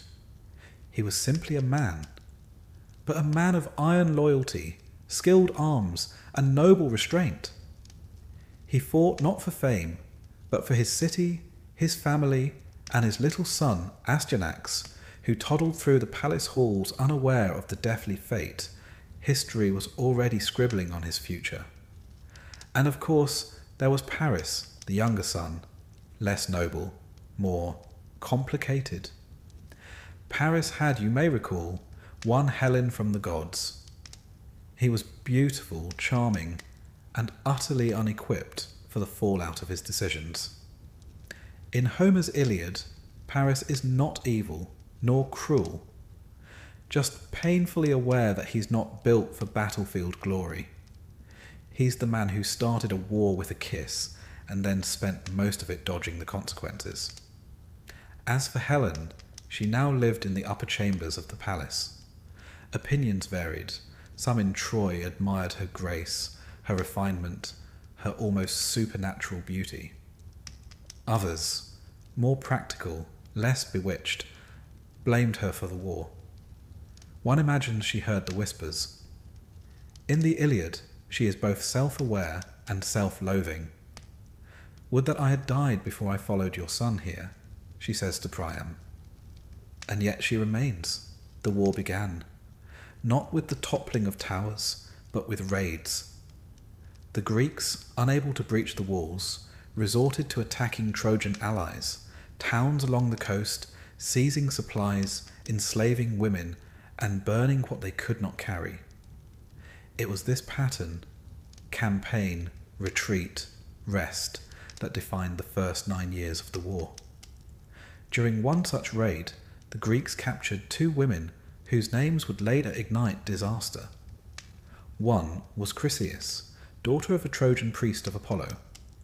She was given to Agamemnon. The other was Briseis, awarded to Achilles. They were not spoils in the sense of war trophies. They were grimly taken as concubines. And the gods, it turns out, were watching. When Chryseis' father pleaded for her return and Agamemnon arrogantly refused, Apollo, god of plague, archery, and occasional poetic justice, loosed a pestilence on the Greek camp. Soldiers began to die. Animals perished. The air turned foul. Eventually Agamemnon relented, though not without flair. He returned Chryseis to her father, yes, but demanded Briseis from Achilles in compensation. This, to put it mildly, was a mistake.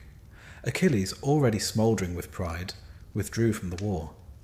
He refused to fight. He refused to speak. He even refused to look at Agamemnon, unless you count glaring.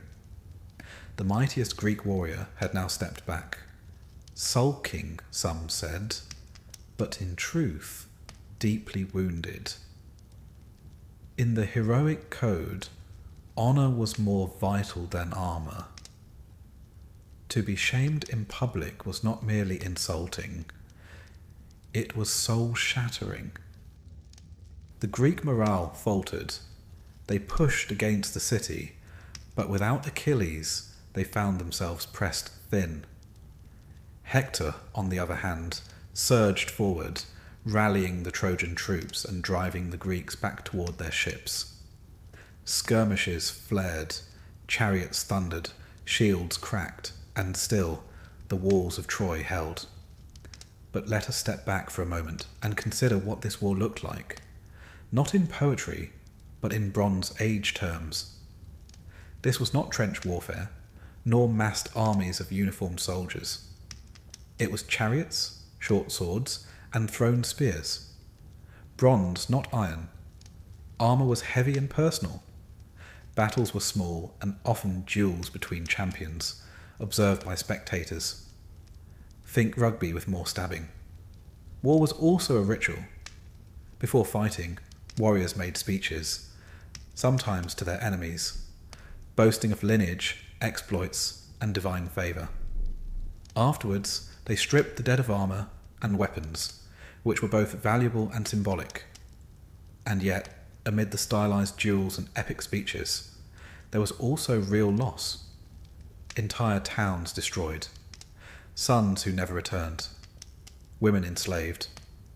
The songs remember the heroes, but the silence belonged to the nameless dead. The Iliad, which covers only a few weeks in the 10th year, offers us a window into this moment of stalemate and sorrow. It's during this time that we meet the full cast of characters. Ajax the Greater, wielding a massive shield like a moving wall. Diomedes, who wounds even Ares in battle. Nestor, the elder statesman, offering advice so long-winded that it likely outlasted some battles. And of course, the gods. Ah, yes, the gods. They were not neutral observers. They took sides, bickering, scheming, sometimes even joining the fray. Hera, Athena, and Poseidon favoured the Greeks. Apollo, Aphrodite, and Ares sided with the Trojans. Zeus, nominally neutral, mostly tried to keep order and failed spectacularly. The gods bickered as much as the mortals did. One might even say more so. They threw divine tantrums, manipulated fates, and occasionally disguised themselves as ordinary soldiers just to meddle. Truly, the Olympians were the first micromanagers. Meanwhile, on the ground, the war slogged on. The Greeks, growing desperate without Achilles, attempted diplomacy. They sent an embassy to his tent. Odysseus, Phoenix, and Ajax came with offers of treasure, apologies, and even the return of Briseis. But Achilles, brooding in his tent, refused. Not out of petulance, but principle. His honour had been trampled. And in the world of Homeric warriors, honour was life. Still, even Achilles could not ignore what came next. Hector, bold and commanding, led the Trojans in a major offensive. he pushed the Greeks back to their ships. Fires began to spread. It looked for a moment as if Troy might win not with cunning or strength, but with sheer persistence. This is the moment the war turned inward. The moment the greatest heroes of both sides stood at the brink, not yet colliding but fully revealed. For now, the Greeks dug in. The Trojans pressed forward, and Helen watched from the walls, her fate and everyone else's still unwritten. The siege had begun. The walls stood tall, but something deeper had begun to crumble. Trust, pride, and the thin threads binding kings to kings. And so, the 10th year dawned, with Achilles silent, Agamemnon humbled, and Hector rising. In our next chapter, the cracks will deepen. The war, which so far has simmered, will begin to boil. But for now, rest easy, dear listener. The ships are still anchored, the fires still smoke, and the gods, for the moment, have not yet drawn their final lots. When people imagine the Trojan War, they often picture a continuous roar of battle, swords flashing, heroes shouting, gods hurling thunderbolts from the sky. But the truth, if such a thing exists in mythology, is a little less cinematic and a great deal more slow. Because for 9 long years, this war dragged on in the kind of grim, grinding fashion that would have tried the patience of even the most enthusiastic poet. A siege not of constant combat, but of attrition, raids, hunger, sickness, and the occasional divine tantrum. And perhaps that is why the Trojan War endures. Not simply because of the final blow, the horse, the fire, the fall, but because it reflects something very human. A grand idea that once in motion, no one can quite stop. A war waged out of honour that slowly becomes anything but. Let's return to the beach. The Greeks had built a camp along the shoreline, sprawling like a market left out too long in the sun. Their ships were drawn up and fortified behind a wall of stakes and trenches. They had everything they needed for a short war, which meant naturally that they were unprepared for a long one. Troy's mighty walls held firm, and the Trojans rarely ventured beyond them. Every attempt to storm the city ended in blood and frustration. And so, for most of those 9 years, the Greeks did what they could. They raided the surrounding countryside. They sacked towns loyal to Troy, seized food, livestock, gold, and, most tragically, women. These women were taken as concubines, slaves, bargaining chips. The war, for all its heroic verses, was also brutally transactional. And this is how Briseis and Chryseis entered the story. 2 women caught in the tide of war, handed to men as rewards, and ultimately used to ignite the quarrel between Agamemnon and Achilles, which we touched on before. But the cracks ran deeper than one quarrel. Beneath the polished speeches and bronze breastplates, the Greek coalition was starting to unravel. Agamemnon's leadership, while militarily sound, was unpopular. He had a knack for taking more than his share of spoils and offering less than his share of credit. Kings like Odysseus, Diomedes, and Ajax often found themselves balancing obedience with their own ambitions, and growing irritation. Achilles, for his part, had withdrawn from the war entirely. His pride wounded, his honour insulted, he refused to fight. He spent much of these years in his tent, sharpening his weapons, practicing the lyre, and generally being a brooding icon of Bronze Age masculinity. Meanwhile, the Trojans were not idle. While the Greeks tore through the countryside, the Trojans formed new alliances. Reinforcements arrived from neighbouring kingdoms, Lycians, Phrygians, and others whose names have been lost to time. Among these was a warrior named Sarpedon, son of Zeus, who fought with a quiet dignity that would later inspire even his enemies. Inside Troy, tension simmered. The people suffered. Food grew scarce. Supplies from the interior were cut off by Greek patrols. And yet, the walls held, a symbol of endurance against overwhelming odds. As the war dragged on, both sides began to rely more heavily on divine favour, or at least the illusion of it. The Greeks sacrificed to Athena, Hera, and Poseidon. The Trojans looked to Apollo, Aphrodite, and Artemis. The gods, it must be said, behaved much like the mortals, bickering, sulking, playing favourites, and occasionally stomping onto the battlefield in disguise. There's a story, told in hushed tones by later poets, of a duel between Menelaus and Paris early in the war. The idea was simple: settle it man to man. One duel, one outcome. Fewer funerals. The duel was arranged. Menelaus, understandably angry, fought with a ferocity born of righteous fury. Paris, less heroic and more fashionable, was swiftly overwhelmed. As Menelaus prepared to finish him off, Aphrodite intervened, snatching Paris from the battlefield and placing him back in his chamber with Helen, who was at this point growing increasingly tired of this sort of nonsense. It's worth noting that Aphrodite did not ask anyone's permission. She simply decided, rather like an indulgent parent, that her favourite son had suffered enough. Menelaus, meanwhile, stood in the dust, sword still raised, wondering what on earth just happened. The war, it seemed, would not be decided by honour. There were moments of glory, to be sure. One of the brightest stars of this middle period was Diomedes, king of Argos, who fought with such relentless precision that even the gods noticed. At one point, Diomedes, assisted by Athena, who temporarily gave him the ability to see gods on the battlefield, wounded Aphrodite herself. Yes, a mortal man cut the flesh of a goddess. It was, frankly, an embarrassing moment for her.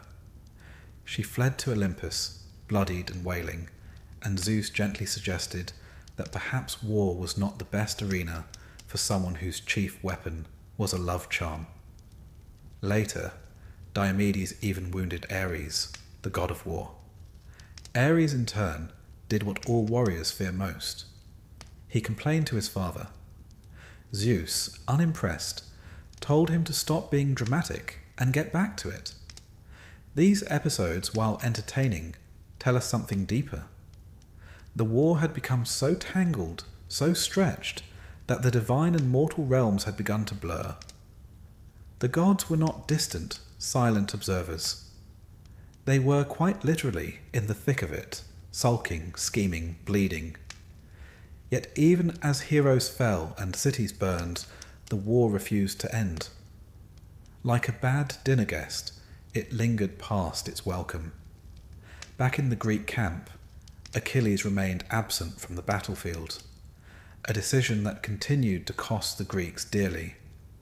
Without him, morale dipped. Hector led increasingly bold attacks. Greek casualties mounted. Even Odysseus found it harder to keep the ranks focused, though he did his best, sometimes with cleverness, sometimes with wine.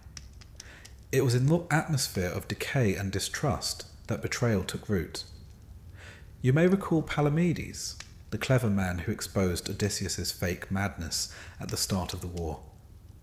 Well, Odysseus, ever the long game player, never forgot. According to later tales, Odysseus framed Palamedes as a traitor, forging a letter and planting gold to suggest he was accepting bribes from the Trojans. The Greeks, perhaps too eager for a scapegoat, executed him, just like that. One of the finest minds among them, gone, is a moment that illustrates the war's true cost. Not just lives, but trust. Not just cities, but virtue. The longer it went on, the more it demanded. Not just heroes, but their humanity. And the Greeks, once bound by a noble oath, began to splinter further. Agamemnon's arrogance grated. Achilles' silence loomed. Even Nestor's endless stories started to sound less like wisdom and more like noise. And what of Helen? She still watched from the walls. Her beauty, undiminished by time, had become a symbol, a kind of living banner. For the Greeks, she represented what had been stolen. For the Trojans, what they refused to surrender. And for Helen herself, she was trapped between myth and memory, between love and loathing.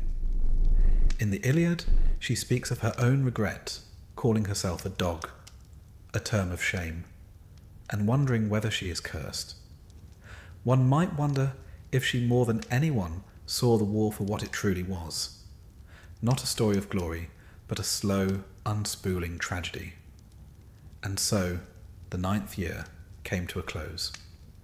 The Greeks, exhausted and divided, still held the beach. The Trojans, battered and isolated, still held the city. The gods, nursing wounds both physical and prideful, still meddled where they pleased. And Achilles? He still sat in his tent, silent, furious, refusing to yield. Not to Agamemnon, not to the war, not even to fate. But something had begun to shift. For in the camp, a young man named Patroclus watched the fires burn. And soon, very soon, that fire would spread. If war had a heartbeat, it would not be the clash of bronze or the thrum of chariot wheels. It would be the breath held between action and consequence, the silence before something truly terrible happens. And so we arrive at the heart of the Iliad. Not the start of the Trojan War, nor its end, but a singular stretch of days in the 10th year, when one man's pride would alter everything. His name, of course, is Achilles, son of Peleus, a mortal king, and Thetis, a sea nymph with a firm grasp on fate. Achilles was raised with the knowledge that he was different, and doomed. It was said he had 2 paths before him, a long life without glory, or a short one that would echo through the ages. He chose the echo, but no one tells you that glory is rarely glorious while you're living it. It is more often lonely, infuriating, and filled with people who don't understand you. At the start of this chapter, Achilles is not fighting. His quarrel with Agamemnon over the slave girl Briseis has driven him into a sulk so legendary it fills the first book of Homer's Iliad. But to call it a sulk is to miss the depth of it. Achilles is not simply pouting. He has been publicly humiliated. In a warrior society where honour is as valuable as life, Agamemnon has taken both. You see, when Agamemnon gave up Chryseis to stop a plague sent by Apollo, he decided to take Briseis from Achilles as compensation, as if trading women were a form of morale management. In doing so, he violated the unspoken code among heroes. A man's prize, however grimly acquired, was his dignity. Agamemnon might as well have taken Achilles' shield and spat on it. Achilles responded not with violence, which was surprising, but with withdrawal. He retreated to his tent, refused to fight, refused even to speak to Agamemnon. And as he sat brooding, the war outside began to turn. Without Achilles, the Trojans surged. Hector, noble and dutiful, led charge after charge. The Greeks, caught between poor leadership and divine meddling, began to lose ground. Skirmishes turned into routs. Even the mighty Ajax found himself forced to retreat. At one point, the Trojans reached the Greek ships, the very beachhead the Achaeans had held for nearly a decade. Achilles watched and did nothing. This is perhaps the most remarkable part of the Iliad, that its greatest hero's defining action is inaction. For pages he sits, stewing, not because he lacks courage, but because he refuses to give Agamemnon the satisfaction of his return. You might say it's a lesson in how dangerous pride becomes when mixed with principle, or perhaps how easily the gods unravel the best of men. Meanwhile, Agamemnon, in rare form, began to panic, realizing belatedly that alienating the best warrior among them had consequences. He offered a ransom. Treasure, horses, cities, even the return of Briseis, untouched, as if Achilles should now be grateful. He even swore an oath, and Agamemnon rarely swore unless it was to himself in the mirror. The embassy sent to deliver this apology was a who's who of persuasive Greeks. Odysseus, always the silver tongue. Ajax, always the strong arm. And Phoenix, Achilles' old tutor, sent in the hopes that paternal guilt might succeed where politics failed. And so they entered Achilles' tent. There they found the hero plucking softly at a lyre, not preparing for war, but playing music. A reminder, perhaps, that warriors too have inner lives. They made their case, glory, honour, the needs of Greece. And Achilles said no, but not with fury, with quiet conviction. He spoke of the futility of war, of Agamemnon's insults, of how no amount of gold could redeem lost pride. He even questioned the heroic code itself. Why should he die for a man who scorns him? Why should glory come at the price of his life? It's here that Achilles becomes more than just a warrior. He becomes a question. What is heroism worth if it means suffering fools? What is victory if you lose yourself to get there? And so he refused. The embassy returned empty-handed, and the war grew bloodier. With the Greek camp nearly in flames and the Trojans emboldened, Patroclus stepped forward. Ah, yes, Patroclus. Friend, companion, brother in arms. Some say more than that. In Homer's world, the precise nature of their relationship is less important than the emotional weight of it. Patroclus was Achilles' heart outside his body, and he could no longer bear to watch the Greeks die. He begged Achilles, "Let me fight in your place. Let me wear your armour. Let the Trojans think you've returned. Maybe they'll fall back." Achilles agreed, but with one condition. Only drive them away from the ships. Do not chase them to the gates. Patroclus donned the armour, gleaming, god-forged, unmistakably Achilles, and led the Myrmidons into battle. It worked. The Trojans, believing Achilles had returned, panicked. Patroclus fought with skill, fury, and more than a little recklessness. He killed warrior after warrior, including Sarpedon, son of Zeus, causing such grief that even the gods debated whether to intervene.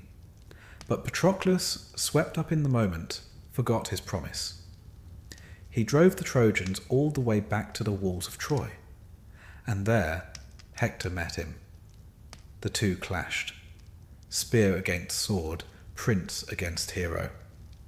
And in the end, Hector killed Patroclus, not knowing who he truly was until the helmet fell away. The death of Patroclus was a shock, not just to Achilles, but to the Greeks, to the Trojans, to the gods. But no one felt it like Achilles. When he heard, he collapsed in grief. He wept. He tore his hair. He covered himself in ash. He lay in the dust. His pride, his refusal, his rage, all of it turned inward, and then it turned outward. The wrath of Achilles had begun. It would be beautiful. It would be terrible. And it would not be stopped. First, he sought new armour, his old set now worn by the fallen Patroclus. Thetis, his mother, rose from the sea and went to Hephaestus, the smith of the gods, who forged for Achilles a new suit of armour. Bronze, so fine it glowed, a shield so vast it depicted the entire cosmos. It was not just armour. It was fate worn as fashion. Then Achilles rejoined the battle. The Greeks, seeing him return, roared with hope. The Trojans, seeing him return, trembled. The gods watched, some in awe, some in horror, because they knew when Achilles was angry, he was not a man. He was a storm. He cut through the Trojan lines like fire through straw. He fought not for glory, but for grief. Not for Agamemnon, but for Patroclus. He drove the Trojans back to the walls of the city, slaughtering all in his path. He fought the river god Scamander, who tried to drown him in anger at the piles of corpses choking his waters. Even the gods had to drag Achilles from the flood. And at last, he met Hector. We will speak of that duel in the next chapter, for it deserves a moment of its own. But for now, let us return to the tent of Achilles. Where once he had brooded in silence, he now paced in fury. His hands, once still, now itched for retribution. His heart, once proud, now burned with sorrow. The rage of Achilles was not just about war, it was about the unbearable weight of loss. The helplessness of watching someone you love die, and realizing it was in part your fault. He had withdrawn from battle to prove a point, but now that point had cut too deep. Achilles had rejoined the war, but it was no longer a campaign for honour or pride. It was a funeral in motion. There are moments in myth when the war falls away, when the spears and the horses and the shouting crowds dissolve, and we are left only with silence. And in that silence, something ancient and human stirs. Grief. This is one of those moments. The war is still raging. The Greeks are still dying. The Trojans are still defending their city. But all of it, for the briefest time, becomes a backdrop to one man's sorrow. Achilles has just lost Patroclus. To many, Patroclus was merely a companion, his second in command, his trusted friend. But to Achilles he was much more. A tether, a conscience, a reminder that life was more than blood and bronze. Their bond was deep, forged not only in war, but in laughter, memory, and those quiet hours when no one is watching. Some say they were lovers. Others say brothers in spirit. But what the texts agree on, what Homer sings without ambiguity, is that Achilles loved Patroclus more than anyone else in the world. And when that love was taken from him, so too was everything that held Achilles together. Let us begin with the death itself. Patroclus had donned Achilles' armour, led the Myrmidons into battle, and pushed the Trojans back from the Greek ships. For a moment, it worked. The Trojans thought Achilles had returned. Panic rippled through their lines. But Patroclus, emboldened by success, forgot the warning Achilles had given him. Do not go to the gates. He went anyway. And there, beneath the towering walls of Troy, he was struck, first by Euphorbus, then by the hand of fate, and finally by Hector, Prince of Troy, the killing blow. Hector stripped the famous armour from Patroclus' body, still unaware of his identity, and declared victory. But then, dying on the ground, Patroclus spoke. He told Hector that Achilles would come, that his death would not end this. It would only begin it. And so it did. Back at the Greek camp, Achilles was waiting, still withdrawn, still bitter, still refusing to fight. And then the news came. The accounts vary on who told him. In some, it was Antilochus, son of Nestor, panting with grief. In others, it was a chorus of survivors. but the result was the same. Achilles collapsed. He fell to the ground, heaped dust upon his head, and screamed. It was the cry of a man not wounded in the flesh, but in the soul, the kind of howl that shakes not just tents, but gods. His mother, Thetis, rose from the sea. She knew, even before he spoke, and he told her, "I must return to the war. I must kill Hector. I must avenge Patroclus, even if it means my own death." For Achilles now understood something terrible. His fate was sealed. The choice he'd once had, long life or short glory, was no longer his. Patroclus was dead, and there was only one road left. But he could not walk it just yet. First, he had to bury his friend. The Greeks retrieved Patroclus's body, not without difficulty. Hector and the Trojans, hungry for the armour and the reputation, tried to claim it. But Ajax and Menelaus, among others, fought them off. Achilles himself appeared on the battlefield, unarmoured, roaring so loudly that the Trojans recoiled in fear. His presence alone turned the tide. Then Thetis, ever the dutiful mother, went to Hephaestus, the smith of the gods. There, in a furnace of divine flame, was forged new armour, brighter, stronger, more terrible than before.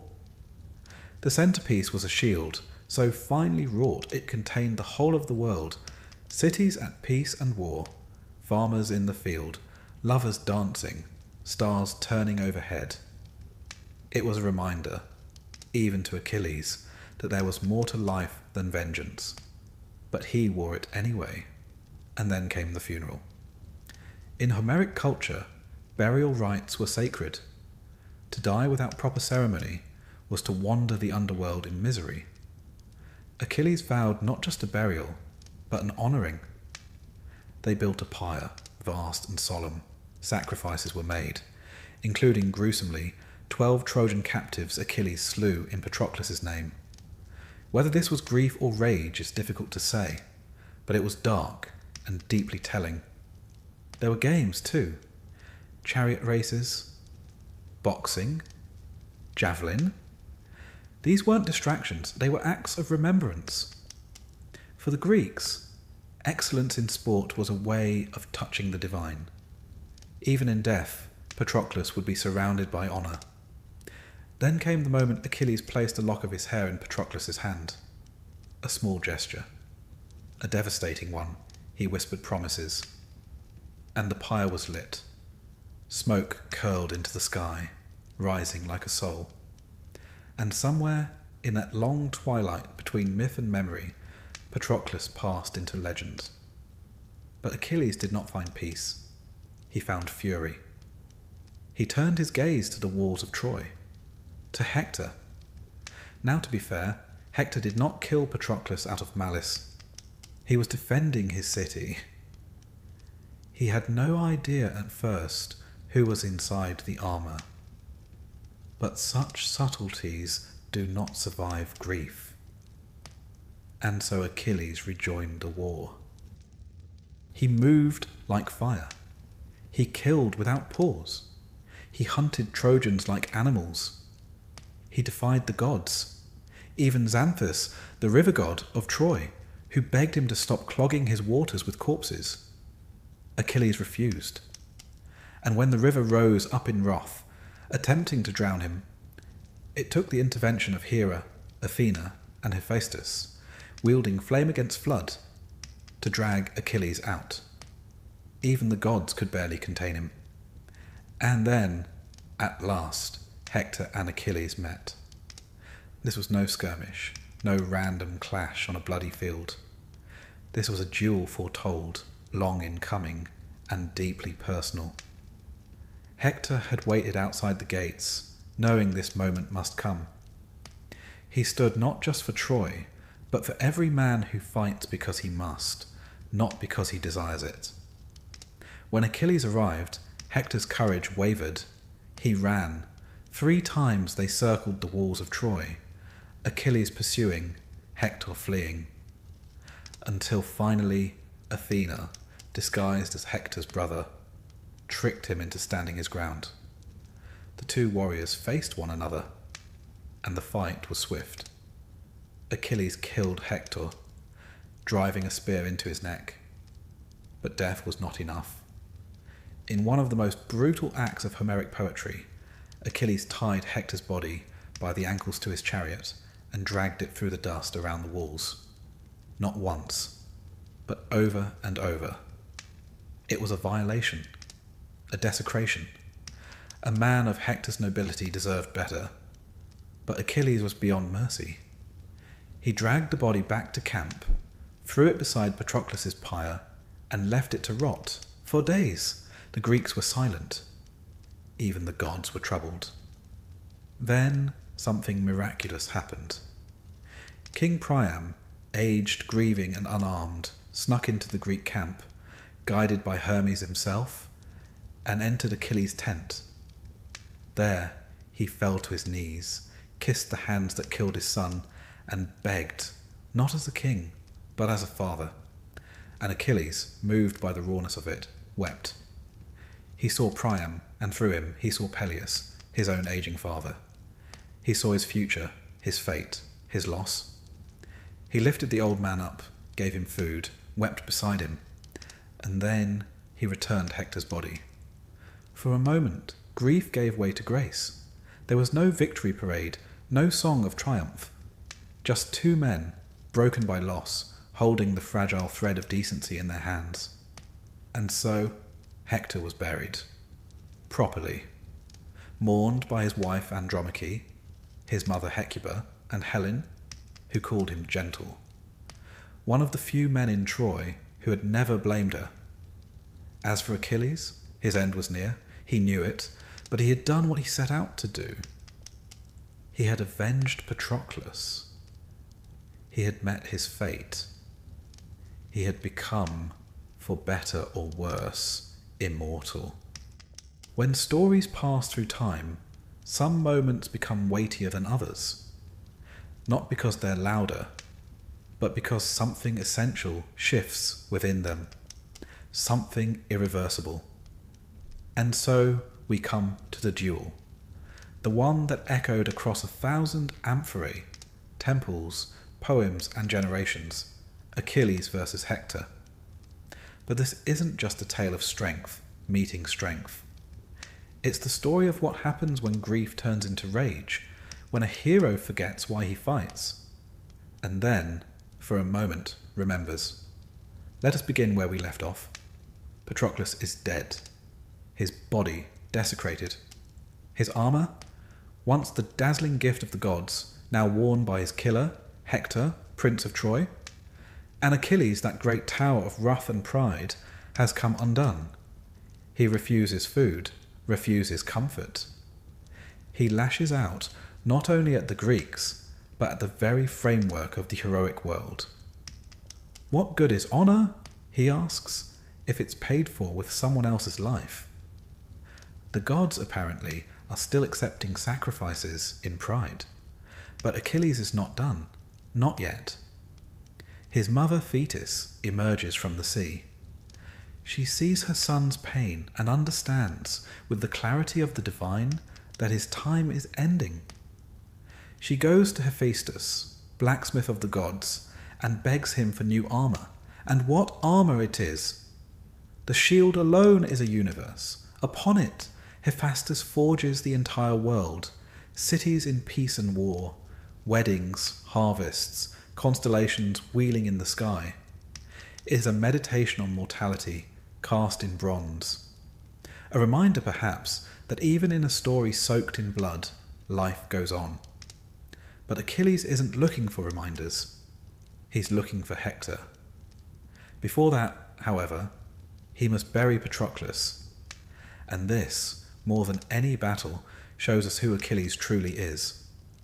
In Bronze Age burial custom, the dead were honoured with pyres, their bones collected and placed in urns. Great tombs were raised. To leave a body unburied was a shame, both for the soul and the living. The Mycenaeans buried their dead with grave goods, gold and weapons, believing the afterlife to be a shadowy continuation of life on earth. You packed light, but you did pack. And so Achilles prepares a funeral with all the gravity of a king laying a crown to rest. He kills 12 Trojan prisoners, offering them to Patroclus in the afterlife. A brutal gesture, a reminder that Achilles' grief is still shaped like vengeance. Even in mourning, he cannot resist drawing blood. He holds funeral games, chariot races, boxing matches, javelin throws, not distractions but sacred rites. For the Greeks, to compete was to honour the dead. To strive in their name was a kind of immortality. Nestor offers a running commentary on every contest, of course, the Bronze Age's first sports pundit. And finally, when the fire burns low and only ashes remain, Achilles cuts his hair, once grown as a vow to the river god Spercheios, and places the strands on Patroclus' body. Not a warrior now, a mourner. And then he turns to Troy. Hector, meanwhile, knows what's coming. He's not a fool. He's not driven by pride, or prophecy, or divine whispers. He's driven by duty. As Prince of Troy, he cannot flee. He cannot hide behind the walls. Even now, as his wife Andromache begs him to stay, he tightens his armour and walks out alone. The city watches. Achilles approaches like a storm, not with speeches or heralds, but with a silence heavier than drums.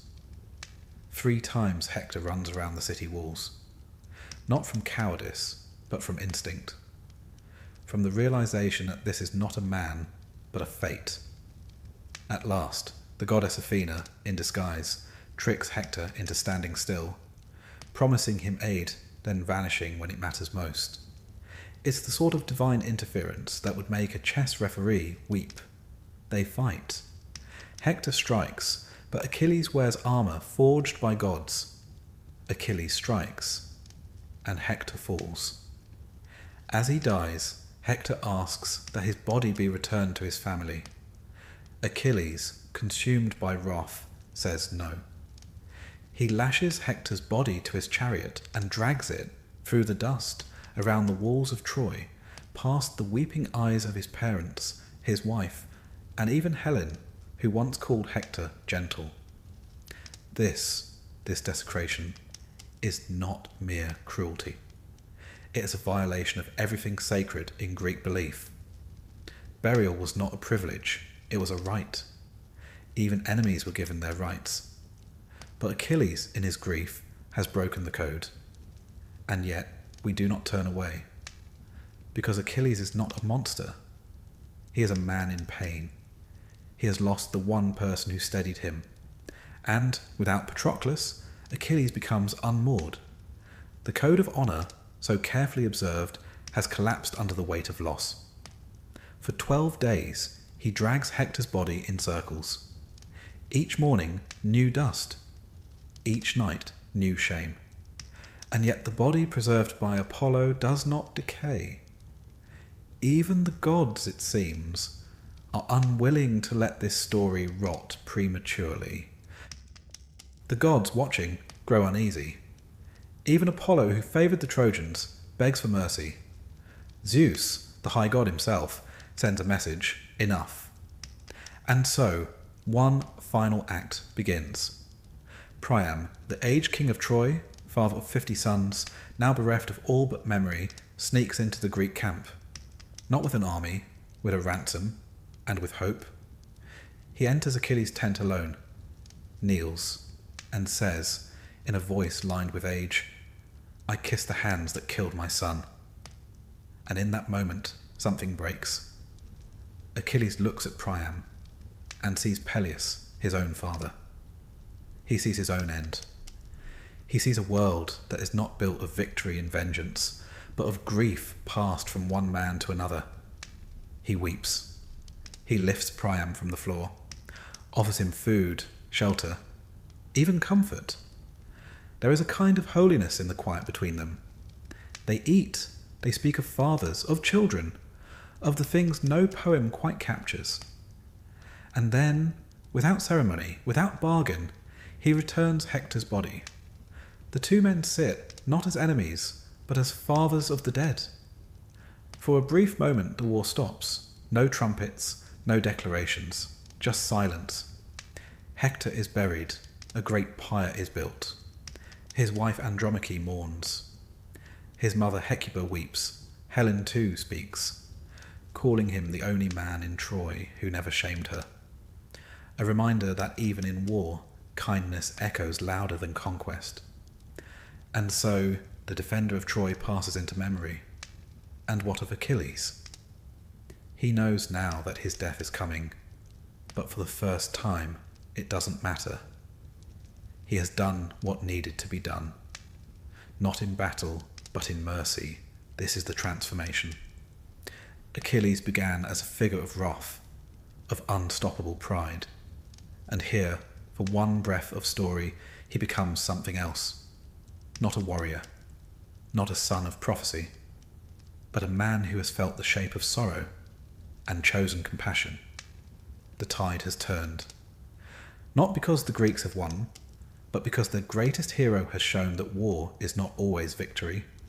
Sometimes it is just survival. Sometimes it is letting go. Troy still stands, but the walls feel thinner now. The gods no longer shout, and Achilles, our brightest, briefest flame, is standing at the edge of his fate. The next arrow has already left the bow. By now, the sands outside Troy were saturated with blood, and yet the city still stood. Heroes had come and gone. Gods had taken sides, changed their minds, and occasionally joined the fighting themselves. The greatest warrior the Greeks had ever known had returned, avenged his companion, and found briefly a fragment of peace. But the end, that distant thunder, was growing louder. And now the war prepared to take its final turn. Achilles was still in the field, still terrifying. Still, somehow, alive. But not for long. Let us speak of his death. Not because it is unexpected, but because it is, in the way of Greek myth, terribly expected. The gods, particularly Apollo, had not forgotten what Achilles had done to Hector. Apollo had watched the dragging of the body, the defiance of the burial code, the rage that had pushed beyond mortal limits. So, when the time came, he lent his help to a most unlikely figure, Paris. Now, Paris was not a hero. He was a lover, a charmer, a prince with good cheekbones and poor decision-making. But with Apollo's guidance, he took up a bow. And when Achilles, blazing with victory, drew too close to the Scaean gates, Paris let the arrow fly. Some say it struck him in the heel, the one place Thetis had failed to protect when he dipped him in the Styx. Others say it was the hand of the god that made the arrow fatal. Either way, the effect was the same. Achilles fell. There are no grand speeches, no slow-motion farewells, just the collapse of a man who had burned too brightly for too long. The Greeks mourned, and then, predictably, argued. Who would inherit Achilles' armour? It was the finest in the world, forged by Hephaestus, gleaming with divine artistry. Two men came forward, Ajax the Greater, son of Telamon, strong, blunt, and fiercely loyal, and Odysseus, son of Laertes, clever as a god and twice as persuasive. A contest was held. The Greeks listened to speeches. Ajax spoke of deeds. Odysseus spoke of strategy. And in the end, the armour went to the man who could make words into weapons, Odysseus. Ajax was shattered. He had fought bravely, carried Achilles' body from the field, stood firm when others wavered. And now he was passed over for a silver-tongued tactician. His honour, so long bound to his strength, unravelled.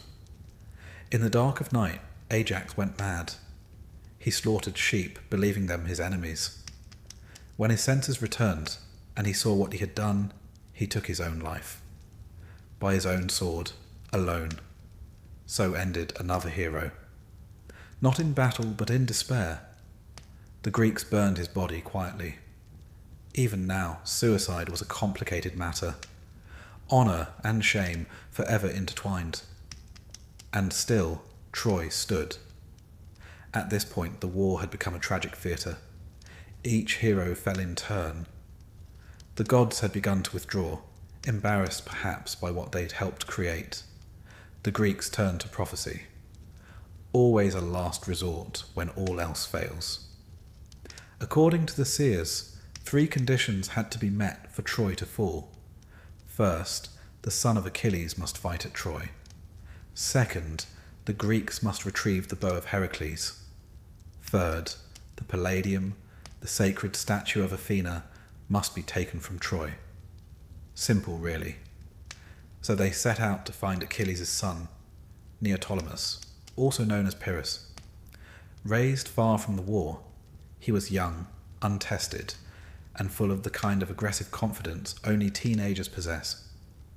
When Odysseus fetched him, he agreed, not out of duty, but out of destiny. He would finish what his father had started. Next came Philoctetes. Now, Philoctetes was a sore subject. Years earlier, he had been bitten by a snake en route to Troy, and the wound had festered. The Greeks, never known for their bedside manner, abandoned him on the island of Lemnos. With him, they left the bow of Heracles, the only weapon prophesied to bring down Troy. Charming. Odysseus returned, full of apologies. Philoctetes was, understandably, furious, but after some persuasion, and the promise of a hero's redemption, he agreed. The bow returned to the war. The prophecy piece by piece began to align. The third task fell to stealth. The Palladium, a statue of Athena, protected Troy. So long as it stood, the city could not fall. Odysseus and Diomedes crept into Troy by night, scaled the walls and stole it. No flash, no flourish, just 2 men doing what armies could not. And now, finally, Troy was vulnerable. But it was still not beaten. And so came the trick. The Greeks, led by Odysseus, built a wooden horse, a massive thing, hollow inside, carved to appear as an offering to Athena. They left it at the gates of Troy and sailed away, or so it seemed. The Trojans found it, confused, curious, and debating. Some, like Laocoon, warned against it. "Beware of Greeks bearing gifts," he said, before being rather dramatically eaten by sea serpents. The gods were not subtle. Others, like Sinon, a Greek left behind, pretending to be a deserter, spun a tale of sacrifice, of atonement, of war's end. The horse, he claimed, would bless Troy, and the Trojans, tired and hopeful, pulled it inside. What followed was a long night of revelry. After 10 years of siege, the Trojans finally had something to celebrate.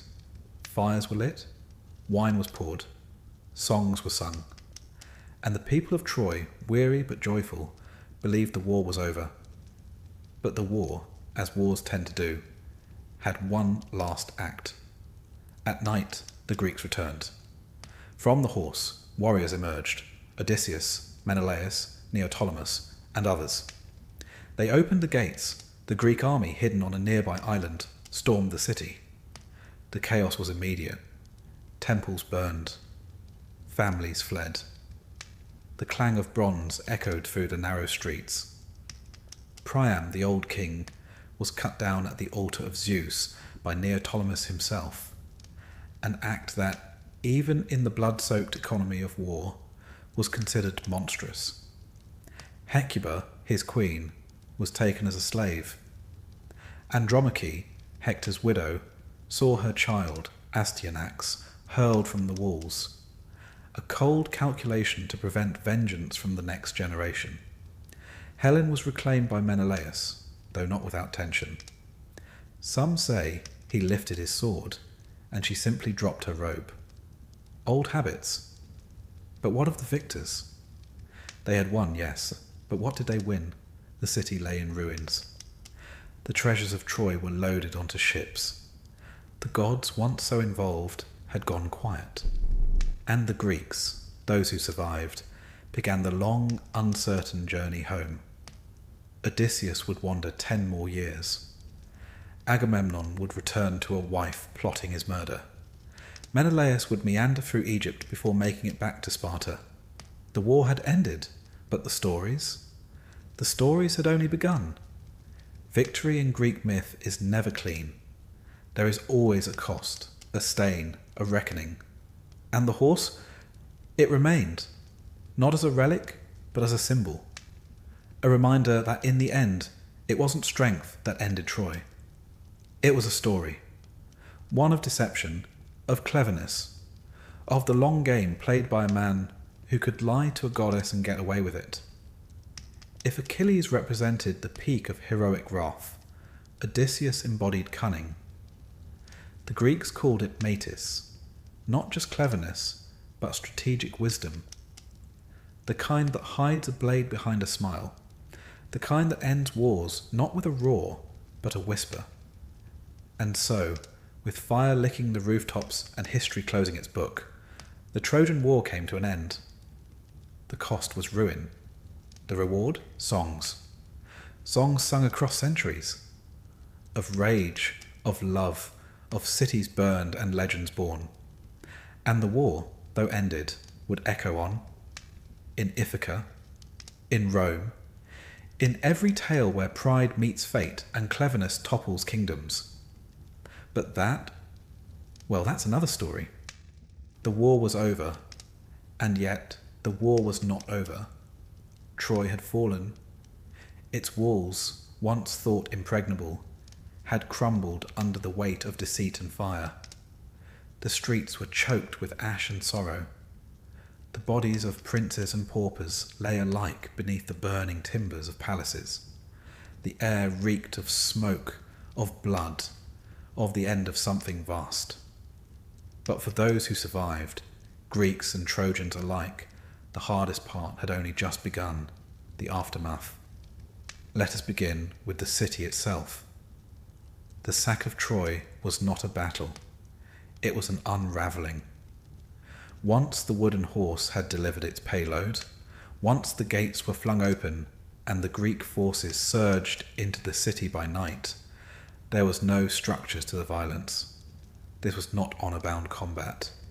This was chaos, revenge, and the brutal final chapter of a 10-year fury. Priam, the aged king of Troy, sought sanctuary at the altar of Zeus. There, surrounded by the symbols of piety and protection, he begged for mercy. He received none. Neoptolemus, son of Achilles, struck him down without pause. The altar was defiled, the old order shattered. Hecuba, Priam's queen, was taken captive. She would spend the rest of her life as a servant in the house of her enemies. Her transformation from queen to slave, from symbol of Troy's grandeur to emblem of its ruin, was not unique. The women of Troy shared her fate. Andromache, wife of Hector, mother of Astyanax, was also enslaved. Her son was not so fortunate. The Greeks, fearing he might one day rise to avenge his father, hurled him from the battlements. In the ancient world, such acts were both pragmatic and appalling. The line of Hector was extinguished. The fates of the women were catalogued in later tragedy. Cassandra, the doomed prophetess, was dragged from the temple of Athena by Ajax the Lesser. She had clung to the statue, seeking divine protection. None came. She became Agamemnon's concubine, a prize he would soon regret. Helen, the face that launched 1,000 ships, was found at last by Menelaus. Some say he intended to kill her. Some say she spoke only a single word and let her robe fall from her shoulders. Either way, she lived, and Menelaus took her home. because the war had always been more complicated than it appeared. Now let us shift to the Greek side. They had won. The city was sacked. The spoils were theirs. And yet, it was not a clean victory. Greek religion placed immense emphasis on ritual, sacrifice, and proper conduct before the gods. But during the sack of Troy, these boundaries were broken. Temples were looted. Altars were stained with blood. Sacred spaces were defiled. And for these offences, the gods would not remain silent. Storms rose. The journey home, for many Greeks, would be longer and more perilous than the war itself. Agamemnon, the High King, returned to Mycenae only to be murdered by his wife, Clytemnestra. She had not forgotten the sacrifice of their daughter Iphigenia, offered to appease Artemis at the war's beginning, nor had she missed the company of Aegisthus, her lover in Agamemnon's absence. Cassandra died with him, foreseeing everything, unable to stop anything. Menelaus and Helen were tossed across the Mediterranean, landing in Egypt. It would take them years to find Sparta again. And even when they did, the shadow of the war never quite left them. Helen's reputation in later Greek thought was ambivalent at best. To some, she was the epitome of beauty and longing. To others, she was the ultimate cautionary tale, a woman who brought empires to ruin by simply existing. As for Odysseus, well, his story became legend. The Odyssey chronicles a 10-year journey marked by monsters, witches, seductive singers, and the wrath of Poseidon. Each episode is rich with symbolism. The Cyclops Polyphemus represents the dangers of unchecked force. Circe, the sorceress, the lure of comfort over duty. The Sirens, knowledge without consequence. And yet, for all his trials, it is not brute strength, but cleverness, endurance, and restraint that bring Odysseus home. Yet even he, hero of twists and turns, finds no easy welcome. Penelope, his wife, is faithful but surrounded by suitors. His son, Telemachus, is nearly grown. His palace is filled with strangers, feasting on his stores and mocking his name. Homecoming is not triumph. It is reintegration. And it is never easy. This theme of difficult return, nostos, became central in Greek literature. The war ended at Troy, but it did not end in the hearts of the men who fought it, nor in the lands they returned to. Memory, trauma, and the burden of legend lingered. The Greeks knew that victory came with a cost, and that cost was often paid in silence, in restlessness, in nightmares. And for the Trojans, there were other fates. Aeneas, cousin to Hector, and one of the few Trojan leaders to survive, fled the city with his father Anchises on his back, and his son Ascanius at his side. Guided by visions and fate, he carried the household gods of Troy into exile. It is a story of survival, of cultural rebirth. His journey, immortalized in Virgil's Aeneid, would take him across the Mediterranean, facing storms, seduction, and war, until at last he landed in Italy. There, his descendants, so the Romans claimed, would found the city of Rome. Thus, Rome was not born in victory, but in escape, not in conquest, but in ruin survived. Thus, from the ashes of Troy came a new myth. One empire fell, another rose. The Greeks had their epics, and the Romans, not to be outdone, crafted their own lineage from the very ashes of their former enemies. History has a habit of folding in on itself like that. Archaeologically, the city of Troy did burn. Around 1200 BCE, at the end of the Late Bronze Age, many cities across the eastern Mediterranean were destroyed or abandoned. The causes remain debated: invasion, internal collapse, climate change, trade disruption. The so-called sea peoples have often been cited, a mysterious force of destruction that left only smoking ruins in their wake. But the burning of Troy fits within a wider pattern. The myth may be poetic, but its roots lie in a historical earthquake of civilizations. And so, the Trojan War became more than a war. It became a mirror. A way for later Greeks to reflect on the cost of hubris, the complexity of fate, and the fragility of civilization. It became a warning, cloaked in epic, and perhaps also a lament. Tragedians would revisit its characters. Euripides gave voice to Hecuba, to Andromache, to the women left in the ruins. Sophocles explored Ajax's unravelling. Aeschylus imagined Agamemnon's return and the cursed legacy of his house. The war never ended. It simply changed form, from battlefield to theatre. Through these plays, the war lived on not as glory, but as grief. The real aftermath was not victory, but memory, and the figures who once seemed immortal took on new dimensions. Achilles, fierce and doomed. Hector, noble and burdened.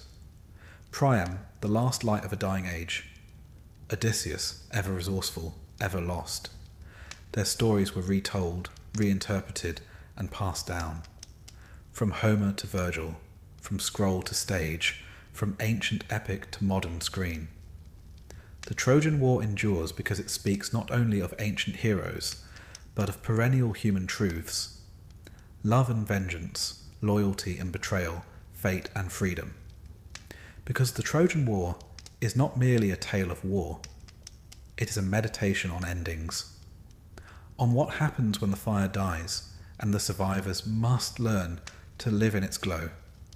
The war ended in fire, but its echoes, its names, its questions, its sorrows, have never quite gone quiet. So here, at the end of all things, we leave the ashes of Troy. The ships are gone, the gods have retreated, the heroes are dead or wandering, and the world somehow moves on. But somewhere in the background, always, there is a horse, and a city that trusted it.